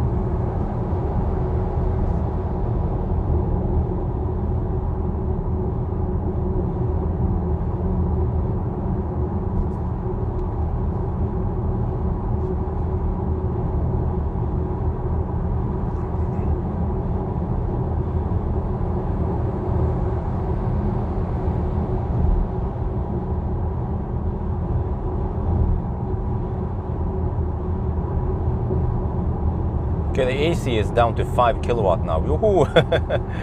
Wow. Right, can you please move? No?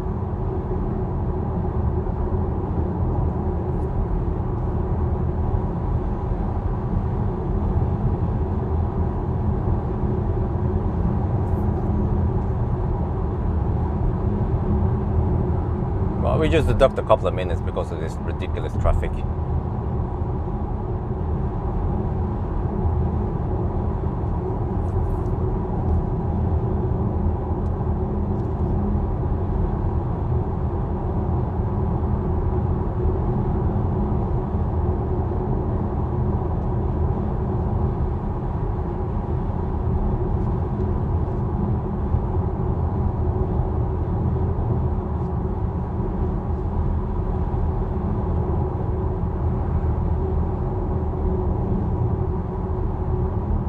Okay, 4 kilowatt on the cooling now. Oh, that's slightly better. But wow, this took half an hour this time. This time it cooled for half an hour and it's not done yet. Wow, the amount of energy it needs to burn.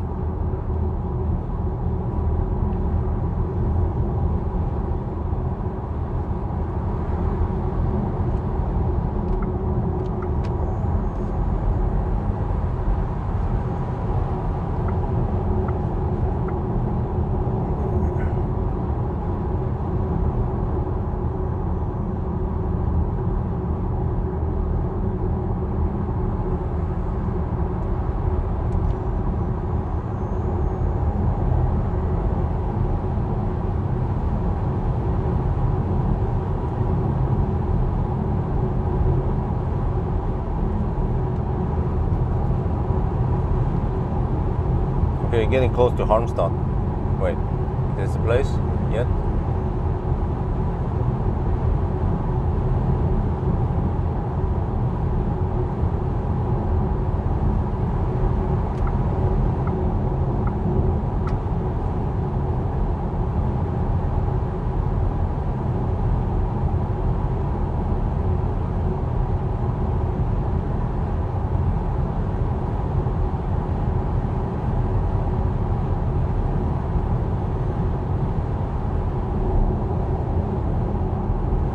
What? It's at 5.7 kilowatt again. Maybe because I hammered a little bit. The thing is crazy, man. I didn't know it was that bad until I got some insight in car scanner.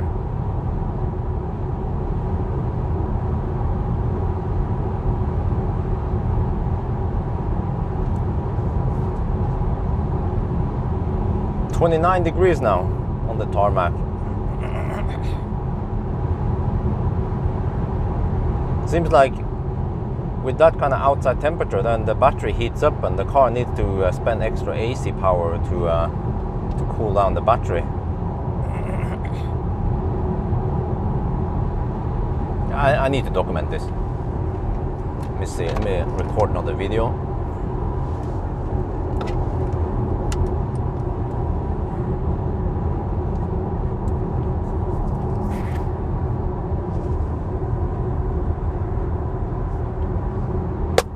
Getting close to Halmstad. We've been driving for half an hour now, 64 kilometers since Varberg, and look here, the AC is still pulling 6 kilowatt because it's 29 degrees outside right now.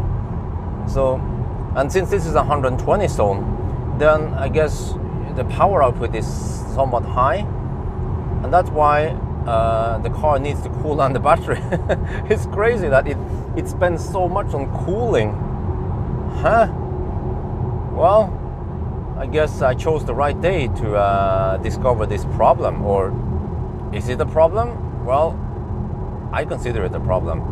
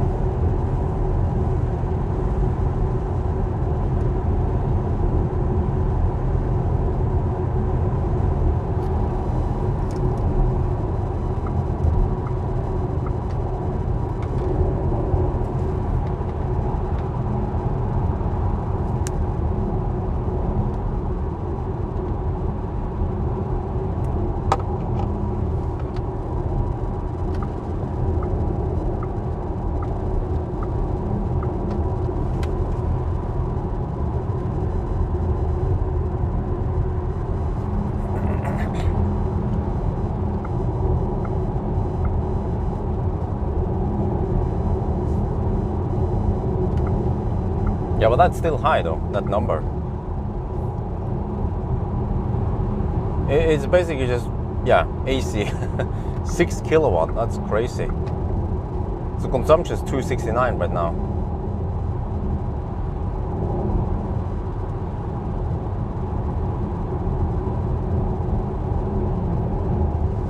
Well, we have this. Ha! We have this Volvo behind us with a freaking trailer. It's a Norwegian Volvo, a Norwegian license plate, and he's pulling a trailer and he's going way over 100 kilometers per hour with a freaking trailer in Sweden.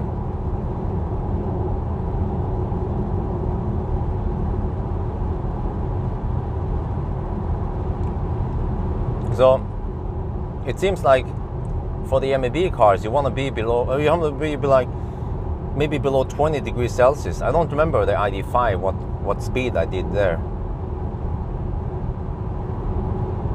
but apparently 28.5 degrees Celsius is too hot for this car. I guess we'll see what kind of result we get today, consumption wise. I mean time wise.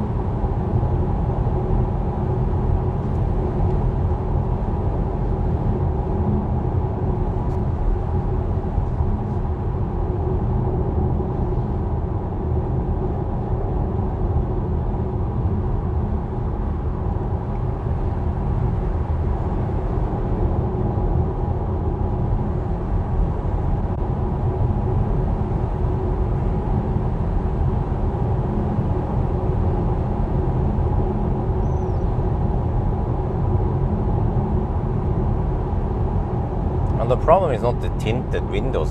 Tinted windows are not going to help with the battery cooling.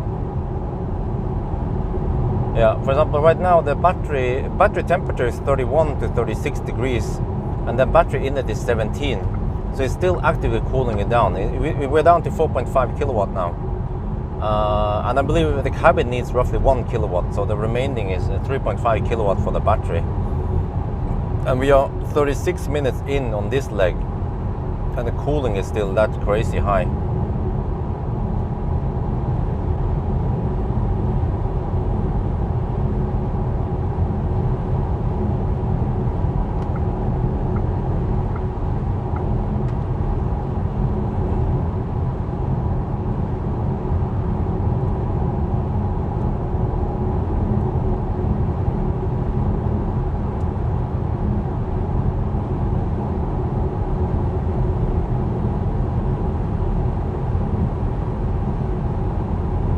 Shit, I kind of need to clean the windscreen at Helsingborg, but we don't have any cleaning equipment there because the windscreen is getting dirty.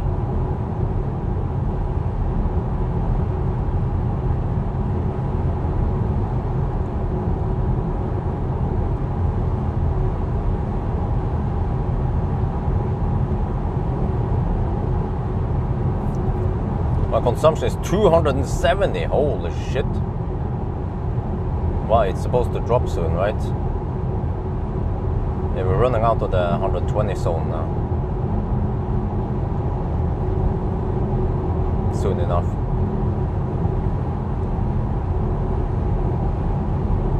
But that's fine, we have a little budget anyway. We can go beyond it. I think we can average like 275 anyway. So I have 19 kilowatt hour left and 69 kilometers left.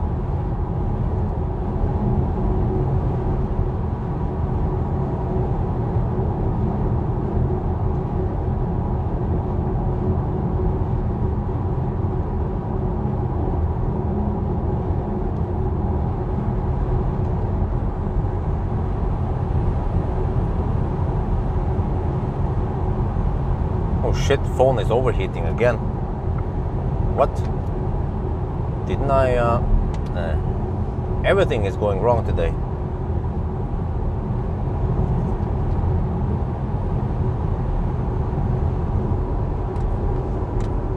Need to cool the phone again. Need to make sure to cool it long enough, but hopefully, yeah, at least when we reach Helsingborg, then the phone won't overheat too much. Everything is overheating today. The phone, the battery, myself, the chat.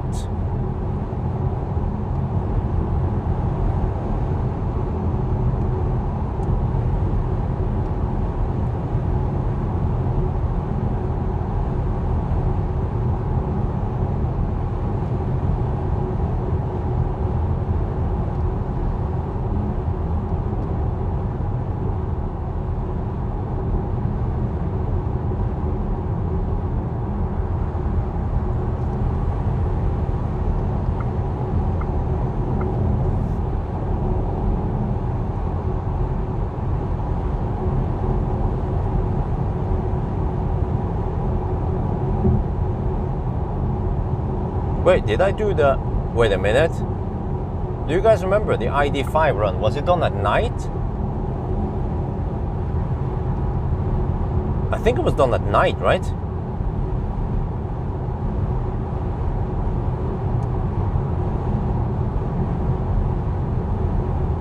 Or when I think about it, maybe I haven't done many extreme hot weather ID run. Okay, I think we are cool enough for now.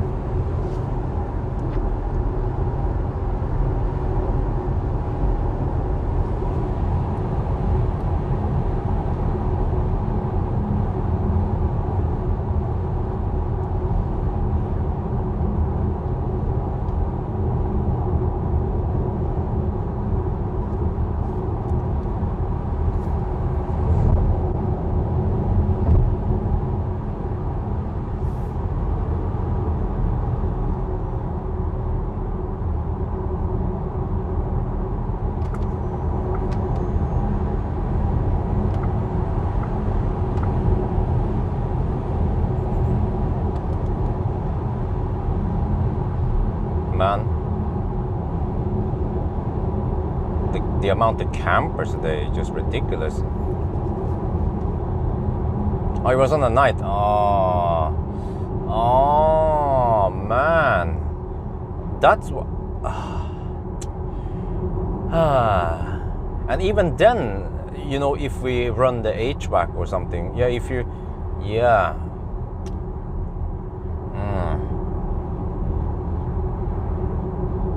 Even then it was kind of slowing down a bit and overheating because I used HVAC while charging.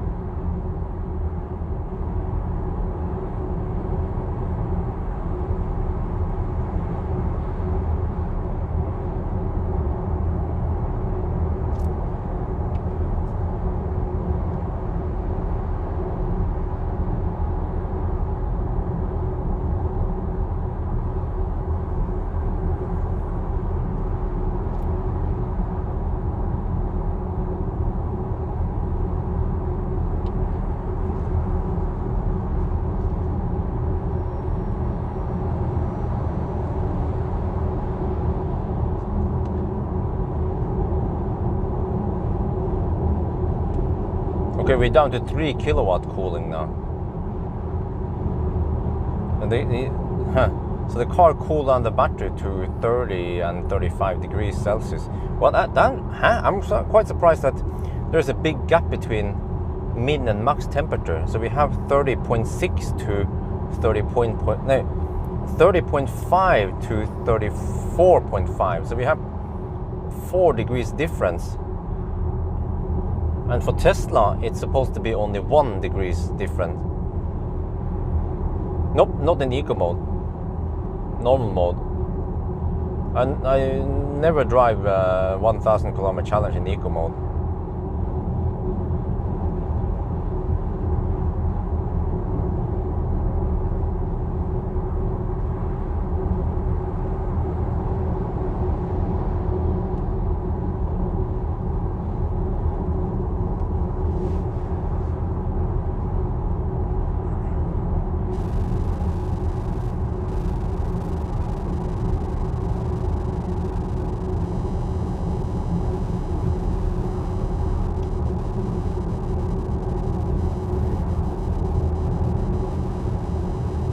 same with the Korean cars.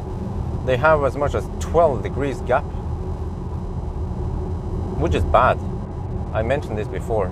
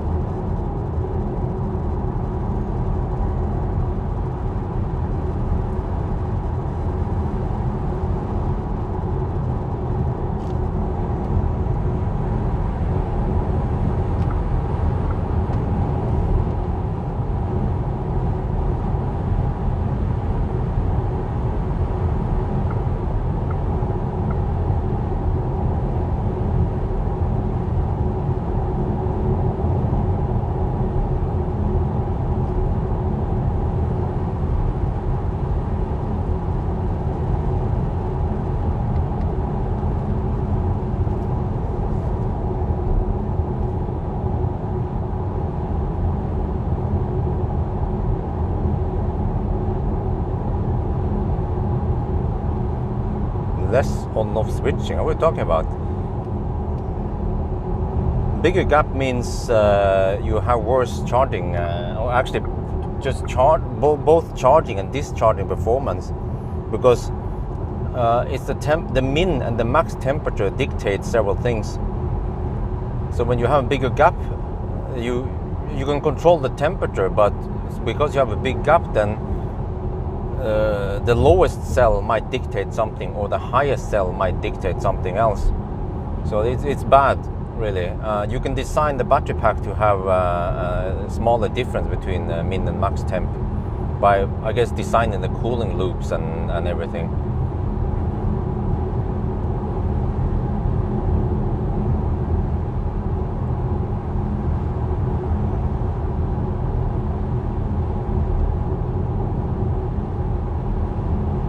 Is that an i4? Looks like an i4. Swedish i4. It just says i4, nothing else. I guess it's not the M50. Yeah, it doesn't look like M50. Maybe this is the eDrive 40.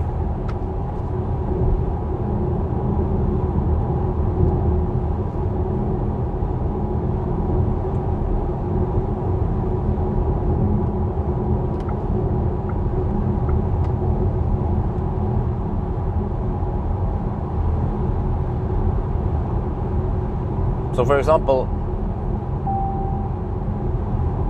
if you have 10 degrees difference in the min and max, then when you start charging, the lowest cell, the coolest cell will limit the maximum power, charging power. So that's why, for example, the Korean cars, you want to push it, you want to have the minimum to be at least 25 degrees. But then the maximum might be 35 degrees. And that's a problem, because once you charge up a while, then suddenly the max cell is getting dangerously close to 50 degrees Celsius.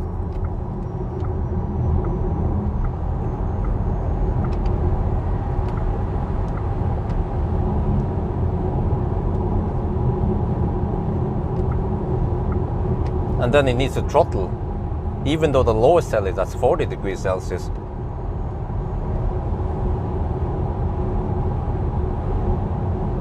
Or at 50 degrees Celsius, you also get power output after you finish charging. Or if you're just driving and you're hammering it, then you might get power limit, because the hottest cell is at 50 degrees, but the coolest cells, they're at 40 degrees, so they are fine.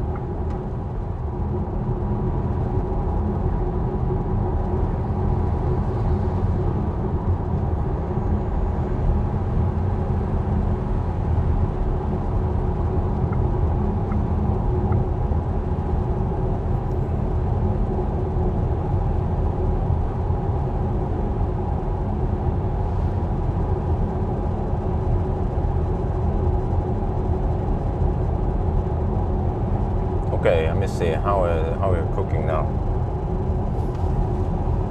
12 kilowatt hour left. 45 kilometers left. Oh, this will be kind of tight. Well, except for that we are in Hallandsåsen, yeah.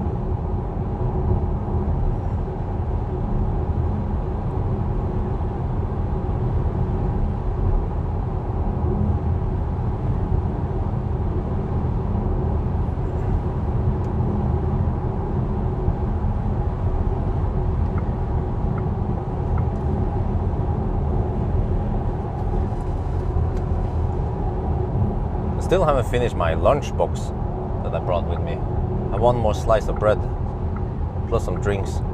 Just didn't have time. I had to document the craziness going on, and I might have to document some more shit going on at Helsingborg. Oh no. What is the strategy really? I need to keep HVAC off and maybe crack open the windows a little bit. Yeah. Oh man, I should have brought some window cover. I can cover the outside of the window to prevent the cabin from heating up too much.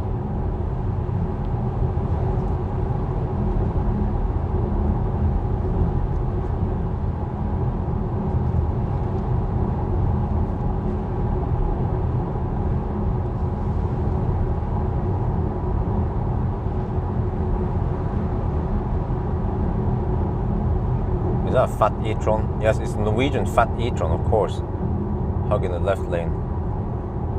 And a Norwegian van hugging the left lane. Why not?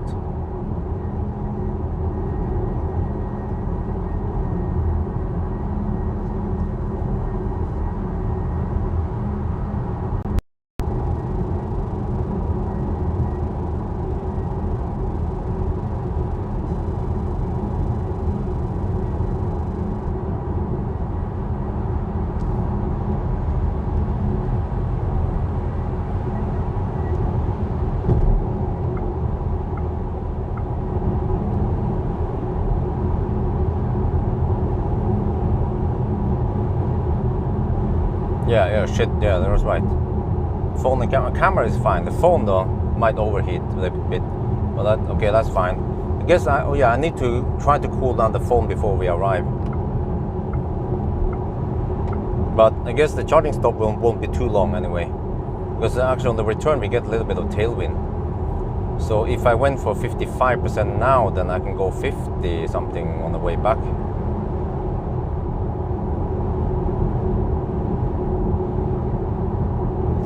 Let's see, the car now estimates we will arrive with 2%. Oh shit, that's kind of deep.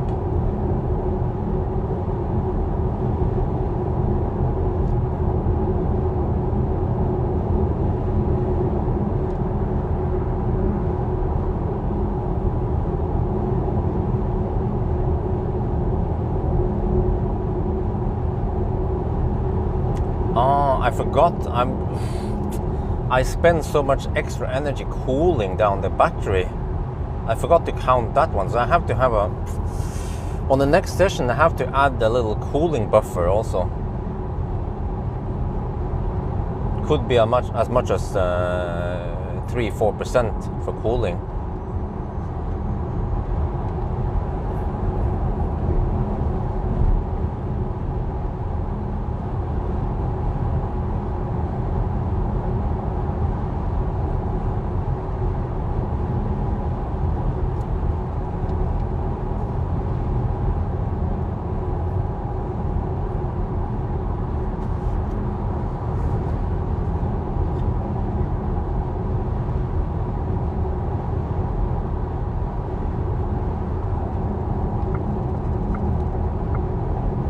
Wait, is it just camping? Seriously?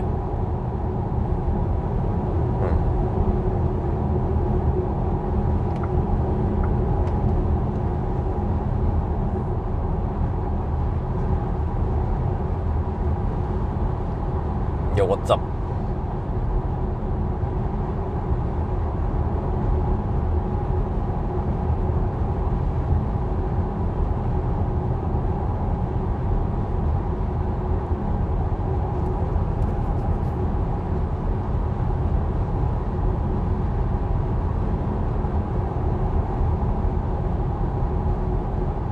How good is car estimation? Well, it tends to drop and drop towards the end.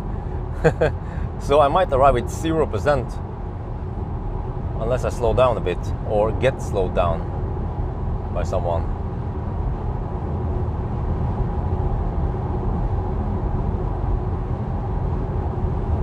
Well, actually, that fossil SUV here seems to, or this Amarok, seems to actually be driving more or less my speed, which is a bit unusual.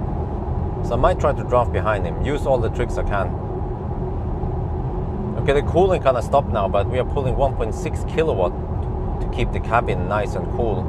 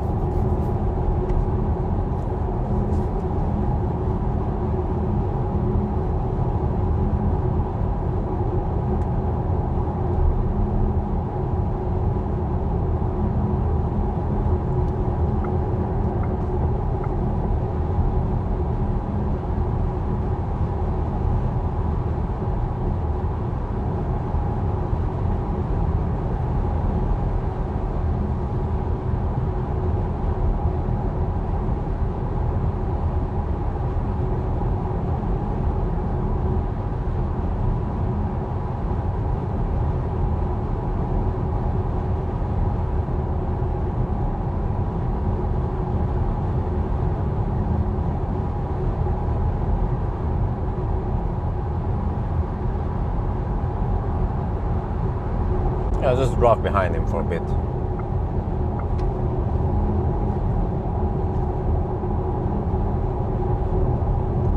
Need to increase my margin.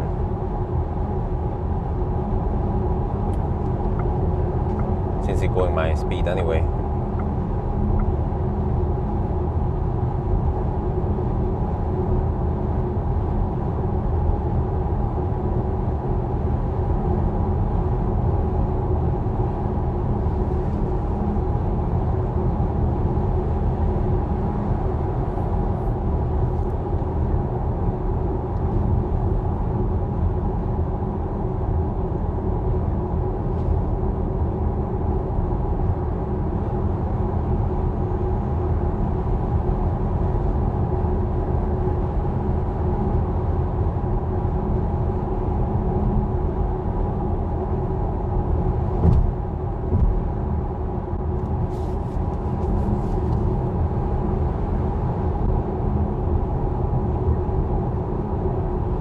Well, I have a budget of 330 watt hour per kilometer now.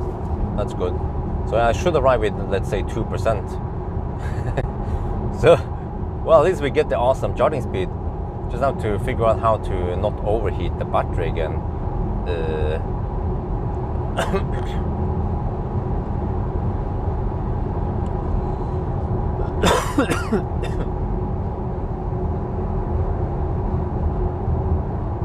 Good morning.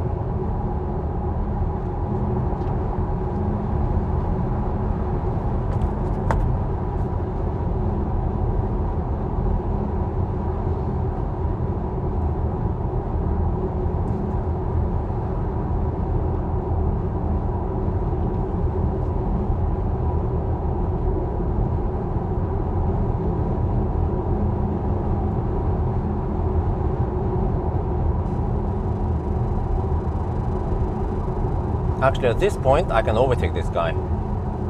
I can go faster than him. Well, actually, yeah, let's go faster. He's actually a little bit slower than me. I have enough juice now to go for it. Except that they might refuse to move.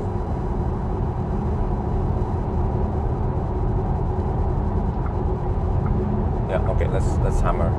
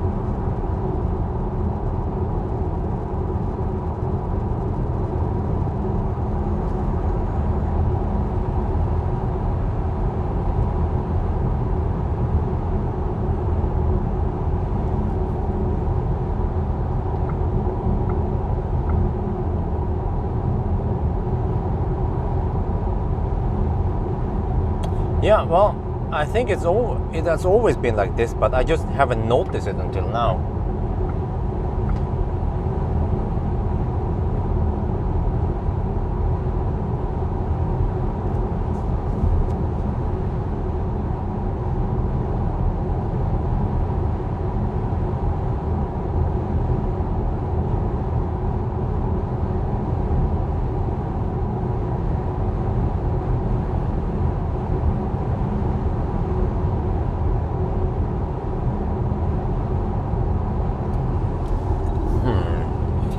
Need to buy anything here? Nah.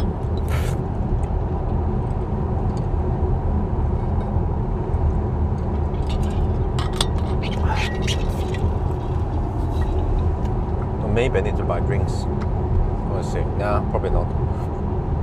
But I have roughly around 15-minute charging again here. I mean, the charging is blistering fast. It's just that it's just slightly reduced in the second half. Like past 40%, it goes slower. But just at least I don't fire up the heat, the cooling in the cabin. Otherwise, that would just kill the charging session, or not kill it. But oh shit, Laderstau also on top of that. No, AC was actually pulling 10 kilowatt at Valberg, and it was rapid gating.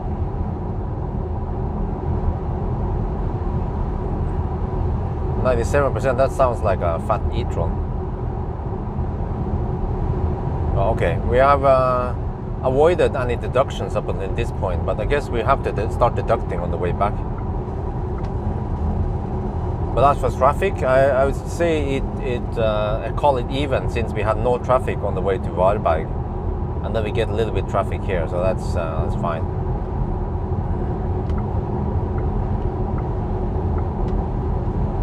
And not that high. Well, what's not that high?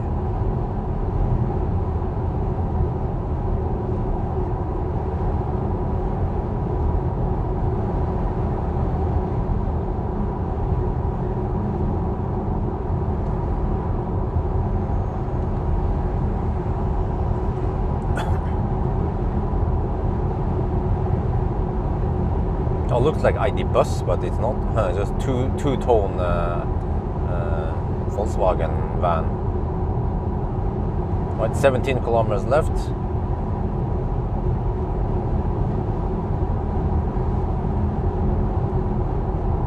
.5 degrees over here.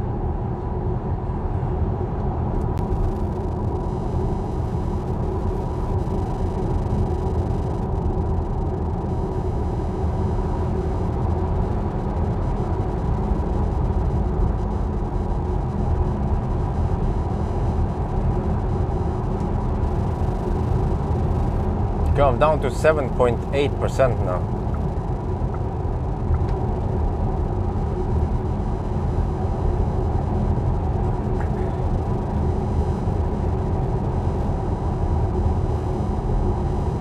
I drive with the speed of light. This car can't do ludicrous speed, unfortunately.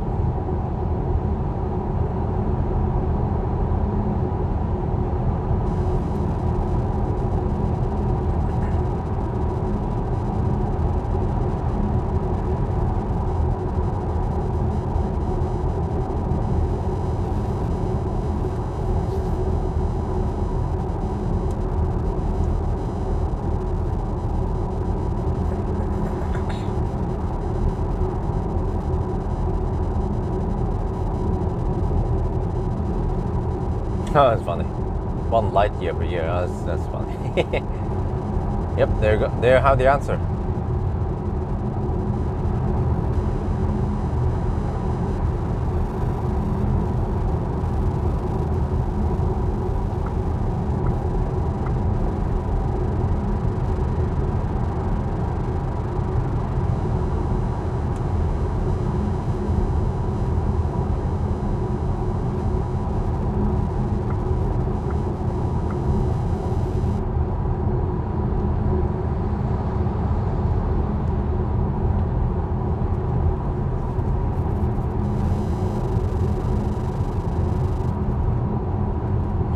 Kilometers left.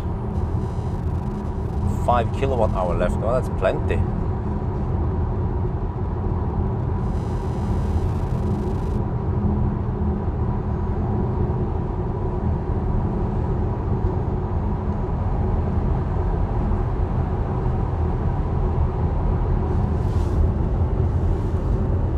Guess we have to prepare some for some Laderstau on the way back.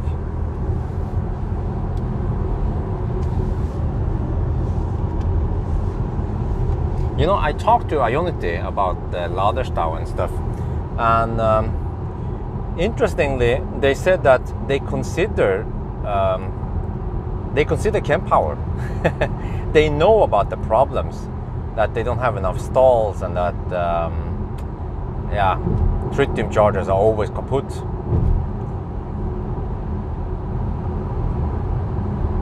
But supposedly, yeah, they didn't go for Kempower for some reasons. And also they could tell me that they know that the average power on their Ionity sites, when it's full, right? The average power is only 70 kilowatt. I'm like, I already knew that. Yeah.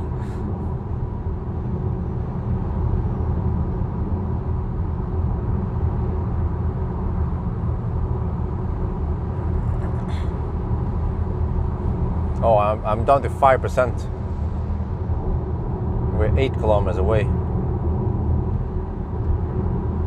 The left lane is freaking clogged now.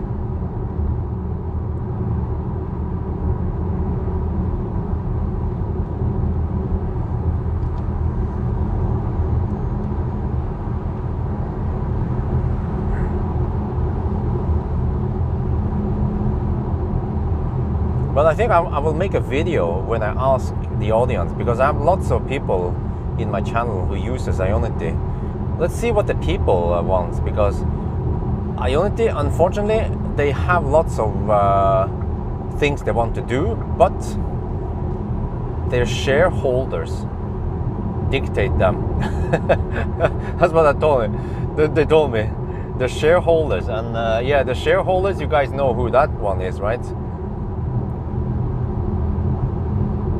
So I feel like Ionity is awesome. Think about this.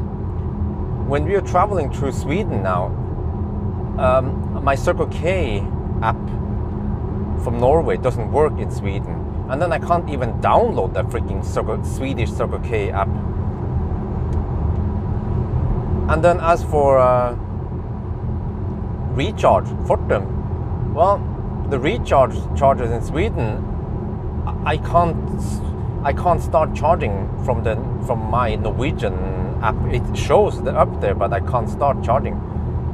So it's like freaking facepalm, man, how shitty charging networks work across countries. And then you have Tesla supercharger that just works flawlessly, and then you have Ionity that also works flawlessly across countries, except for that you have way few stalls. They are oversized, each stall, not load balanced, and the chargers are constantly kaput. Yeah, like Helsingborg, Circle K Helsingborg, you guys keep mentioning it, but I can't use it. I cannot utilize it. 3.4% left.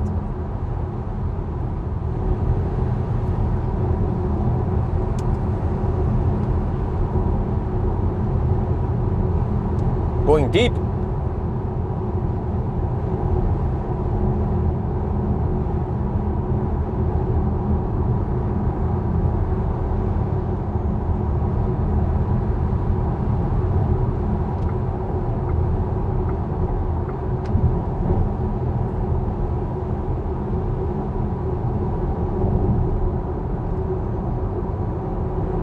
.9%.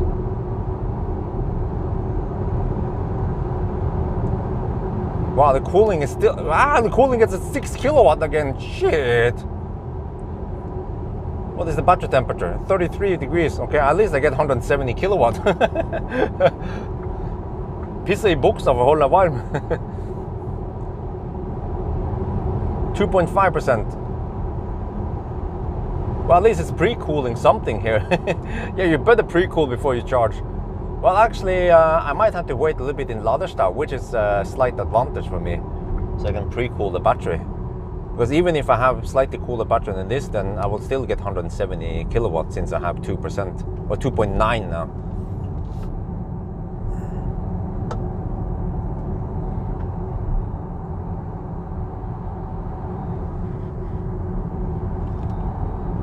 All right. We are here.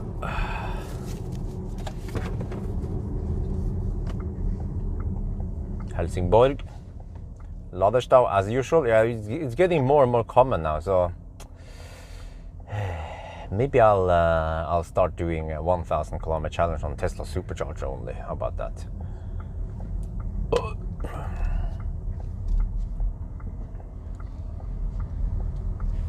Okay, I have to put away the mic. Let's see. Yeah, I need to get the camera ready. We have to document Laderstad. So one stall is kaput, right?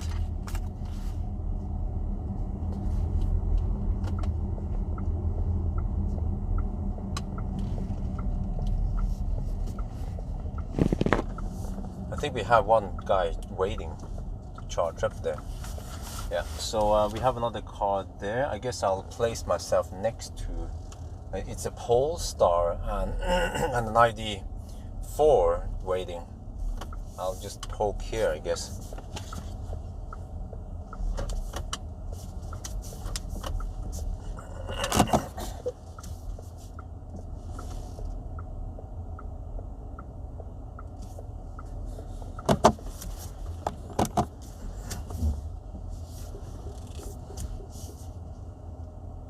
Well, at least I can cool down the battery now. That's even an advantage, right?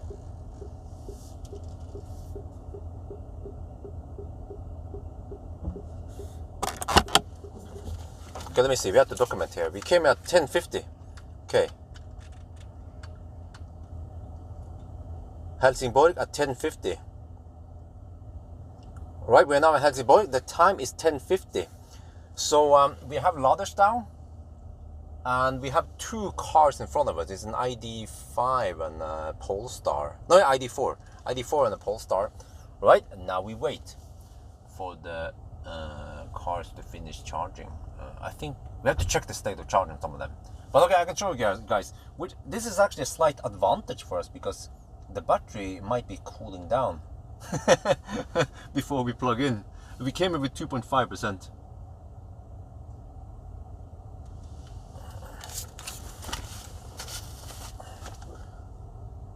Check. Let me check charge finder. Oh well, you know, I can start eating, which gives me more time during once the plug in.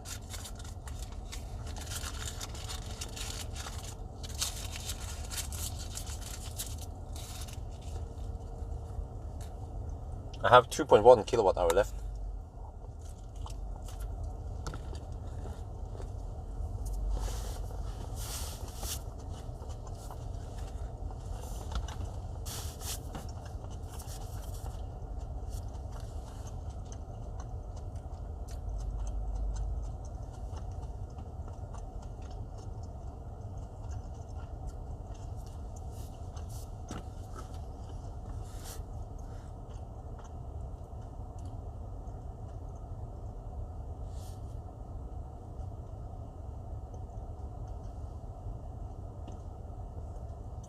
No, for some reason, the charge finder is not working for me. What the heck? What's wrong with it?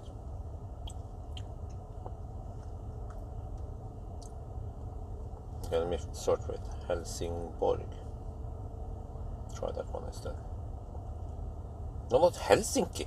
No. Helsingborg. There.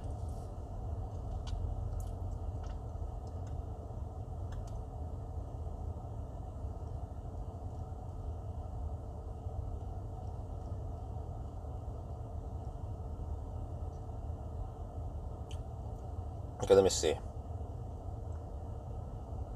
one is offline supposedly, huh? What? Okay, the pulsar is about to leave. Number 4 just got available. No wait, that's the offline one, right? Oh, did he charge it? Seems like he charged it. Okay, pulsar is pulling out.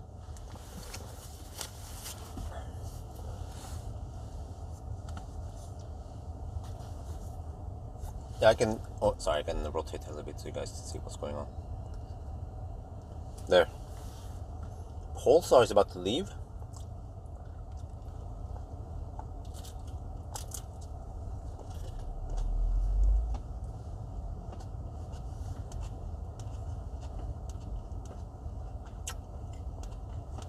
But did he charge? That's the question.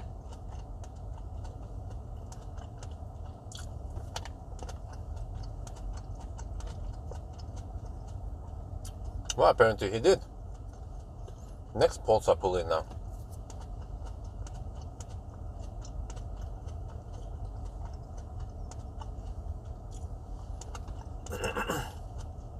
Let's see if he can start charging.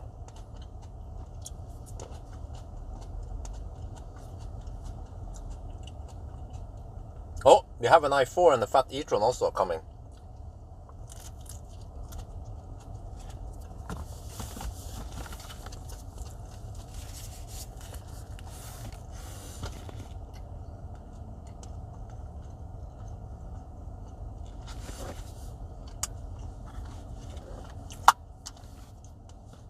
Is that his second time? Wait, no, dude, you have to use the other charger. Wait, what? Huh? What is the fat e-tron doing? Fat e-tron is not charging. Huh? Number 5 is the one that is kaput.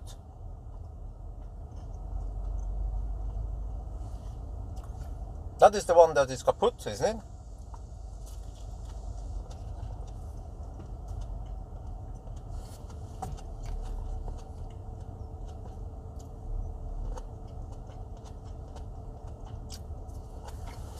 Let me go help him.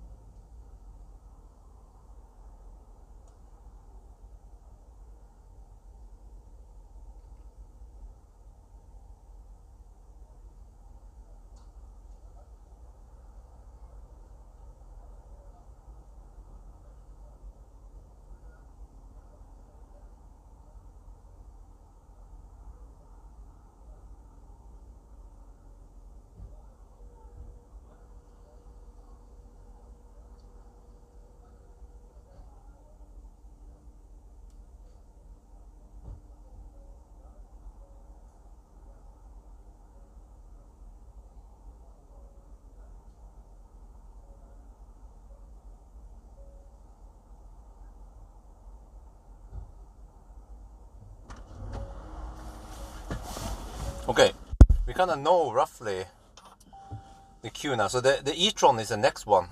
He's just queuing up. Seems like maybe the Tesla is leaving soon. But really, Teslas in this kind of situation, they should avoid Ionity. They should go to supercharger instead. But I know why they are coming here, because they're saving money, because it's cheaper to charge at Ionity rather than supercharger. But it kind of makes it cumbersome for the rest of us, right? He could have gone to Halmstad, for example.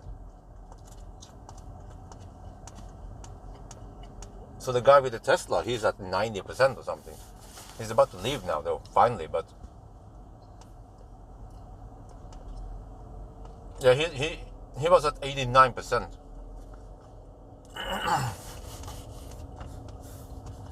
There. Well, the e-tron better get ready.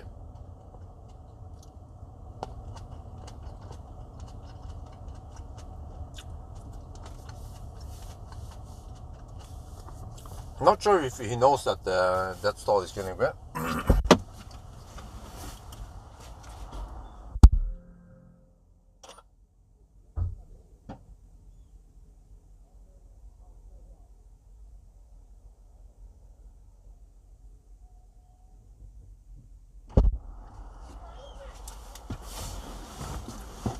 Then of course he takes his time. That's Tesla. He's not being a good fellow EV driver here. And I have to tell the e-tron guy that, hey dude, pay attention, Tesla is leaving. You see, he's dog slow. They're having a freaking Ladestau here and taking his time. 8 minutes now.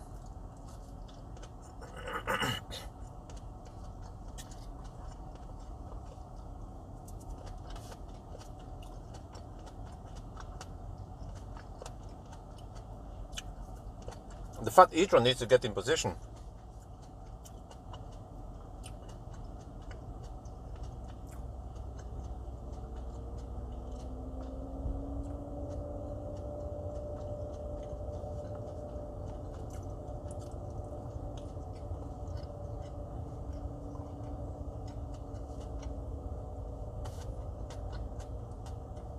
Nope, that stall is kaput.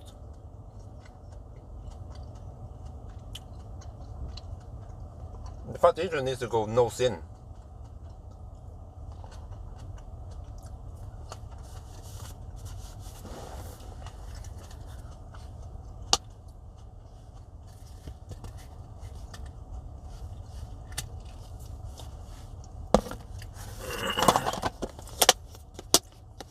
Okay, I'm next after the ID5 next to us. Yeah, you don't see it, but there's an ID5 next to us.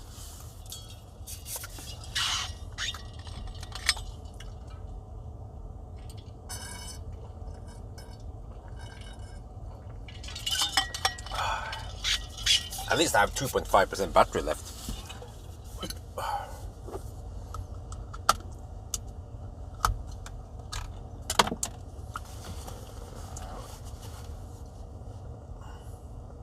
Let me see. 22% on number. What? 6, number 5. Oh, the Polestar. Wait, e-tron. Well, you know, you can't use that one, buddy. Someone needs to tell him that it's not working.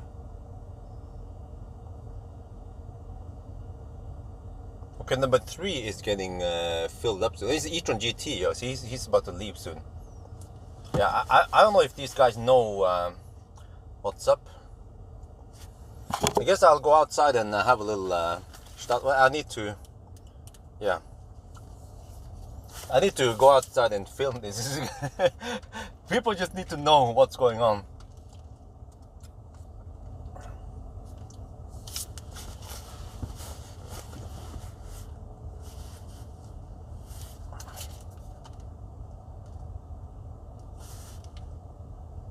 Oh, this is quite neat. You can see on Charge Finder that stall number 1 is at 77%, stall number 2 is 78, so 77, 78, 89. 1, 2, 3. Okay, and if you go outside, I can show you which one are the 1, 2, 3. So right.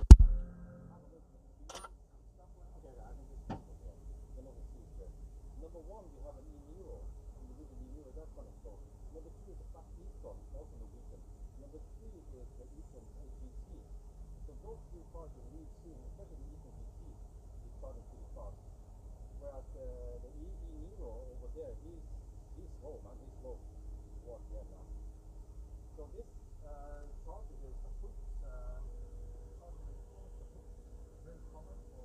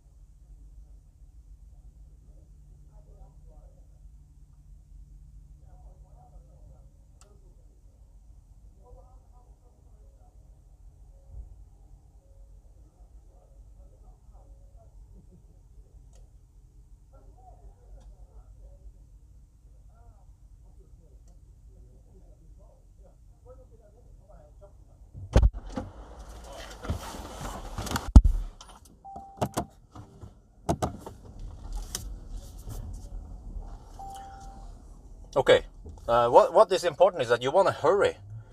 Like, these guys are dog slow pulling out. You just have to hurry. Wait, he's taking that one. No, he's taking that stall. Dude, take the other one. He's making it hard for me. Okay, whatever. I could just go nosing. Wait. Here you see.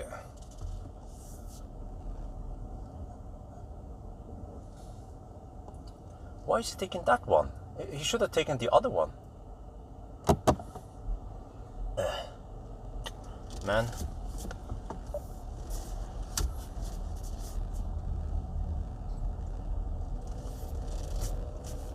And now he should have taken the other one. It's freaking harder for me to. I don't have to waste time digging around here, placing my car so that I. Oh, he's also pulling out now. Well, that's good. That's good. Now we get some movement here finally. Okay. 11:06. 11:06. How to document this? 11:06. So we waited 16 minutes. That's it. We deduct 16 minutes.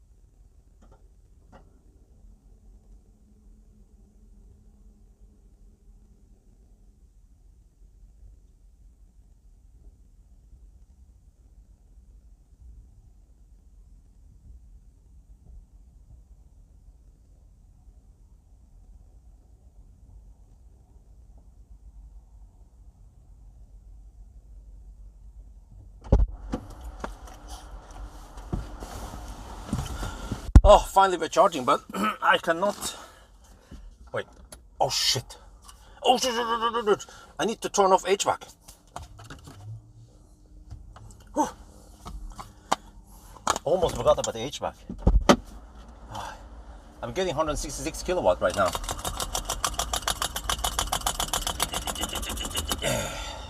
Right, I had to go to the restroom. This is pretty cool to talk to the guys here. Seems like there is some kind of order in the queuing system. At least people are being nice. Nobody tried to sneak in the queue or anything. Well, okay. Now I need to... Yeah, you see, that guy... Jesus, he should have used the other stall. But whatever, not my problem. Oh shit. Wait. I muted myself by accident.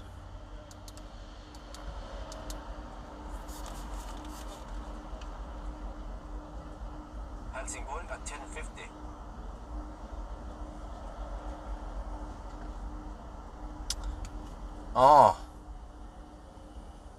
Oh, too bad. I muted myself. Okay, whatever.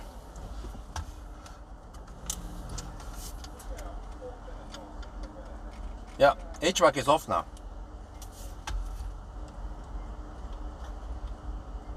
We are charging. Yes, getting 172 kilowatts.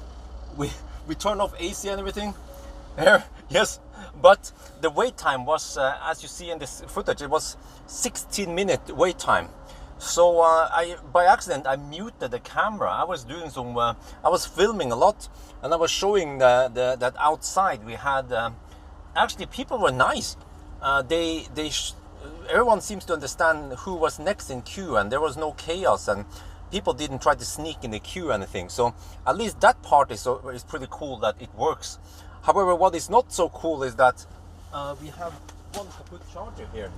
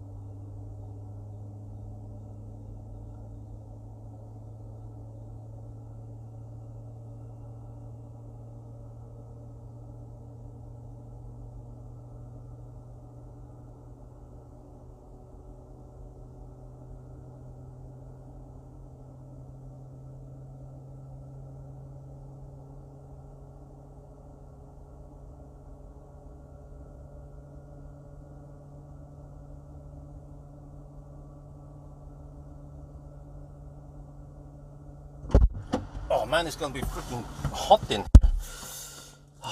Shit. What can I do? I cannot do anything. Well, I'll be back.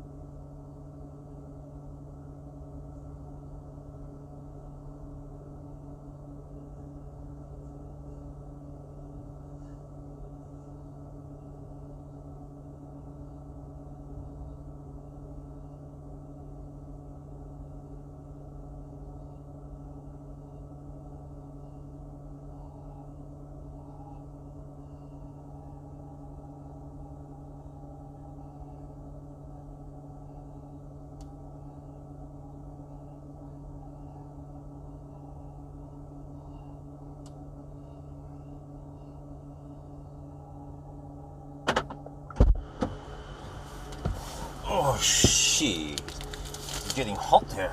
Oh. Rapid gate. Oh, shit. Wait, is this slightly better than before?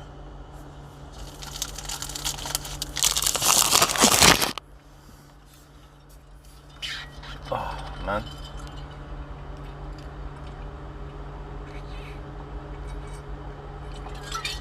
I think I'm going for 55%.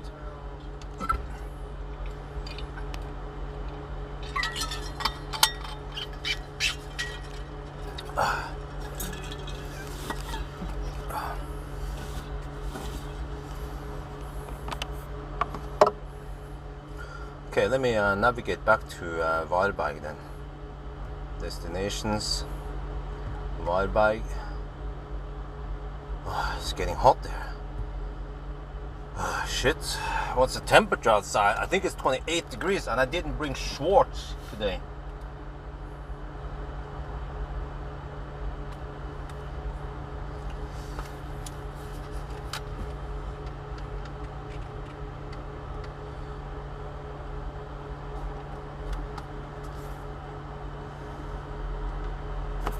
Oh man, I went to the restroom, bought some snack, and it's hot in the car and I cannot run the cooling in here.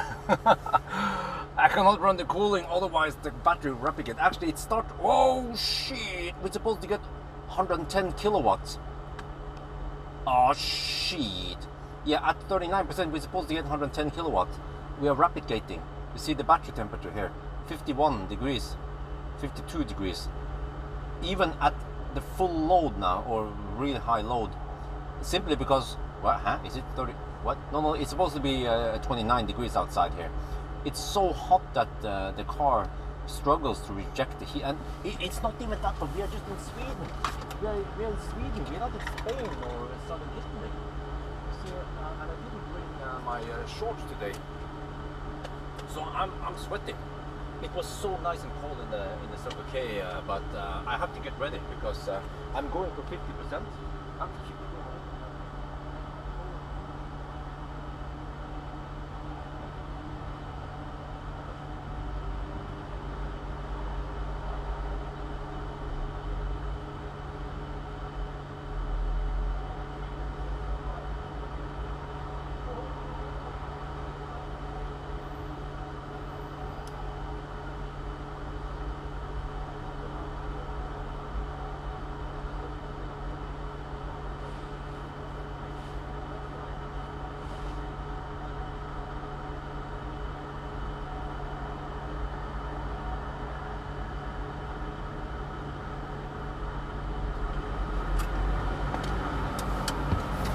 Oh shit, it's rapid gating.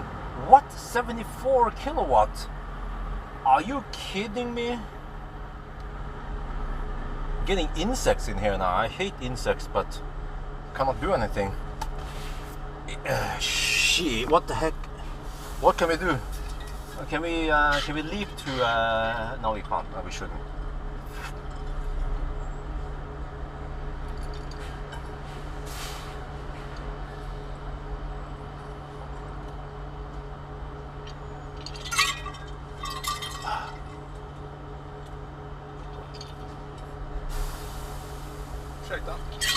Visst är du som har den här YouTube-kanalen? Ja, stämmer. Ja, jag kollade på den innan jag beställde min bil. Så att, vilken bil? E-tron GT. Ja, så bra. Det är galet bra bil. Ja. Bra kanal. Ja. Riktigt kul att se. Ja, kul. Ni verkar så jävla framme med elbilar i Norge. Så det är mycket tester och kanaler. Och... Det är gott folk. E-tron GT. Den laddar ju kjapt och går bra. Ja, och jag såg också med liksom era längdtester, du och dina kollegor, liksom bara hur man ska ladda egentligen. Inte köra slut och ladda fullt och att man ligger i optimala spannet och så här. Så det är en bra kanal. Ja, gott att höra. Tack ska du ha. Okay, I don't know how fast the Ionity should. It doesn't matter. It's freaking rapid gate, man. It's big face palm. Holy macaroni. Well, I need to record this session also.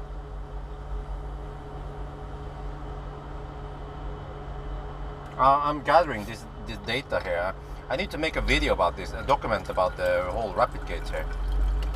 I mean, it's not as bad as Leaf rapid gating, of course, but still, you kind of expect a 2020 model or design from 2020 shouldn't rapid gate, right? Well, apparently the Korean cars and the MDD cars, the rapid gate. What did you say again? That the legacy automakers are catching up with Tesla? Was it what? Huh? What? Are they really catching up with Tesla? I'm not sure anymore.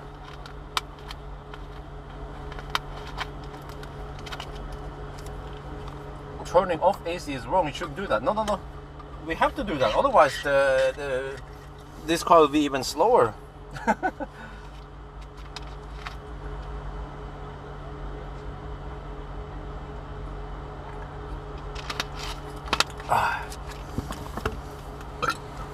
Okay.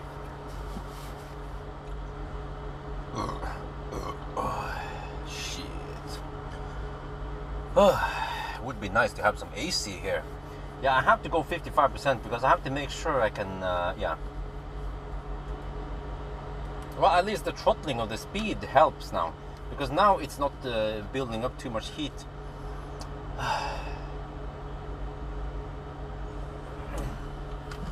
Okay, I'll film some people. Where did that guy go? Well, there's a bunch of people waiting there. They're actually waiting outside the cars for some reason.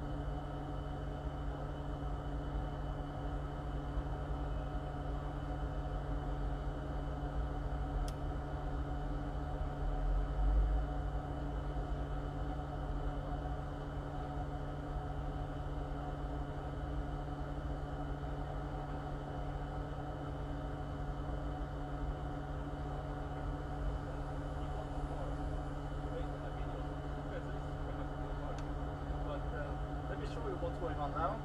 The charging session should take.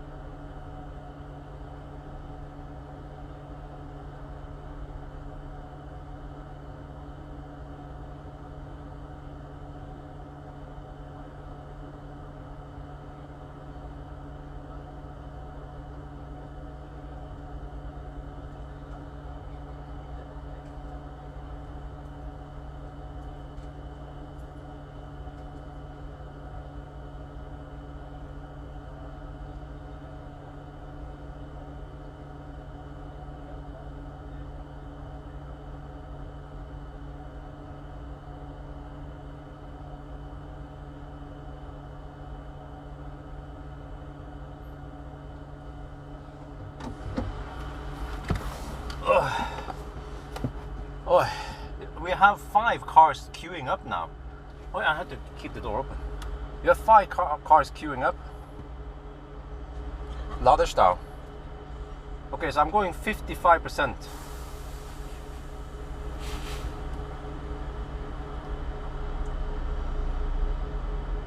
I think actually just a few percent before I can start. Yeah, that's because this one drops a bit slow. Okay, this is it. I had enough. We're gonna do this. Climate on, but that's not enough. We have to push the brake. Push the brake. We're gonna see here. This thing happens every time now. Look here. Okay, it's pulling 9. No, 0. Push the brake. Boom! The car's like, ah! Shit's gonna blow up. The throttle down. And then the AC compressor resets. Yeah. So, and now we get cool air. Oh, let me close the door. Oh. We have another follower. I film a YouTube-kanal. Ah, I see. Ja. YouTube-kanal. Okej. Ja. And what's the name of the YouTube-kanal? Bjørn Nyland heter det. Bjørn Nyland. Okej. Jeg driver og tester biler. Elbiler. Alltså det är helt precis så. Ja. Jag Ja. blir så nyfiken. Ok. Jeg drar straks forresten. Jeg kobler fra straks. Okej. Hvis du venter. Nei, du er kanskje den som lader. Ja, vi har den. Ja, det er den. Ja, Polestar. Ja, men tack för det. Ja, hyggelig. Yeah, just a curious lady.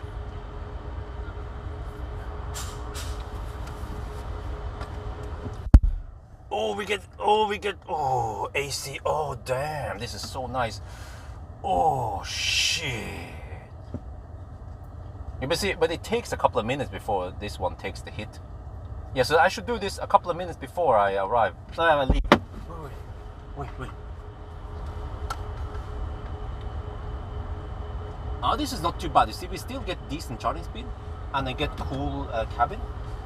What I should do is this. Wait, swipe. Why is the swipe not working? Swipe and then air condition now. But another intro just arrived. Yeah, the guy is explaining that one is kaput. So now we have 6 cars queuing up, or 5, I'm not sure. But I'm gonna leave now.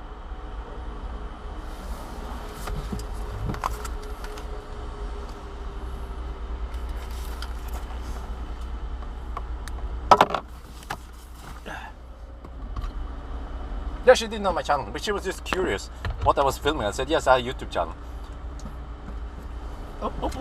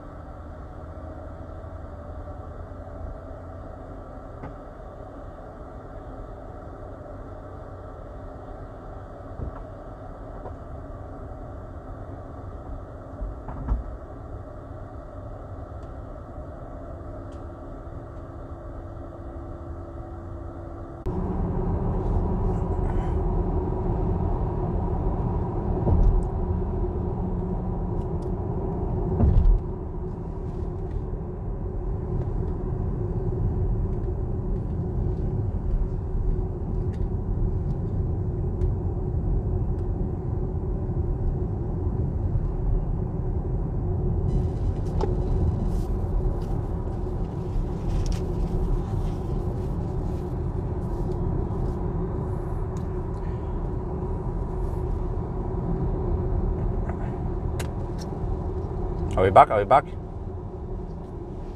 Oh shit. Oh, this guy is so slow. Unbelievable.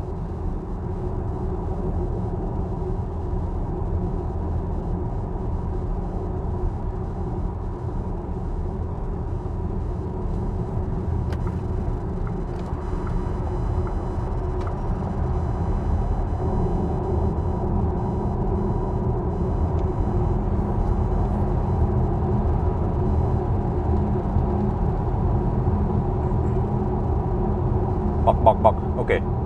I need to cool down the camera again here.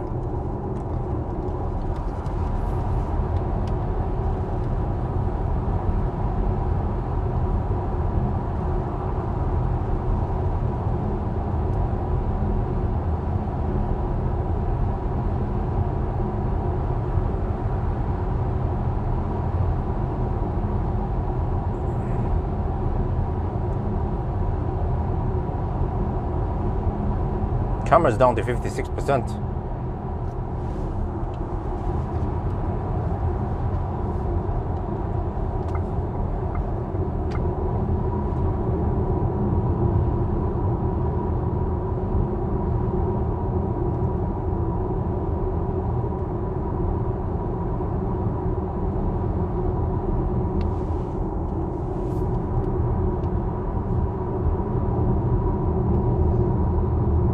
Okay, it's charging.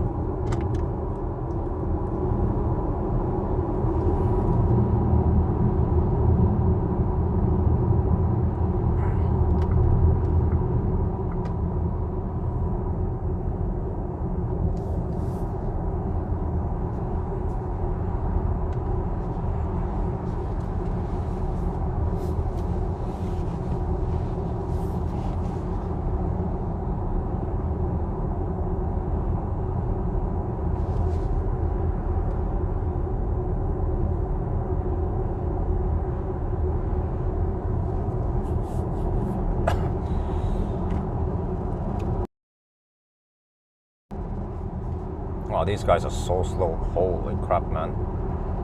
Not sure what the heck they were doing. So this is kind of bad, but we will not deduct anything for rapid gate at least.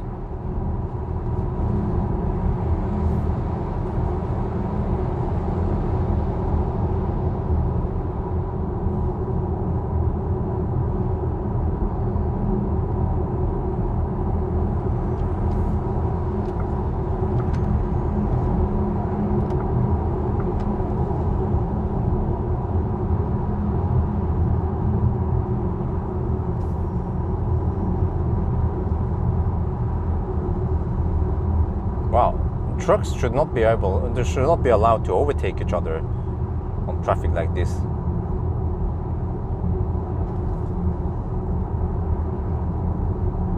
At least in Germany that would not be allowed. Many places.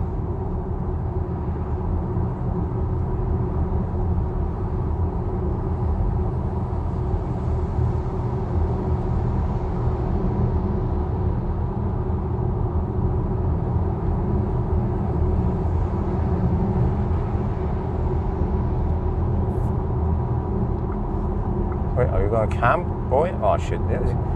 The campers we find, they are Norwegians, of course. Like this dude here is a Norwegian X3.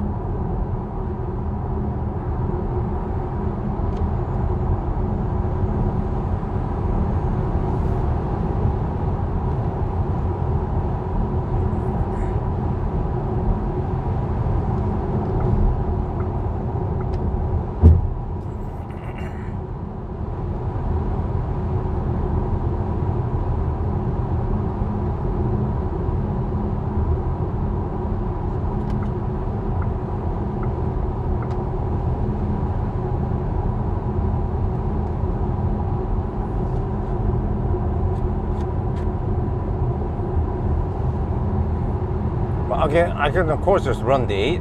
Maybe we should do that, but I kind of know what's gonna happen.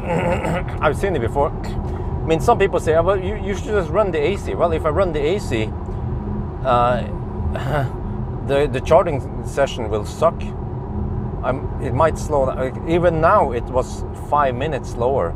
It could be 10 minutes slower if I run the AC.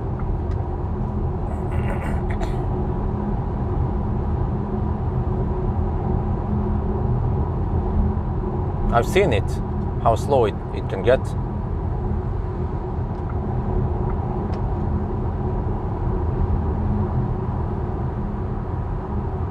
Damn. Well, okay, let's get behind the Volvo. Wow.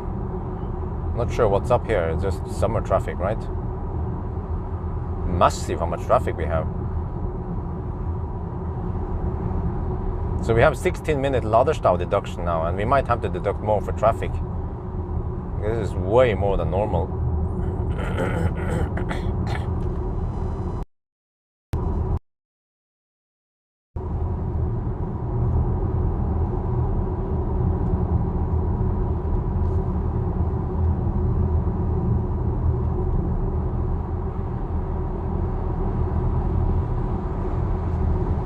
Okay, right now the car estimates I will arrive with 9%. Well, that's good. I might actually arrive with 9% because I'm going so dog slow now.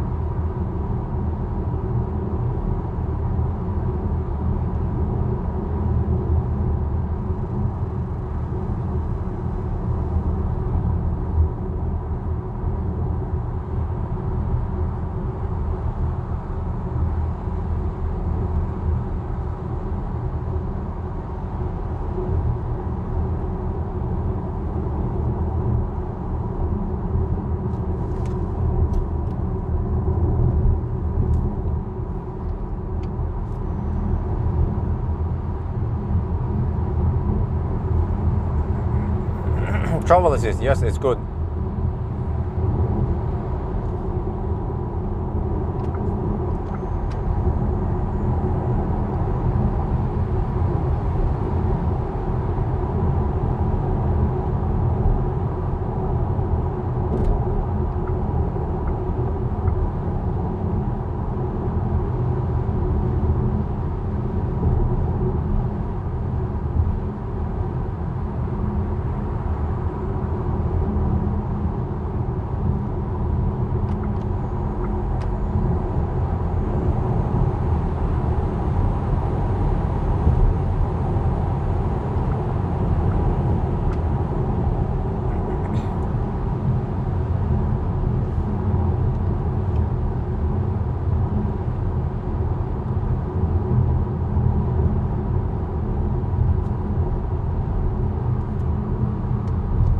Man, those Norwegians.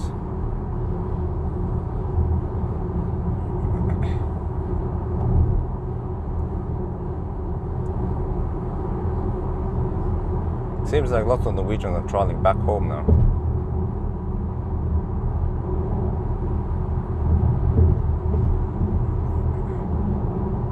They have Dane behavior, cutting in like that. Could be dangerous.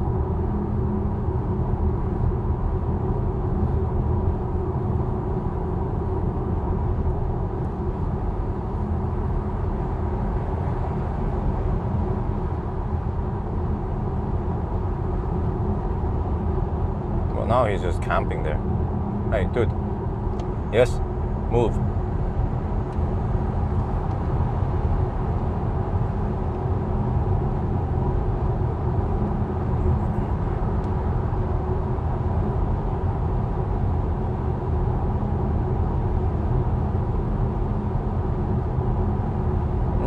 Talk about the conversation with Ionti? Nah, because I think it wasn't any public conversation. It was more like a private conversation, and I'm actually not sure if I can even talk about the stuff I talk to you guys. But I guess I don't consider it too secret that Ionti considered Kempower. But I might make a video and ask the audience, all the EV drivers who are using Ionti, what they think. If they want to have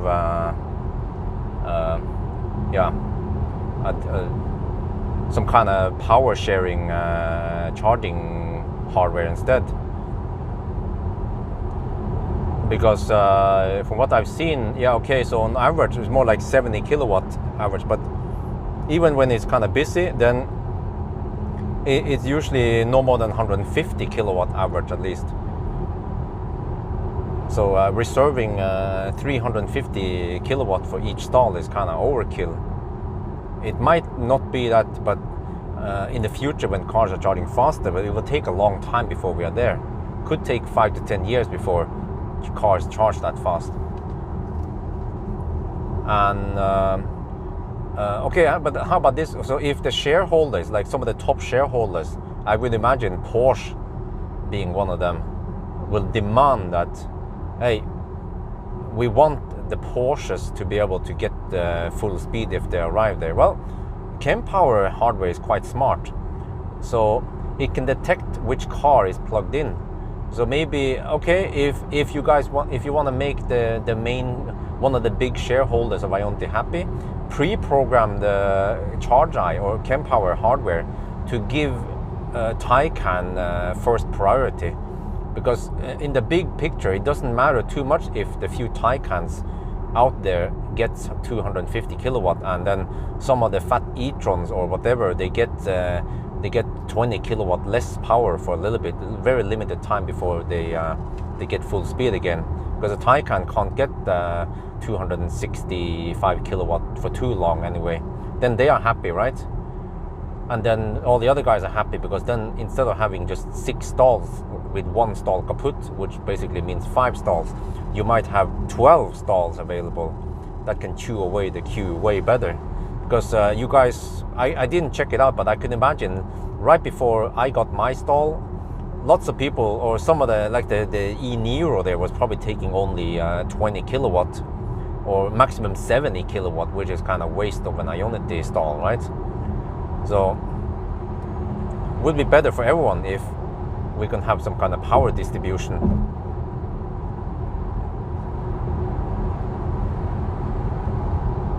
But I mean, I will suggest this and ask the audience what people think, and I guess the people, they are the one using Ionity. I mean, if there's enough pressure from the users, then maybe the shareholders, they have to reconsider, because like I said earlier, the Ionity charging network is wonderful because in general they have more stalls than other charging networks. Well, at least it used to be like that. Traditionally, we had only those 50 kilowatt, or there was only one high power charger, and the Ionity, they had 4 stalls, a whooping 4 stalls. But nowadays, even the other charging networks are starting to catch up. But it still remains that Ionity has really good pricing, and it works across Europe, across countries, no problem. So I feel like Ionity, they have a very good business model. They have a good charging network. It's just that it's being ruined by poor design, pretty much poor hardware. Maybe because of some stubborn shareholders, right? But there is a solution. You know, with Kempower, there is a solution for it, and also Kempower also supports 800 volt. So as long as certain brands like e-tron GT and Taycan will get the maximum power, then why not? I think most people, they don't care if they get 20 kilowatt less for about 5 minutes, as long as they don't have to deal with charging laderstau, because the way it is today, then you guys see it, laderstau is getting more and more common now on Ionity, and it's like they can't scale it up, they can't catch up, or they can't scale it up versus all the cars in the Ionity like group. So like even the Volkswagen boss was complaining about Ionity. One of the shareholders were complaining about Ionity. So I was like, shit.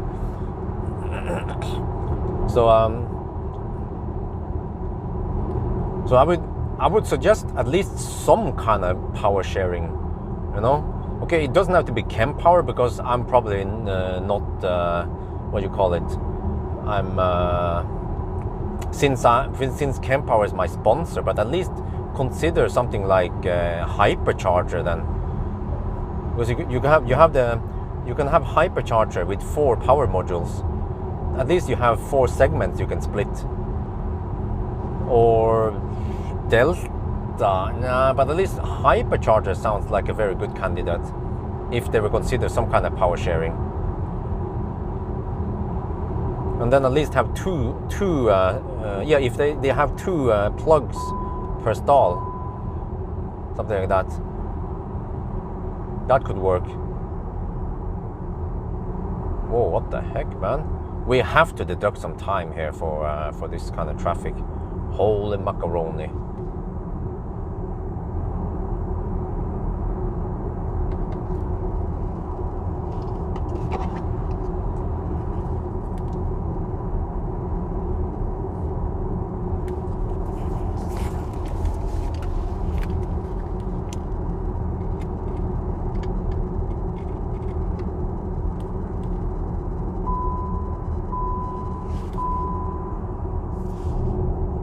What? Did I accidentally? Oh shit. Oh man, everything went wrong today.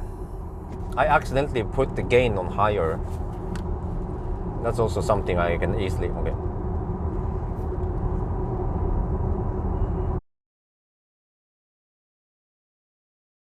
Norwegian cars also, they are probably traveling back home. So we have way more traffic than normal. You see here, normally I'll be going at 110 kilometers per hour plus VAT. So I just already 0.5 degrees outside. So yes, we have to deduct some time here, I guess, because of the traffic. It's just way more than usual now. So yeah, it's not fair to compare today with other runs. But when it comes to the rapid gate, I will not deduct anything there because that's car problem, car issue. But traffic here, then we blame the season.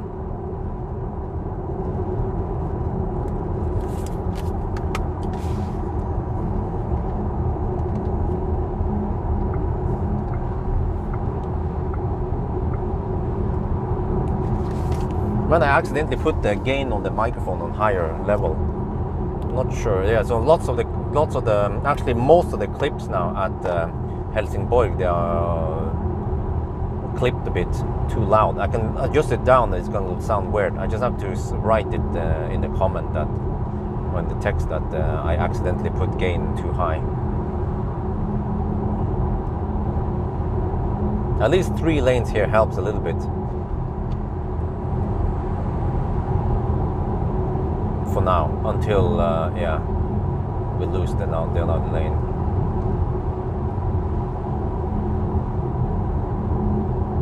Whoa, whoa, whoa, whoa, dude! The guy's over the lane. Jesus, man.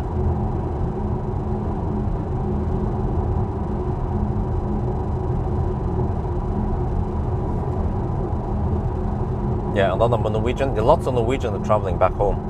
I think they went on vacation in the beginning of June, probably. July, maybe, or yeah. Some of these guys, they had a 3-week vacation, and they're on the way back.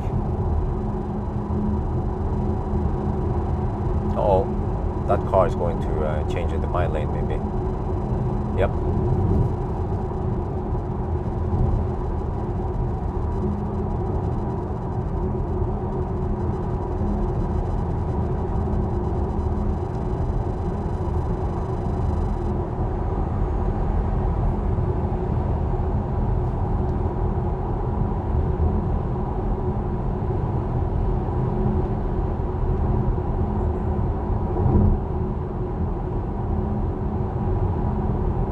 Well, but the test is a test, and we exposed it for hot weather.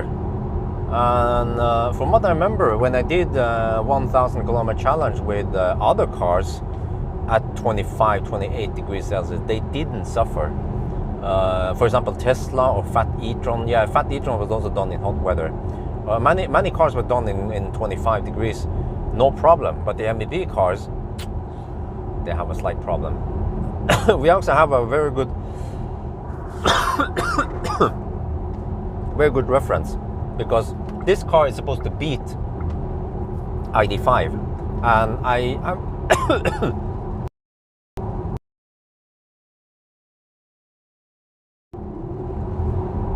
I'm afraid that today it won't be able to beat ID5, because we actually hit a weak point with this car. This is a new, the next Volkswagen scandal.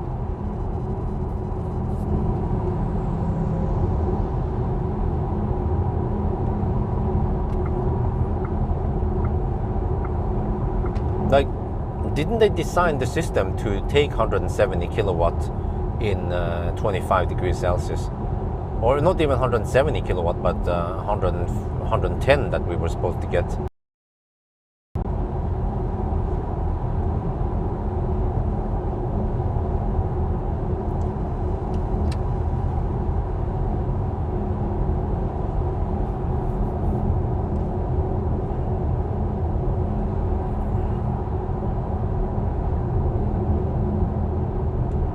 Okay, we just have to decide how many minutes we deduct from because of this traffic. It's just ridiculous how much northbound we have. Holy crap. And they're all camping.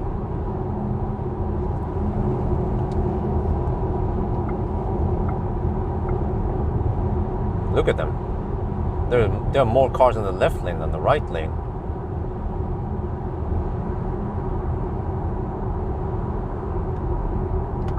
Lots of these are Norwegians also.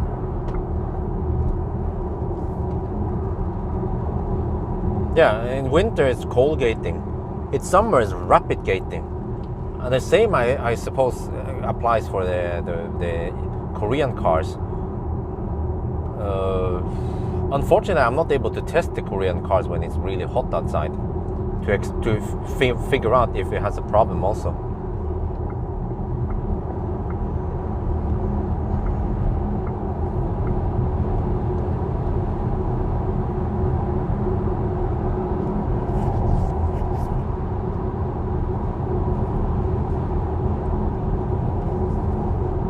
Well, it works great at night.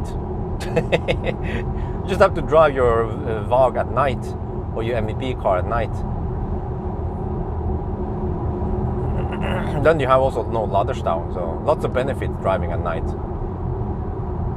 And also no traffic.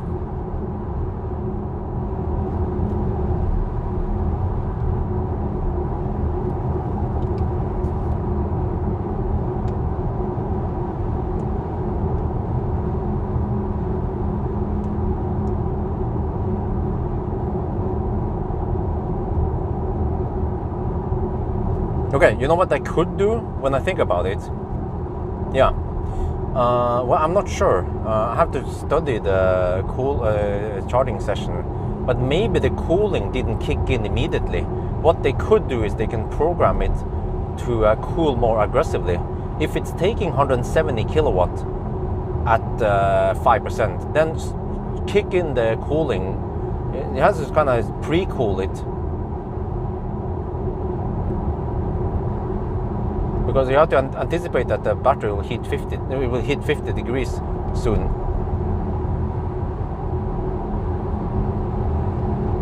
So I mean, they could do some software tweaks to mitigate the problem, or maybe even eliminate the problem. I'm not sure, but it seems like they're being a little bit stingy on the AC, kicking it in a bit late.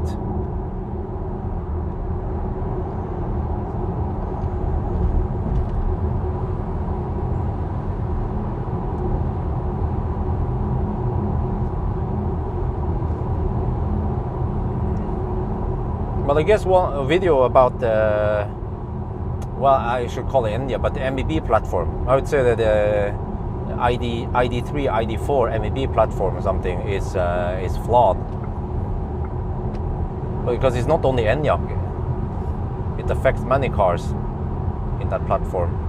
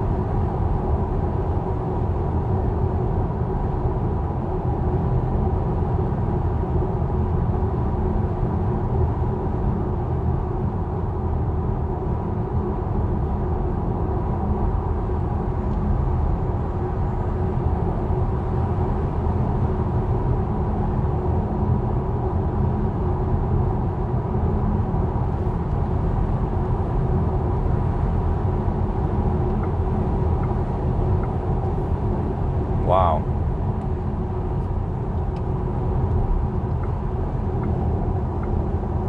Whoa, slow. Oh, what the heck?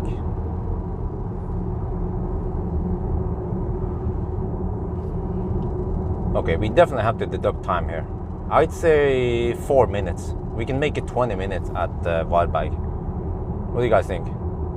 4 minute deduction. Like we're going at 80 kilometers per hour here. That's just ridiculous. In the 120 zone.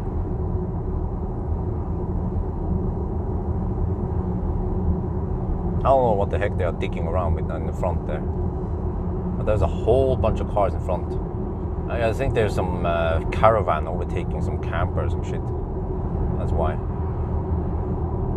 Yeah, that freaking camper here also decides to overtake.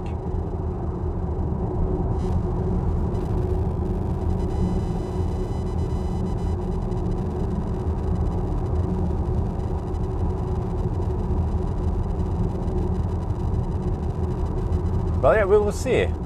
This will be interesting because, according to my calculation, we're supposed to do it in 9:55.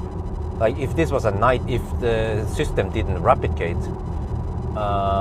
So we will see how slow we go today, and that will show you guys. That will show how the flaw, the weakness or the flaw with the MEB car, how much it slows you down. I mean, it's not going to be like the end of the day here. It's not going to be leaf replicate, but you might lose 15-20 minutes. I'm not sure yet. We'll see, I guess. We even take all the deductions we can to make it as fair as possible.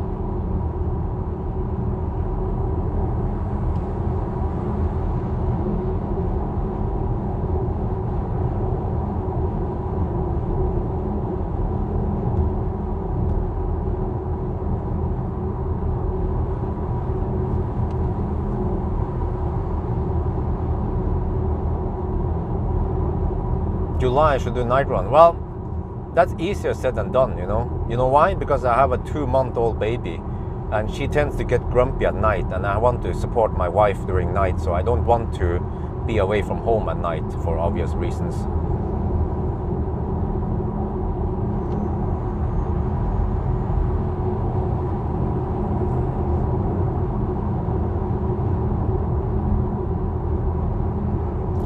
This guy is driving barely legal with his trailer.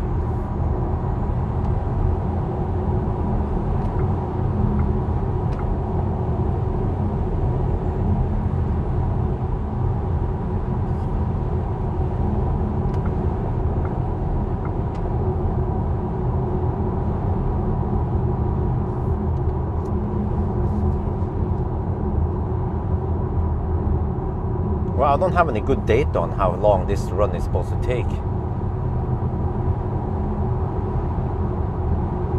Because normally it's not a problem with traffic here.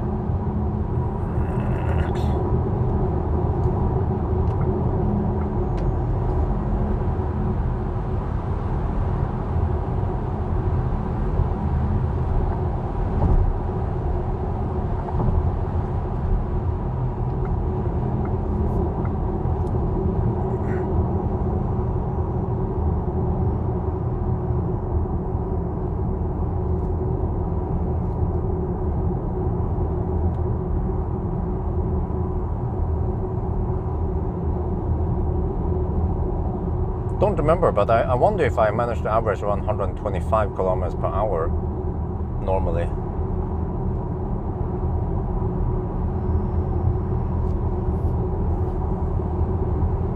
But it was probably not 130 kilometers per hour. That sounds way too fast. But 120 kilometers per hour sounds too slow again, so I wonder if it was 125.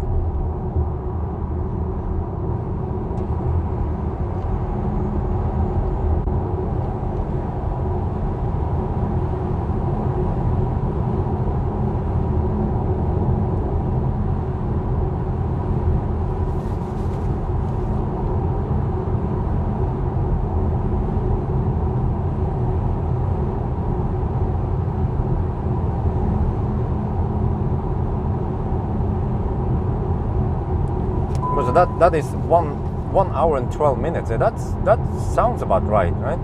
We spend 1 hour and 12 minutes on this run.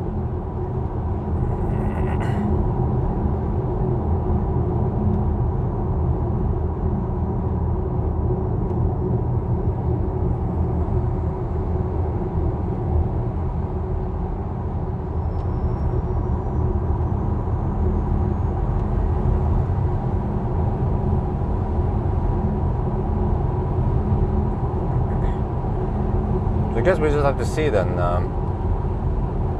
how long it takes on this leg.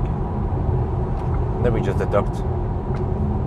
Let's say if we are 5 minutes late, then we deduct 4 minutes because we have a slight saving on charging, but it's not really that much because the car charges relatively fast.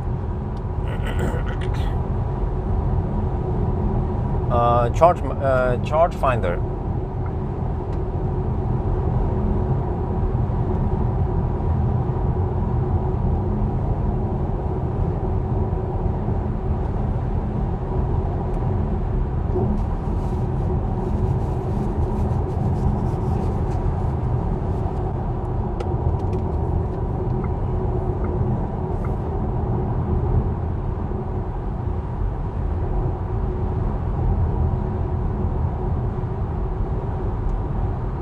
more Norwegians.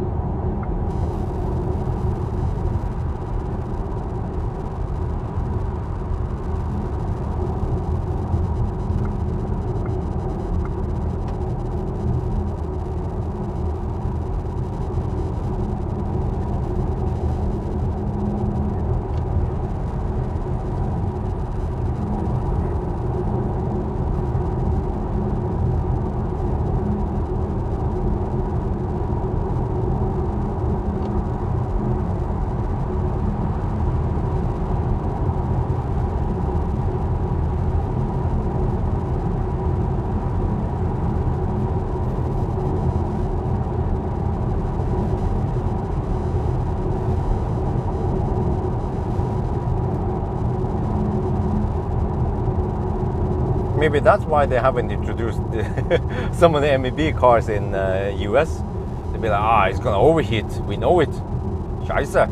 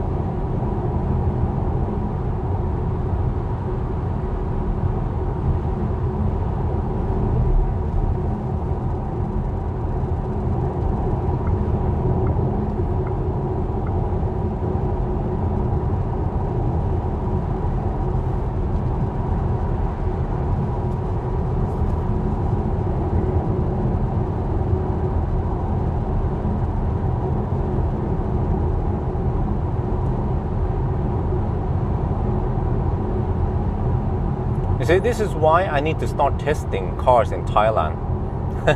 Because in Thailand we will get 25, 35 degrees easy very often, but here we rarely see it. So then weaknesses like this is rarely exposed. So for all we know, the EV6 and the Ioniq 5 might have the same problem, but we don't know yet. And I might not be able to test it in time.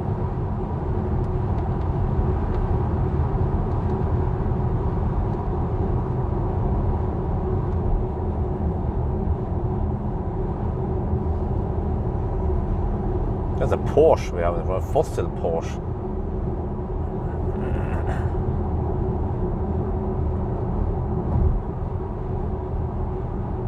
Okay, I wonder how much laderstad we have at at the Valberg. Wait, I guess I can test the V3. Yeah, let's do that. I'm gonna test V3, and if it works, then I might just charge there and skip the laderstad. But I just need to clean the windscreen.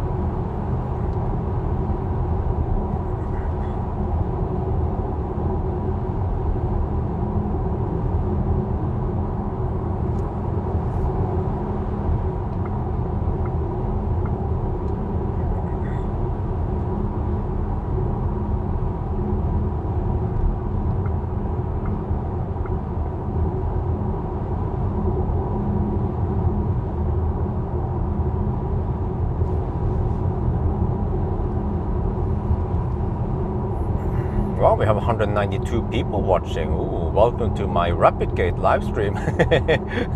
Didn't know this was gonna happen. I had no idea actually. I had actually no idea. I mean, I knew about the whole, I cannot run the AC, but I was still expecting the car to be able to cool down the battery enough. But yeah. But okay, actually, you know what? These two legs were the longest one. So actually now the next one is after Varberg, we have to go to Spekkerud. And that leg is so short that it's not affected by the rapid gate, or it might even not rapid gate in time. Yeah, because we only need like 30% or something. So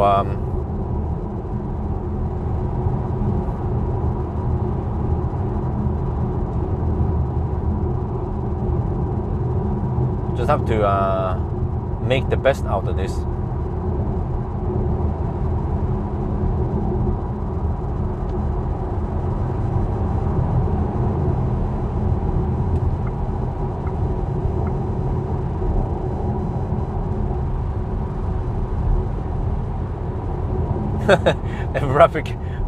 Should I call it a scandal? No, it's not really a scandal, because I mean, if it turns out by the end of the day that we arrived 10 minutes slower, then I wouldn't call that a scandal. Leaf, on the other hand, that I would call it a scandal. When you get 22 kilowatt only, or 18 kilowatt, that's considered scandal.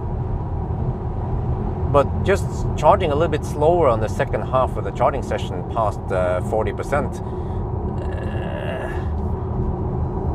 most people won't even notice it. That's the sad part. You know why? Because the car doesn't show you the charging speed, so you don't easily notice it.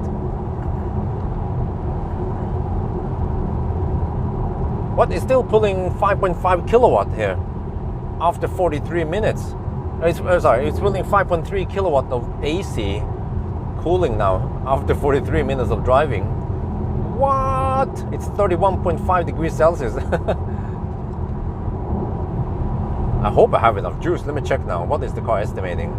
The lag there. 8% at arrival. Okay, that's fine. 8% at arrival, 66 kilometers away. That sounds safe.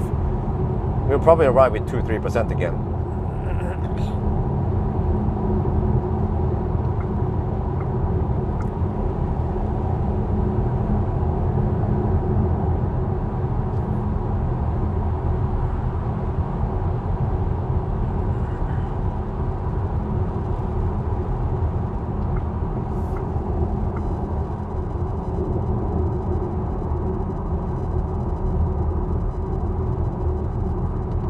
You know, if it wasn't for this traffic, then I would hammer even harder and the battery would cook even more. Or not cook, but it will have to run the cooling more. Well, it's running at 7 kilowatt now. What? 7 kilowatt for cooling. Damn. I mean, how the heck can Tesla just run it through the radiator without any compressor? Whereas this one has to run the compressor so damn hard. It's supposed to, yeah.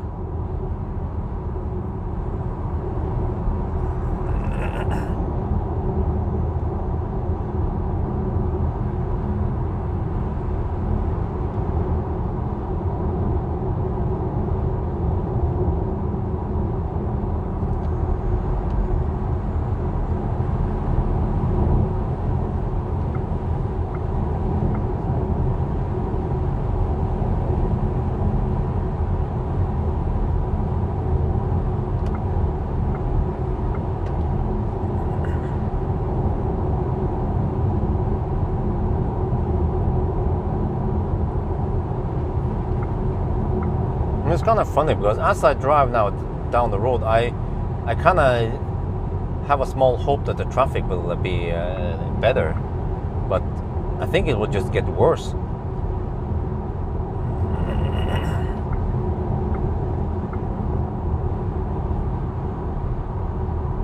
We're gonna have to deduct some more all the way back home.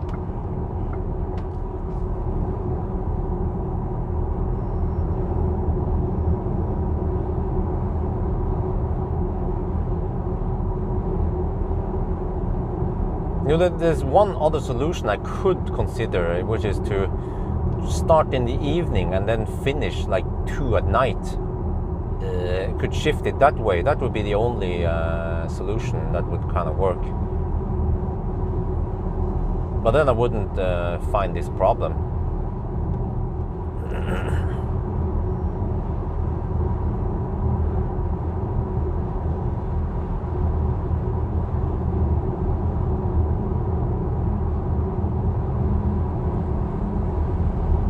Dude, there's a freaking Zoe in the left lane.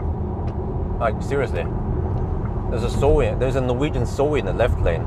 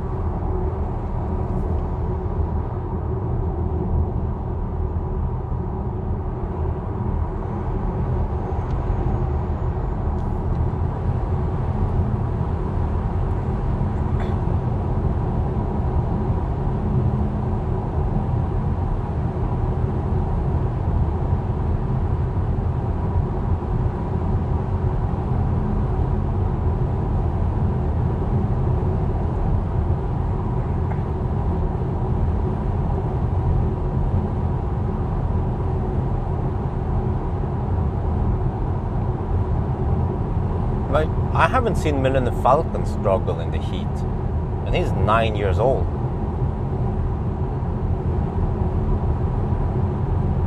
Or Optimus Prime, I'm taking those guys on the road trip before. Or even MC Hammer, and he's 2019 tech. Well, maybe even older, it depends, yeah.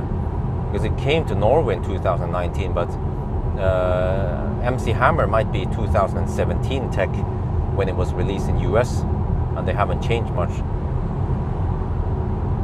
So you would expect 2020, 2022 tech to be better than this, right?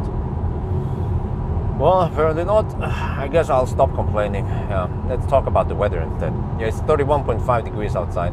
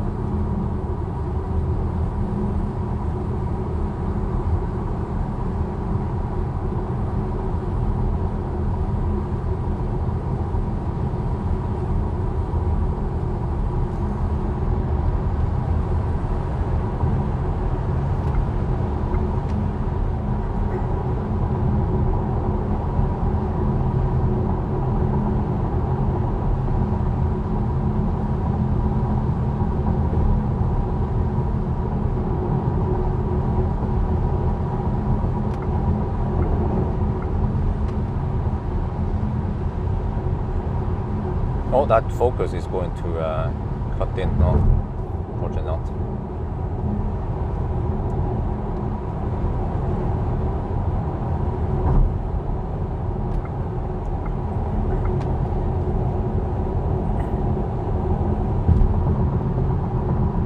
Wow, 50 minutes after the charging session, and we are still pulling 6 kilowatt for heating. No, for cooling. What? The car is actually kind of thirsty.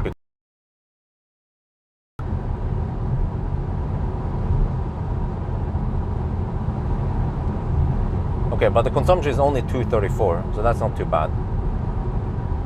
I guess because of the tailwind.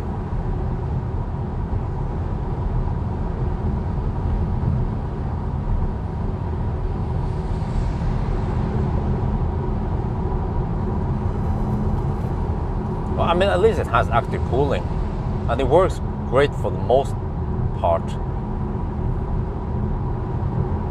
And I guess maybe the average Skoda owner doesn't drive faster than 110 kilometers per hour anyway.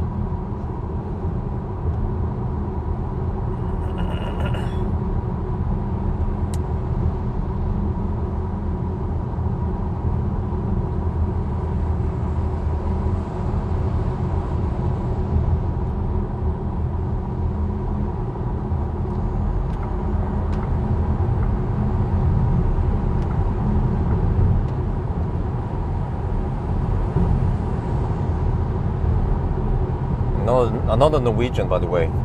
I just hammered there.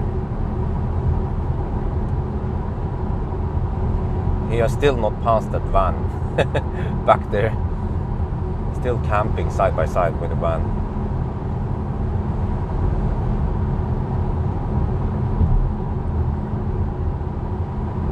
Yeah, but I think at the night run it was like 15 degrees. It wasn't that cold, right? I don't remember. Do you guys have the stats for the ID5 run? Because the ID5 run was perfect. Or no issues, no cooling issues, nothing.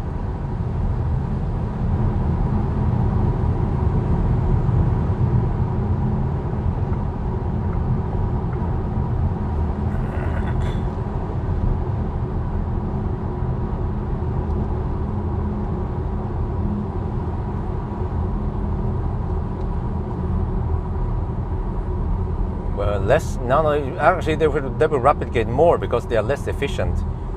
So they have to charge more often, though. They have to actually run at higher power to maintain the same speed.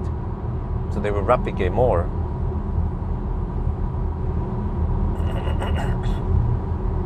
So this one is actually the best, or one of the best out there in the MEB group. Hey, dude. Oh, you better not be slow poking.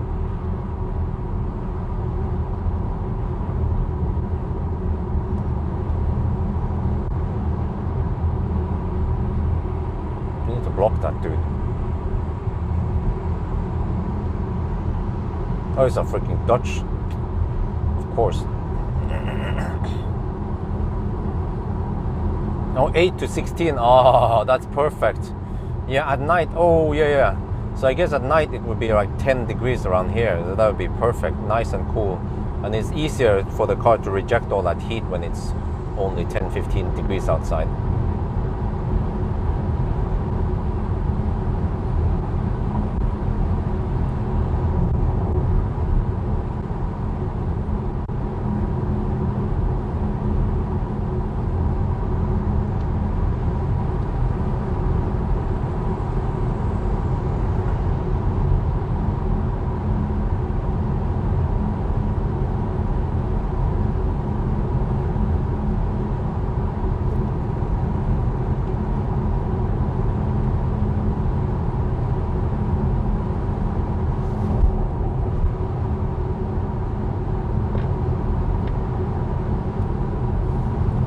Yeah, we are. I think we might have almost 20-minute deduction. I'm not sure yet. We will see once we get there. Status update: 618 kilometers done, 233 consumption. Consumption is still quite good despite running a lot on the AC. Like still now the AC is pulling 6 kilowatt. It's just crazy, man.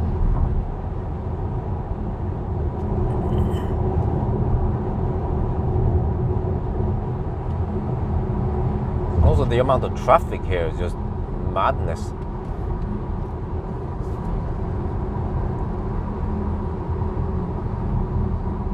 Well, actually, you know, the problem is not the traffic itself. The problem is that people don't have lane discipline.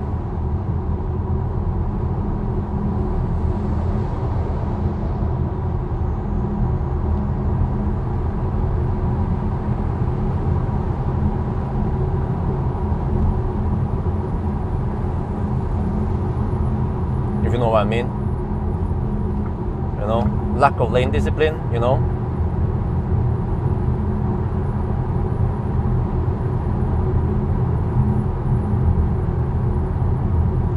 That was just when I said it, you know.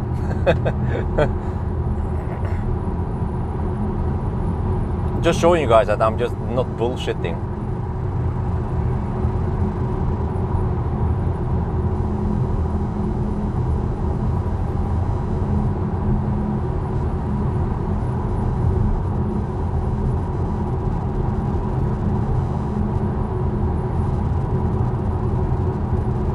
I need to get past this Mitsubishi because he has a roof rack and he's making some high frequency whistling noise constantly. It must be really loud for the guys inside the car because I can even hear it from here. But they don't have anything on it. It's just dead weight, adding drag, adding noise on the roof there.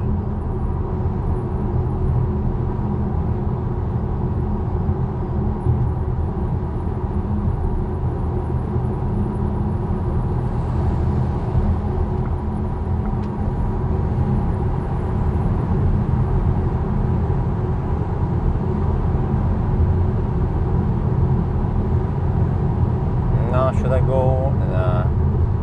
Let's go behind this Volvo.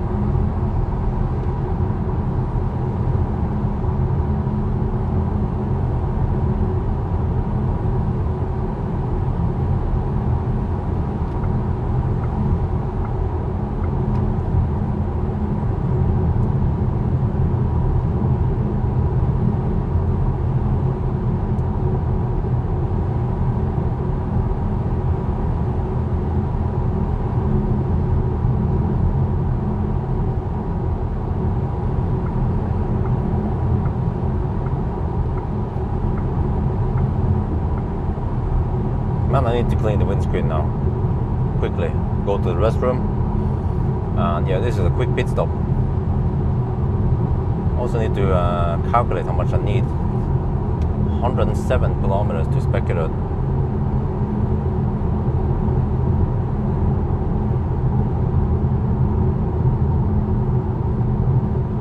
Yeah, I need 35%. That's it. Might be overkill even, or yeah, 35%.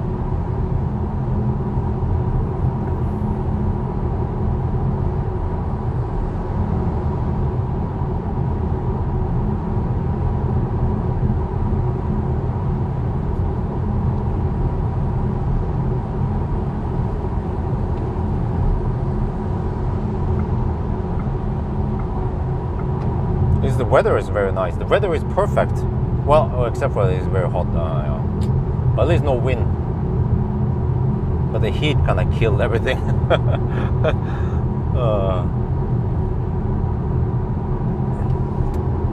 You know, maybe I should have waited for Saturday, because Saturday it's supposed to be colder, like 15-20 degrees outside.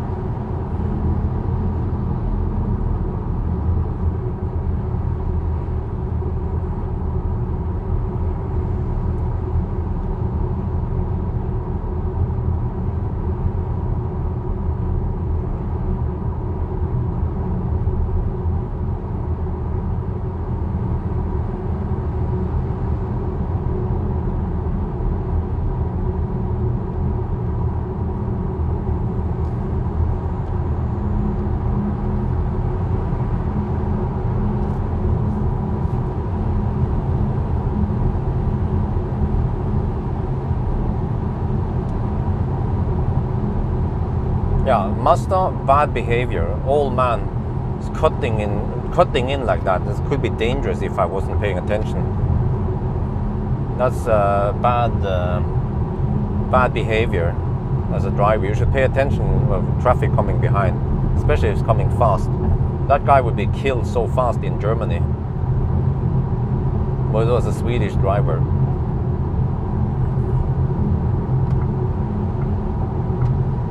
And lots of people here, they are overtaking really slow. I mean, it's a 120 zone and they overtake at 100 kilometers per hour and they camp in the left lane doing 100 in the 120 zone.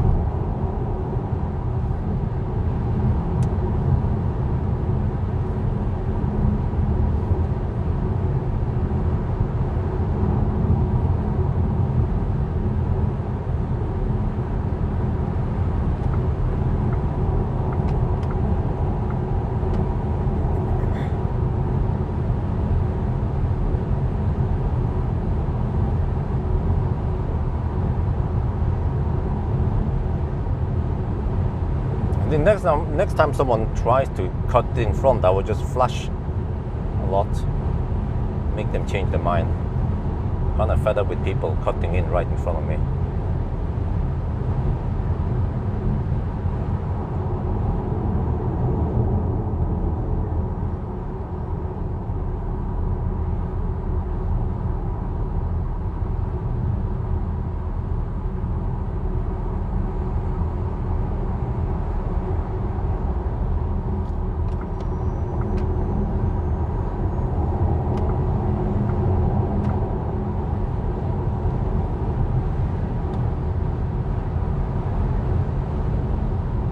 I've seen so much bad driving today.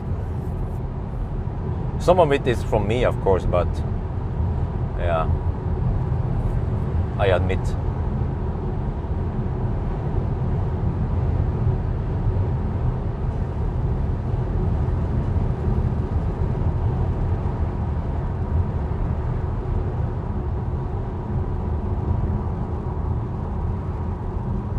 Okay, we're at 12%, 20 kilometers left.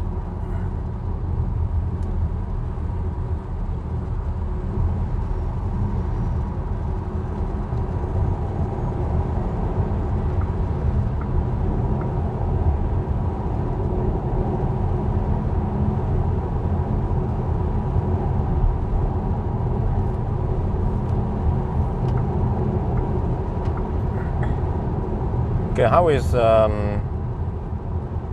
Varberg status? Well, actually, we are trying the V3. Okay, we're gonna go for the V3. Hopefully, it works, right? I guess if I have charger problems there, I can. Okay, if it doesn't work, we just deduct time. We have to test V3. I want to see how it goes there. Well, the only problem is I can't clean the windscreen. Yeah, but okay, let me get an idea. I mean, if we have lots of Ladestau, then I'll consider V3. but the thing is that I don't know what kind of speed we get. Because I've seen that non-Teslas, they tend to not get the maximum speed at V3s.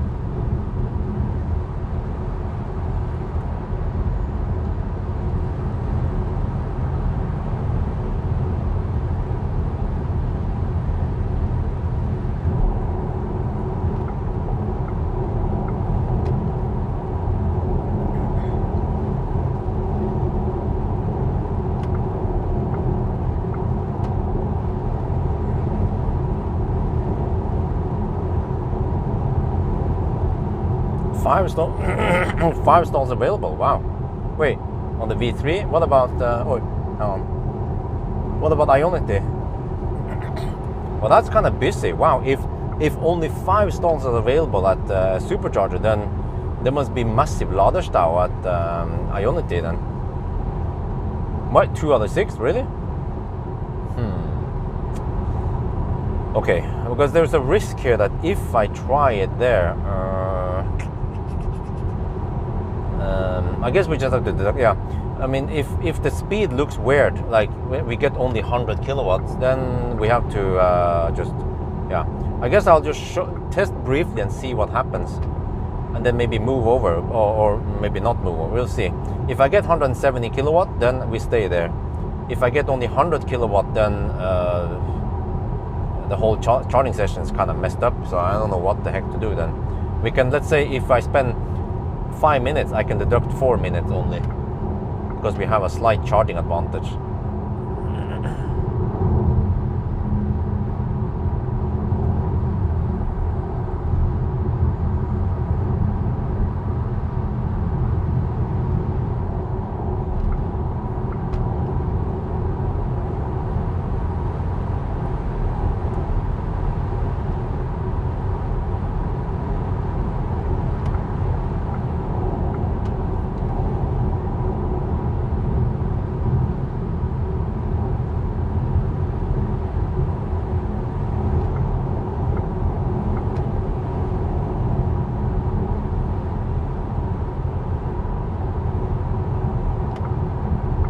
Oh, I'm down to 8% now.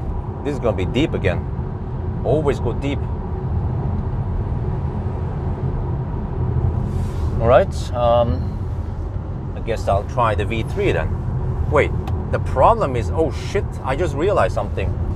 I have the charge port on the wrong side of the car. And that might cause problems for other Teslas. Since the superchargers are kind of, I might actually not find a stall I can use. Or if I use one, then I'll be blocking the other stall.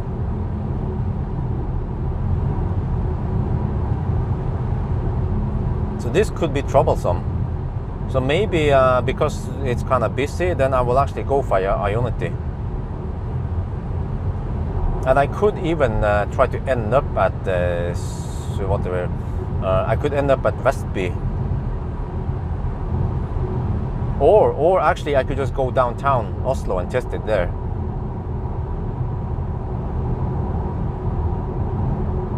Just have to enter the city, but that's still faster than going to Vestby and then out again, or back again.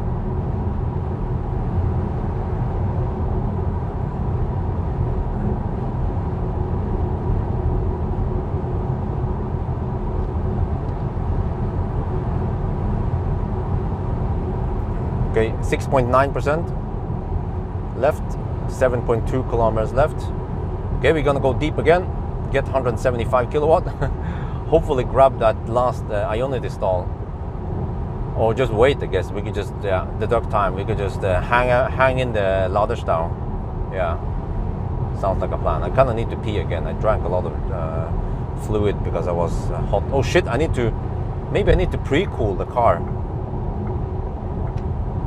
Okay, setting it to 19 degrees Celsius now. I need to pre-cool the car.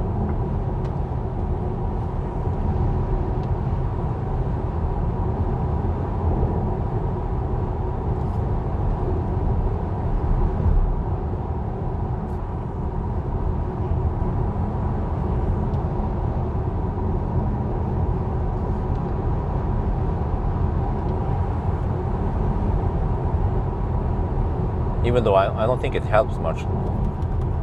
Yeah, you see, I flash and they, yeah, exactly. Don't just pull in front there. I'm coming in fast. And now you can pull in front. Yes. Yeah, I guess the flashing kind of helped. He changed his mind. Just have to be a douchebag now. Otherwise, I will be constantly getting stuck behind those damn campers.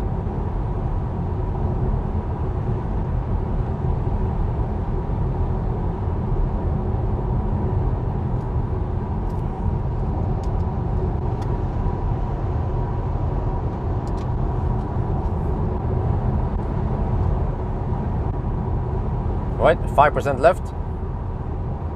We go deep. Okay, how much is it? Oh, it took 1 hour and 12 minutes. Oh, you see? So under normal condition, it's supposed to be roughly like this. Well, I don't know exactly how long it's supposed to take, but wait, the average speed was 123 kilometers per hour. I think it's supposed to be higher, right? Well, we are not at Varberg yet.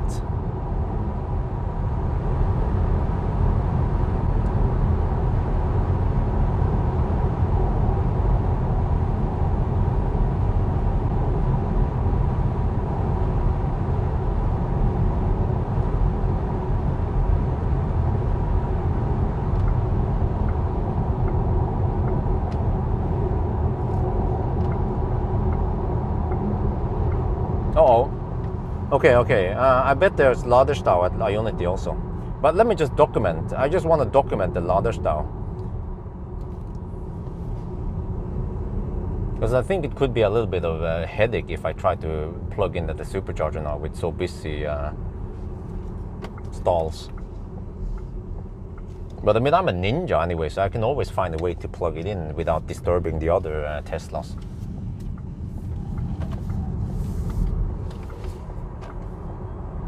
Okay, 5%.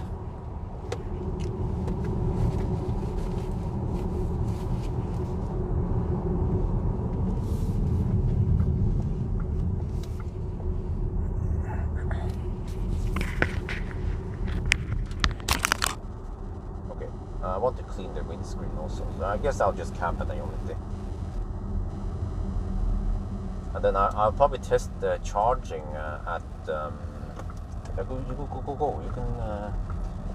That lady needs to read the traffic and see that it's clear. And the other guys, they are not going this way anyway. Wow, look at this! Holy crap! Super busy here. I don't know if the Laderstau, if people can get the Laderstau right here.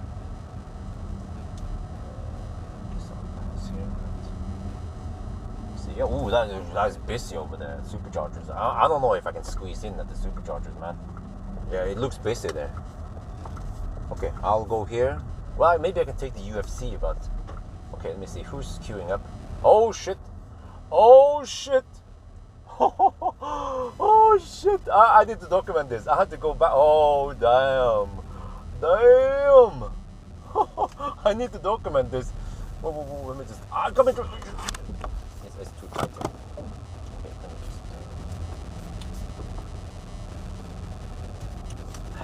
just need to get over there, I guess. I need to document this. Okay, I need to just get in queue here and then... Wow! Holy macaroni! I have 4.6% left though. So I can run the HVAC for a bit there, no problem. But we have to document this. Oh shit! Damn. Okay. Let me just. Well, at least there's a queuing system here. Wait, are you leaving? Are you bailing out? You're bailing out. You're bailing out. Okay. I'm in. That's one more for me then. Oh shit. Okay, let me see. When did we are? 12:45. Right, we have to deduct some time here because we are slow. We have to deduct 3 minutes. Okay.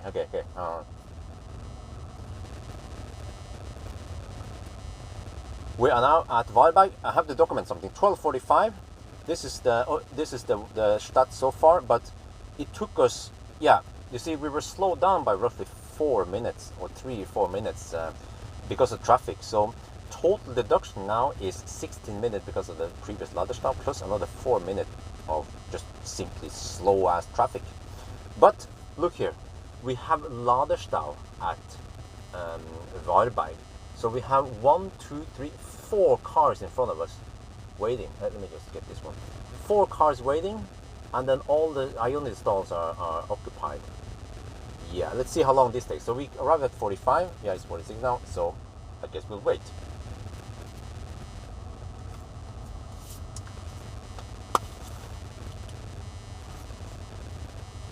Oh yeah, I should mention that we have Tesla superchargers. I will mention it once we get closer so I can zoom in. But I have to stay in queue here.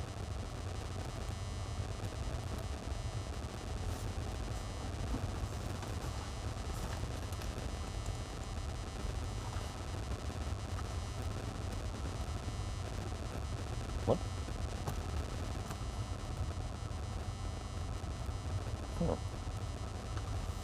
Okay. That's strange. So it was 45. We will just see now how long it takes. Battery temperature, 31 degrees. 31 to 35 degrees roughly. I kind of want to pee, but I'll just sit and observe how this goes. Okay, this one is green over there. Who's not using it? Or are they trying to use it? Oh, they're struggling. I see they're struggling. Yeah, the supercharger is kind of full, so I will mention it once I get closer. But right now I don't see the supercharger available. But I will mention it because that's the first thing people say. Oh, Bjørn, why don't you use it? Bjørn, I like your videos, but yeah. But I will mention it. The supercharger is so full that it will be because if I had a car with a charge port on the left side with the right side, not the right side with the wrong side, then no problem. But I have the charge port on the right side with the wrong side. And then I will cause Texas. Wait, are they leaving? Okay, if they're leaving, then the fat Taycan is going for it. Or are they just dicking around? Okay, they are leaving for no reason. Okay, I don't know what's wrong with them, but Taycan is like, okay, I take it.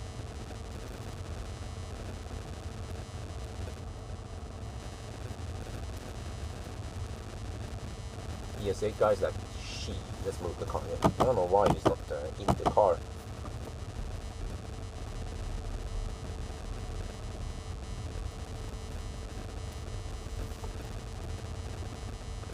Then how fast do they? Oh yeah, and Porsche should start fairly fast, right? No, this guy, he just wants to go out. He doesn't want to sit in this nice ES8. He's like, oh, fuck that shit, I'm going out. Oh, shit. You know, maybe this should be the thumbnail, the Ladestau as thumbnail. Oh shit, but I got all day, no problem, no worries, man. Yeah, I'm just sitting here. We have a nice queuing system here. Yeah, no problem. I have no one behind me. Would be nice if there was a boy who could come here and clean the windscreen.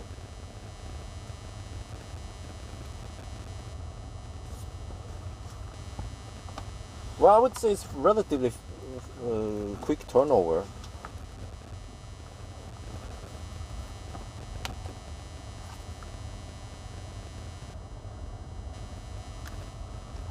Why is this one not charging? Check here. It's not charging. This one is charging. It's weird. Okay, whatever. Let me just have my total bar. 3 cars at 80%. Ah, why not? These guys, they don't care about the other people. They just want to charge to 100%. So let them charge to 100%. I'm gonna have my protein bar.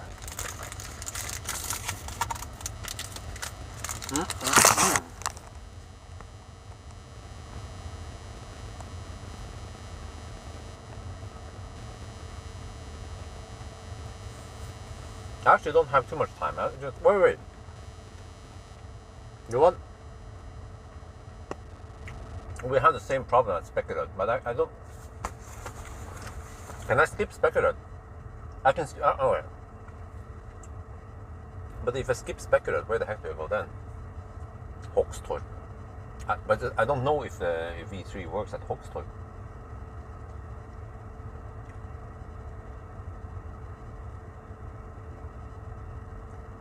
Wait, I have an idea. What about that? No, it's... Oh, shit. Ljungskile. No, we're just gonna deal with this. We're gonna go to Speculator and dick around there also. That's the name of the game. This time I might have a little summary about how many minutes we lose at. Let me move the mic closer. Might have a summary about how many minutes the deductions were. So you'll see how many minutes we have in Ladestau, for example. Oh, there's even Stau around Gothenburg now. Shit. This is not the day. This is not the day today.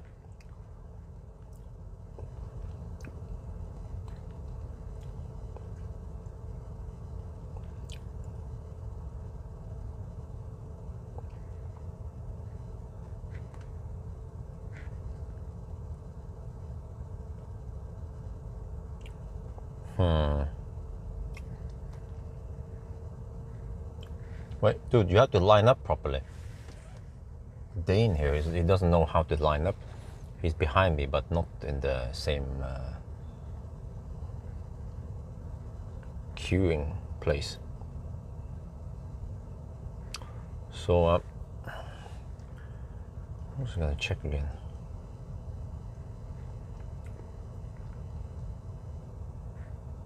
Yeah, let me see.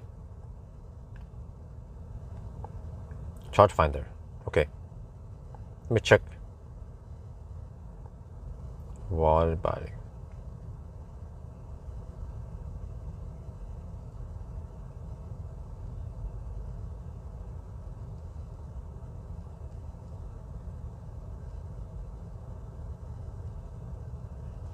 Well, we have two cars at 87%. Number 5 and number 6, they're at 80%, 87%.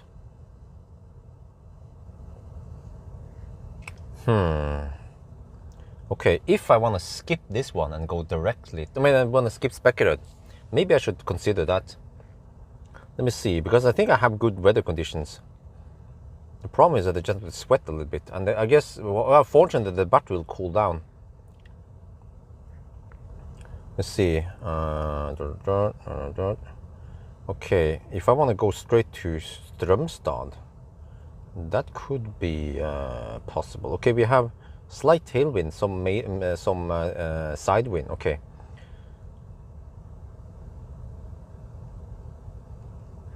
Let me plot in Strømstad here. Wait, legacy automaker lag. I forgot about that one. Strømstad. Let me see. Where is Strømstad? Strømstad. Okay. Should be an IoT there somewhere. What if I go directly there? But it's going to replicate, but maybe not that bad since I'm just camping here now. Wait, where the heck is the Strømstad charger? Always kind of Tanum, Strømstad. It should be here somewhere. No, wait. There maybe? There, I found it. I found it. Okay, start. Let me calculate. So how much did I spend here? 235. Okay, so it would be something like, oh, it would be around 230 something. Wow, more cars coming behind me. Holy macaroni! What is that e-tron doing? If you're gonna charge, boy, you have to get in line behind us.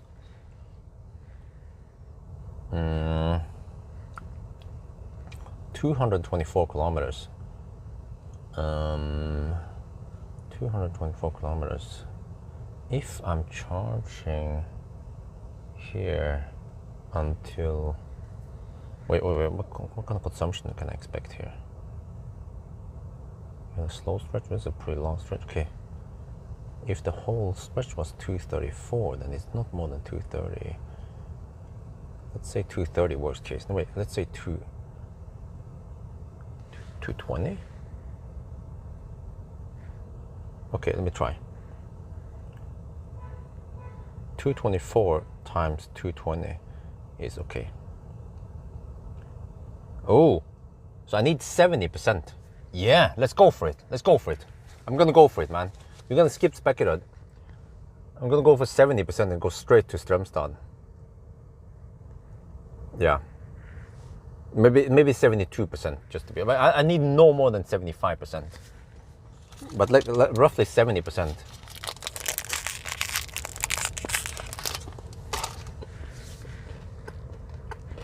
Wait, an EV6 just left. And the MG ZS just left. Well, they might not be in the queue.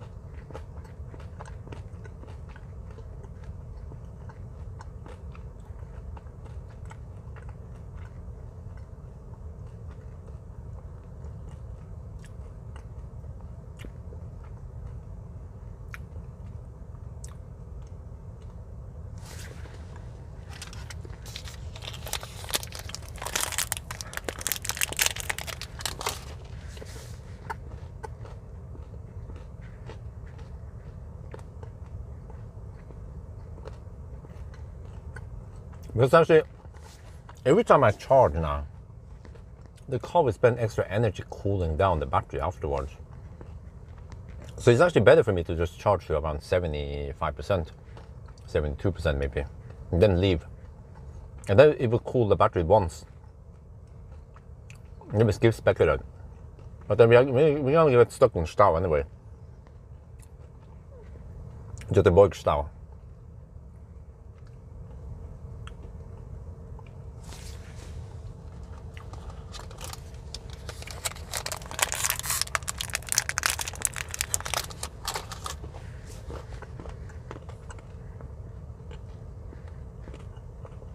Alright, almost 15 minutes in Laderstad now. We are moving slightly. I have 4% left. I can run the HVAC for a long time, because I'm only pulling 1.5 kilowatt. So I can run the HVAC for 2 more hours. So then I'm good there.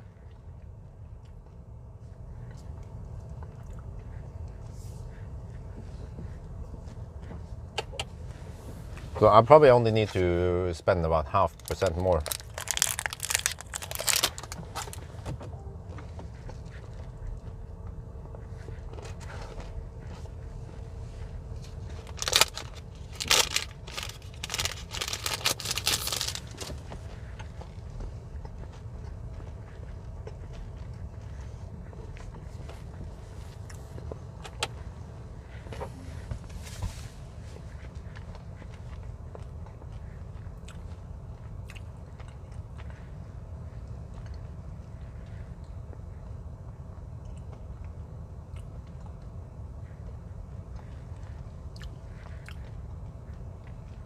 Oh, that was a 95.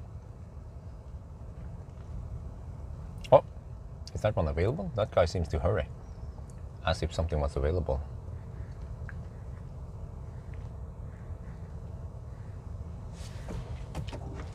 Or he's going for the Eon charger, maybe. I'm not sure where he's going. Maybe not.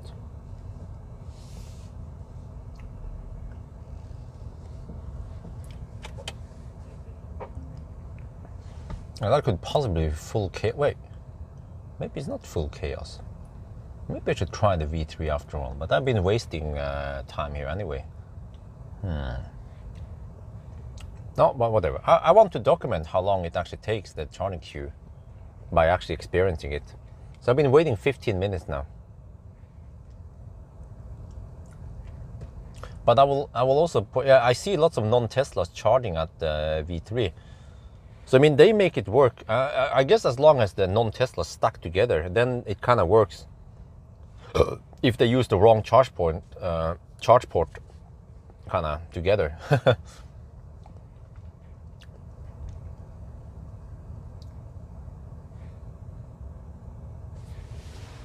Stall 5 is at 96%. What? That is kind of selfish. Like I would go to 75%, but now I would consider that one kind of high.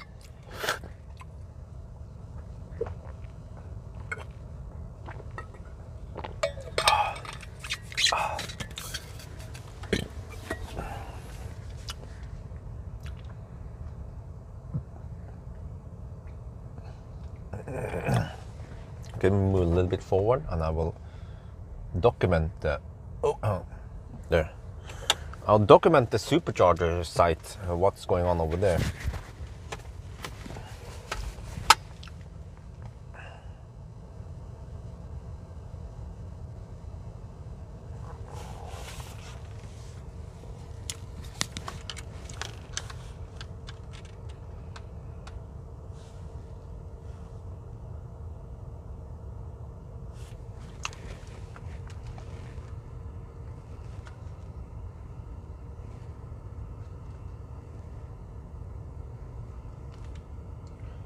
Okay, we've been waiting for 17 minutes now.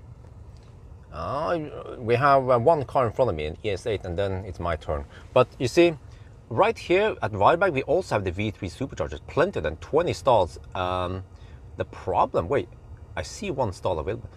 I think it's a little bit too late. I should have gone for that one, But I was afraid that I wouldn't fit in there because my charge port is on the right side with the wrong side. Should have been the left side with the right side. But I can already see that there will always be a possibility for me to find a spot where I don't make any trouble for other Teslas. But on the other hand, okay, we could do that and save some time. But I also want to document and experience how long we have to wait in charging queue here if you want to charge at Ionity. And I can show you behind me here, you have 2 cars waiting. We had more cars waiting before, but some of them left. Maybe they went for the V3 supercharger or the Eon chargers. But let's sit and wait here and see how long this takes.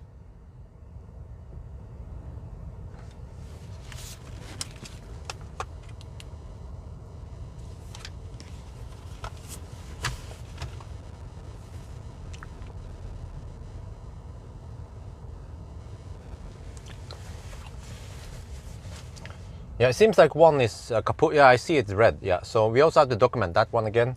That charger number 5, the tritium charger number 5 is kaput. We have a leaf behind me, but the leaf you can't charge here, buddy. You are in the wrong queue. But out there, he'll find out eventually. But he has to go to the 50 kilowatt queue. Oh, there's a okay.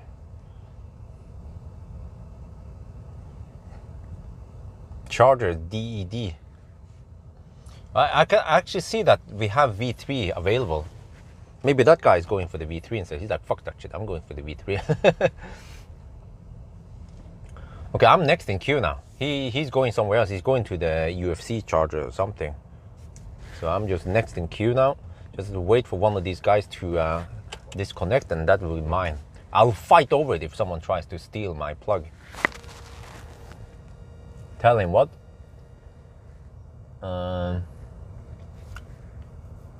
Yeah, but the V3 would be a good choice when I think about this. But the problem is that also I don't know if it works or not. Because I tried so many cars where it doesn't work. And that guy is talking on the phone. He's like, I can't wait to get this thing working. When, yeah, I don't want to take that stall because, well, the ESA tries to use the stall number 5. Wait. But that one just got available now. What, are you going to take that, buddy? Yeah, okay, he should take that one quickly, the ES8. Yep, okay, good. Yeah, he's quick. Okay, that's good. What we don't want is downtime chargers that are not in use.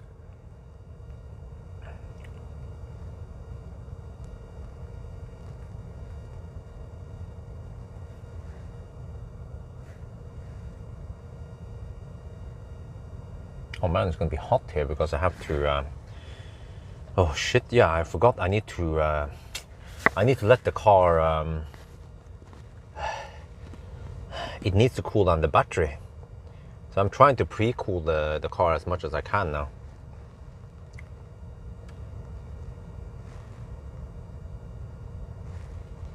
Oh, well, the Leaf, yeah, I will show you by the way.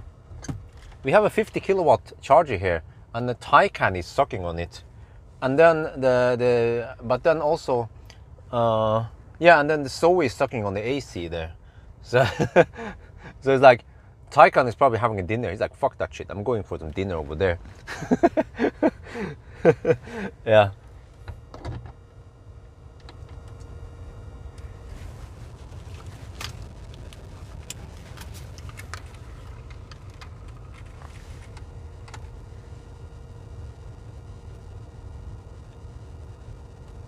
Oh, look over there. Non-Teslas charging at V3. Yeah, I shouldn't, you know, the thing is that I don't know if this car works with V3 even. But it should work, right? Because I see an ID4 charging over there, or trying to charge. But let me show you what's happening now. So I'm down to 3.8%. I'm trying to pre-cool the car as much as I can. I'm the next one in queue now. I just have to wait for one of these guys to move. I need to clean the windscreen. I'm going to skip Spekerud because Spekerud also has the same problem. So we're going to skip it, go to Strømstad, which means that I have to charge you around 75% here, 72 to 75%. But yes, charger number 5 is kaput. You can see it on the color there. It's red. There's a guy talking on the phone. He's trying to get the charger to work. We also had kaput charger at Helsingborg, so we have 5 chargers operational now. Yes, this is the situation. 5 chargers operational. Over there at Tesla we have 20 stalls operational. And then here we have a 50 kilowatt charger. We have a Taycan sucking on 50 kilowatt. He's like, fuck that shit, I'm going for some dinner over there. And then we have a Zoe charging on the AC. Oh, welcome to Laderstau. And then the stau behind me just grow bigger. We now have 2 Ioniq 5s. I can see the light, that's 2 Ioniq 5s, and then something else behind me here. I'm not sure what the heck it is. I think it's ID3. There's the MG coming. He's like, ooh, I'm gonna charge here. Or maybe not. Woman? Okay. No, it's a plug-in hybrid. Oh, is he leaving? He's leaving! Mine!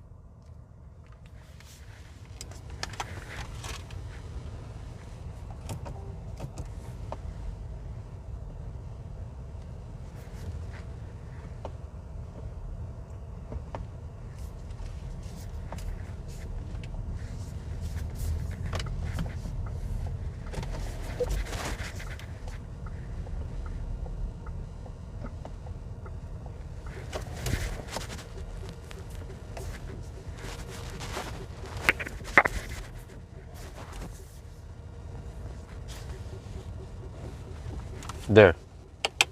Okay, let me see. 09, 29. There. 24-minute charging queue here. 24 minutes. So that means 44-minute total deduction now. 44 minutes.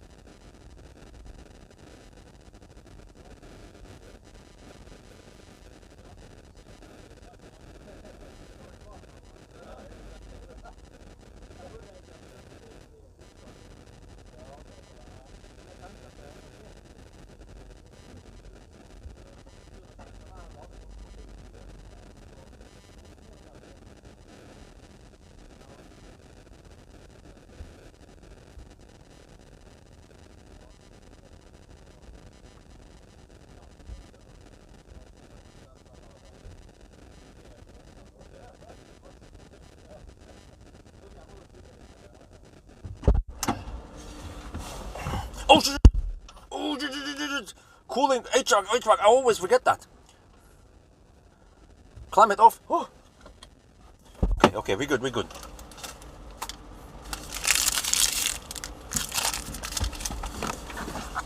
You guys want to see the charging queue or do you want to see the charging screen? You want to see the charging screen, right? But it's kind of funny to see the Laderstau also. Maybe I can include the Laderstau and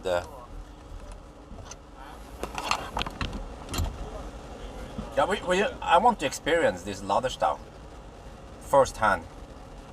Okay, we're good. Yes. Wait, it's not cool. You see, it could be pre-cooling now, but it's not doing it. Oh.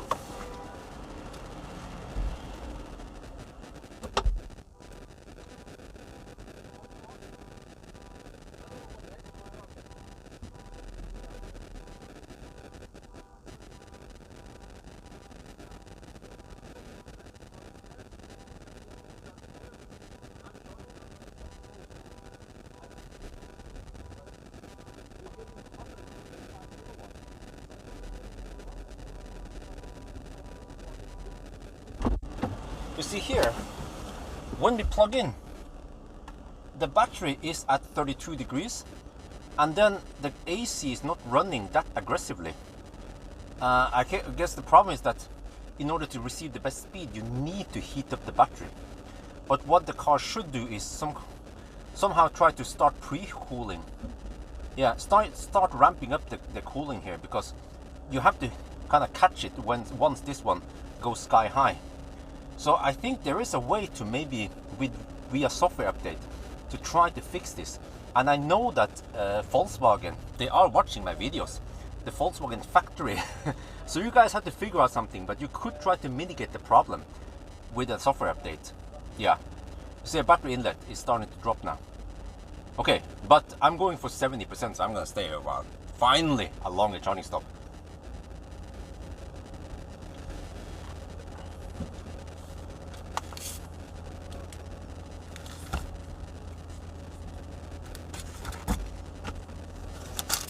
Okay, now I need to open up everything, otherwise it's going to overheat.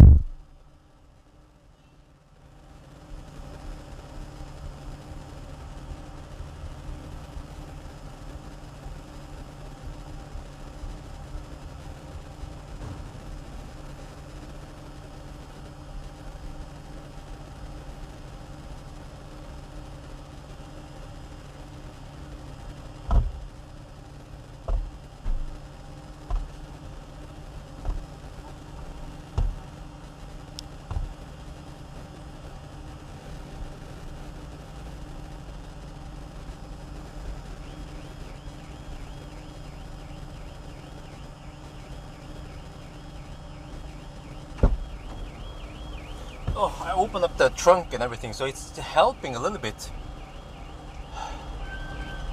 What? No, it's not throttling yet. It's at... no, it's just... This is normal throttling.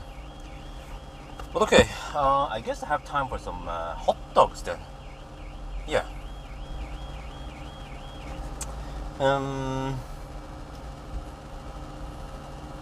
Okay, I need to close the car and then go to the restroom. Wait. The next leg is going to be freaking long, plus a possible stau. Uh-oh. Yeah. That is a possible problem, the stau. Oh, that lady with a Zoe is there. Bye bye suckers, I was charging on AC 22 kilowatt. Wait. Oh, that one is kaput, buddy. It's not gonna work.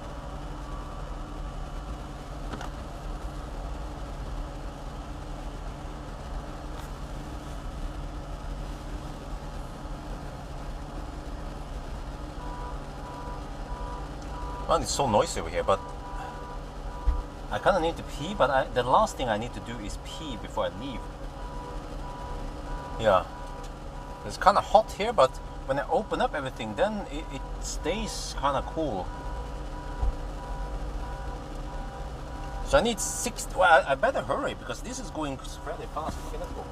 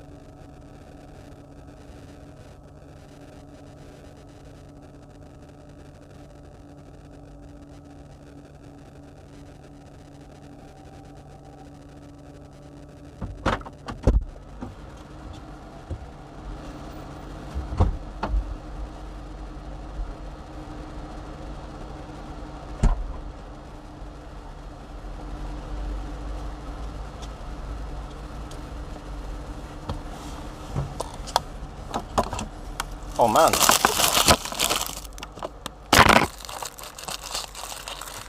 I had to go for double sausage penetration.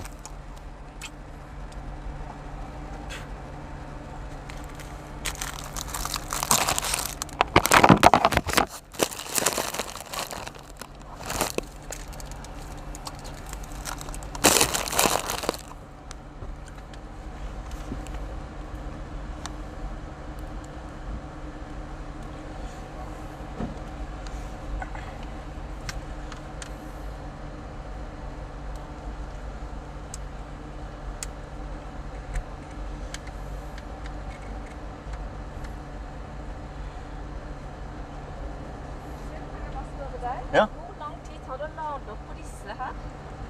Sånn cirka. Hvilken bil da? Ja, for vi satt der, men den er sånn veldig sein.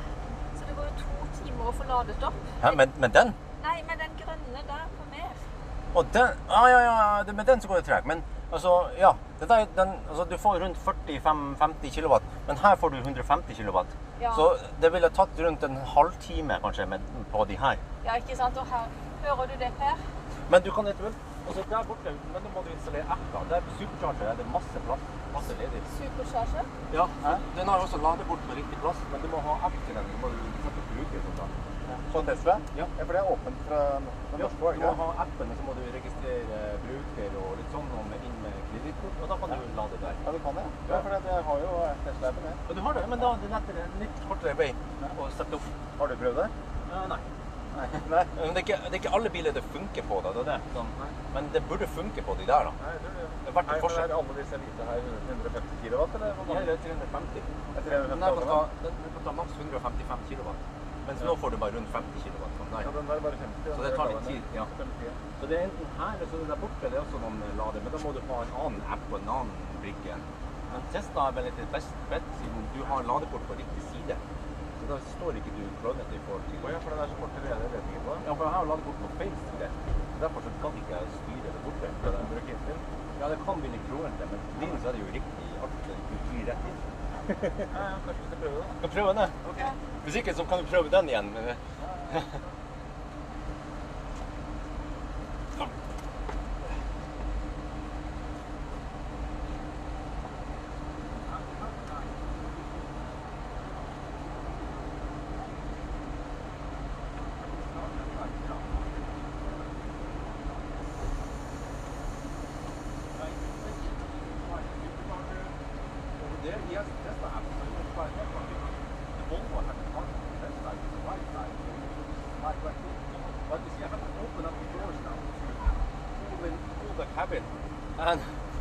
And we are now at 59%. I need 75 to be safe. But I went for a double sausage penetration, and they gave me this lottery thing, skrapelod, and I won this one, the brain cooler, which I really need right now because it's so hot outside. I'm not sure if it's 34, but it's at least 30 degrees outside here. So I don't know who the heck Annie is, but I'm going to enjoy this one now, and then we see. And the Laderstau is still going on.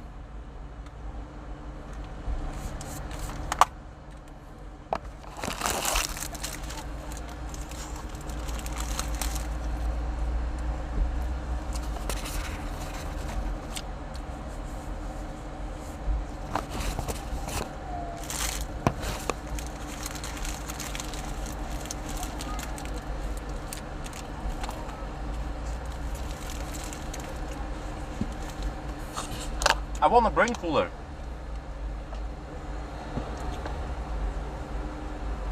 There was this lottery and I won it for free.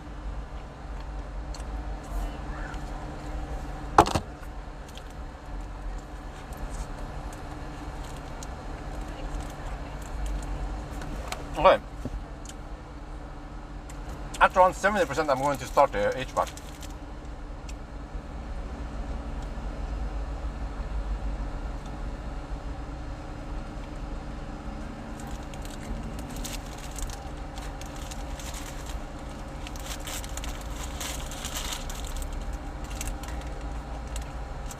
Grabbelod, yes.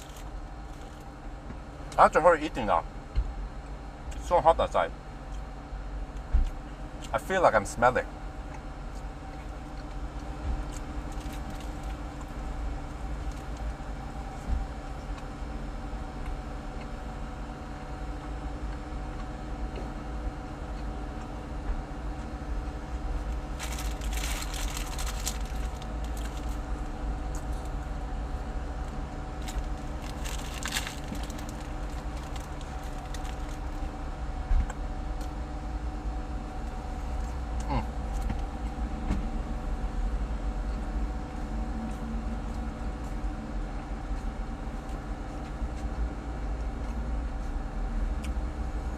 How's the queue now? We still have 3-4 cars queuing up.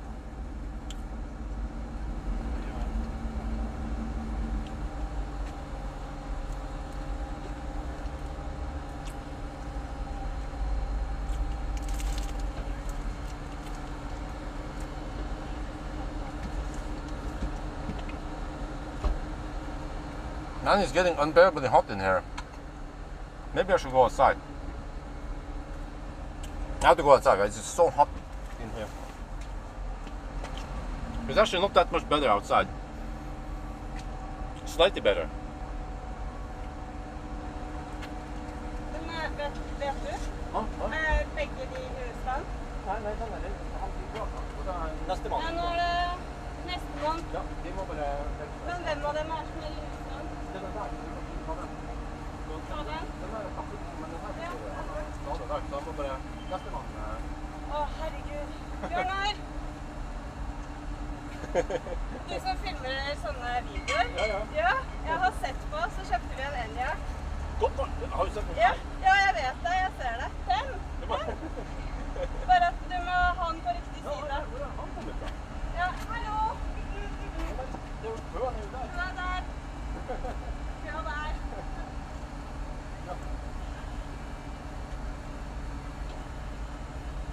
Ja, nei, veldig bra. Du er fornøyd? Ja, du skulle ha kjøpt den. Ja, ja. Men det er litt... Den er der, ja.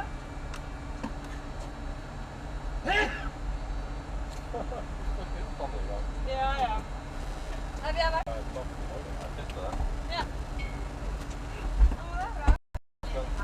Nei, den er kaputt. Nei, den fungerer ikke. Men han der tar jo en liten shortcut, da. Men den fungerer ikke. Ja, han skal bare gjennom.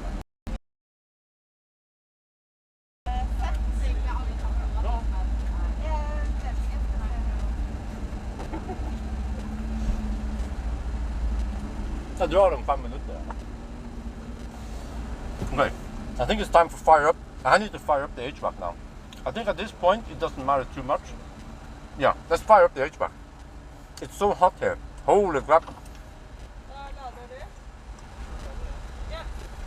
Og Julie sitter i bilen. Climate on.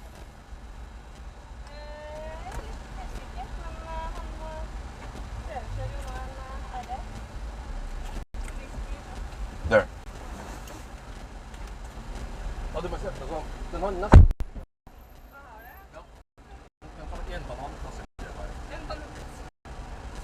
Du må se når den er lukka. Den er hvite. Ja, så den jeg har sett på det.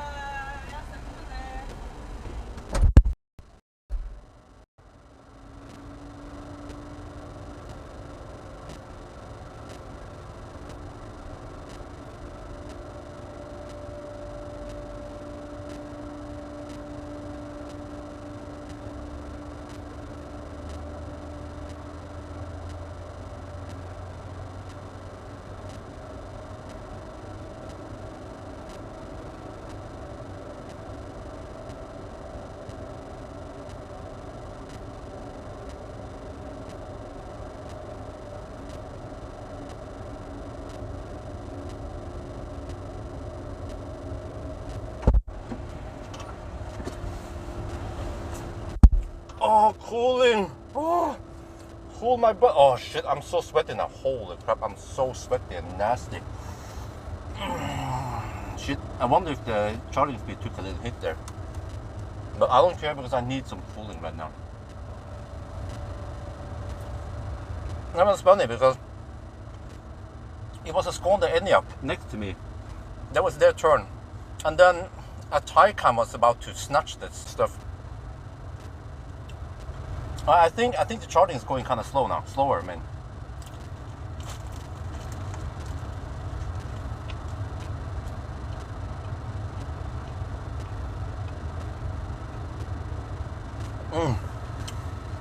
Man, AC. Oh, holy shit.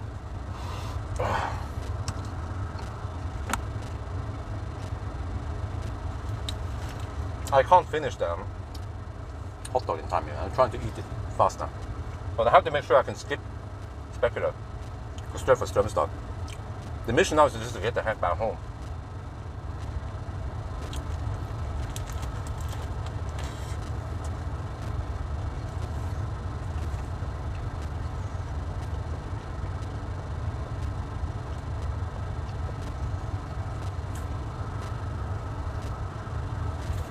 Okay, let me check something here. 51 kilowatt hour divided by 235 kilometers. Wait, huh? 235? You're routing me via some shit. Because I think we pushed down. Yeah.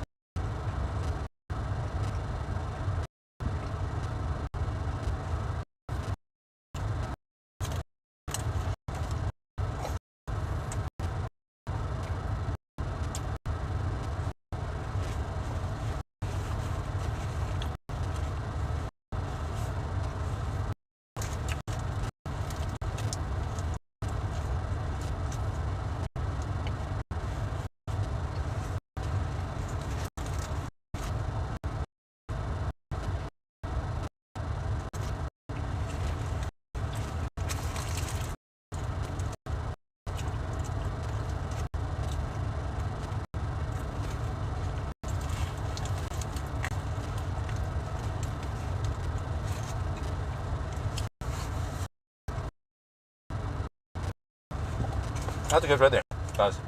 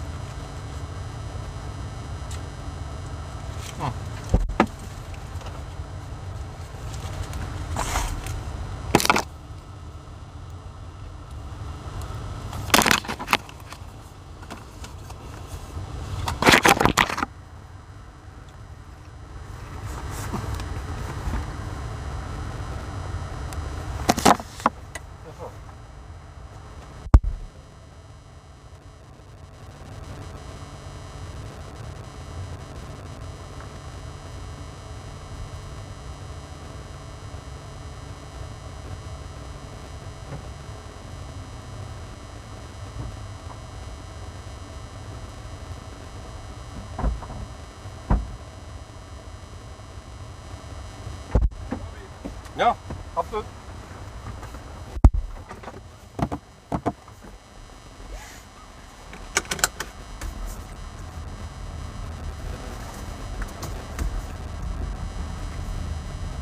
Okay, I just want to get out of the slot as soon as possible.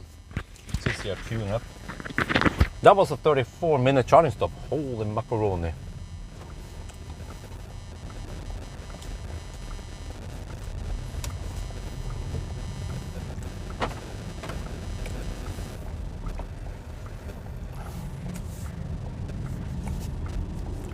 Okay, that was a much needed charging stop, man. Oh, and I don't want to deal with that shit stopping at Speculards. I think it was not that bad of a deal. I might have lost a little bit of time, I'm not sure, but yeah, ideally I need to hammer it for Speculards and hammer it some more.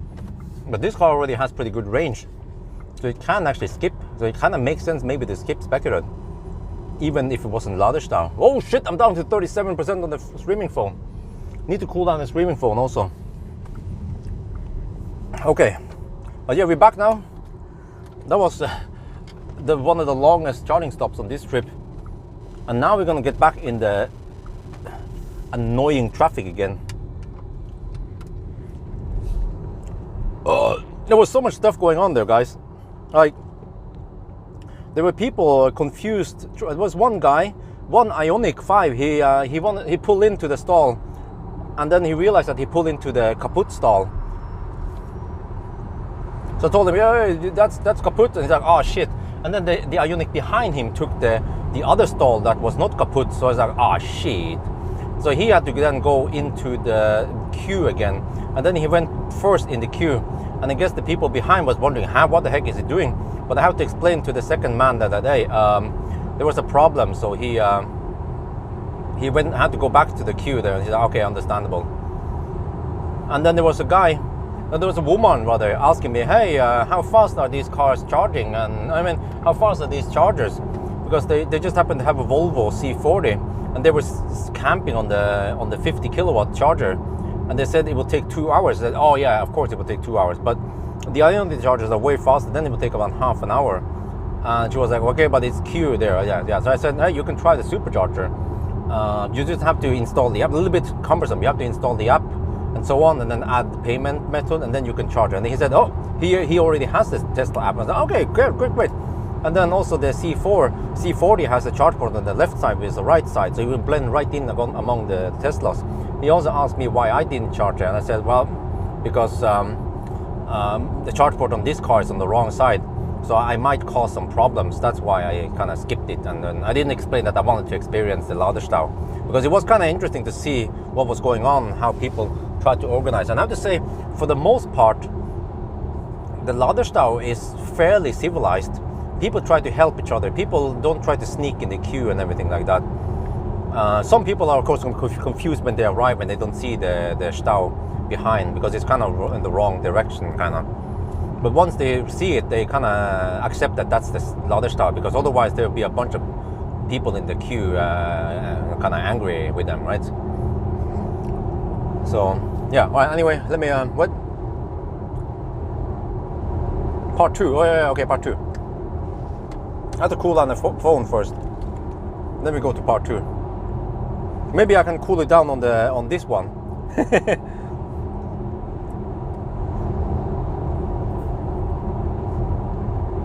think the chat is bugged, by the way. Or is it? There, it's starting.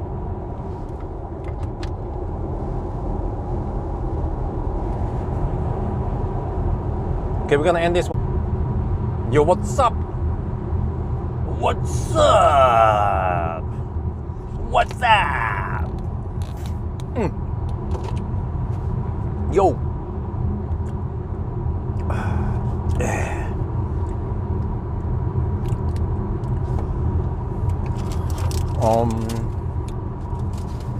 Yeah. We have Stau again, I guess. I'm not sure how the heck we're gonna count this traffic again. I think it's supposed to take 1 hour to Spekkeren and then another hour to... yeah, I think that's how it is.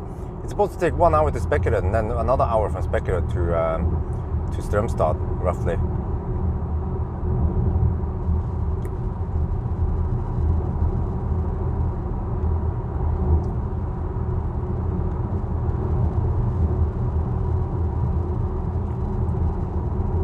That was a 34-minute charging stop. Felt slow. Felt like I lost some time, but maybe I didn't lose that much time. Because now we just have to cool down the battery once, and then we just hammer it all the way to Strømstad. And hopefully, well, I won't be surprised if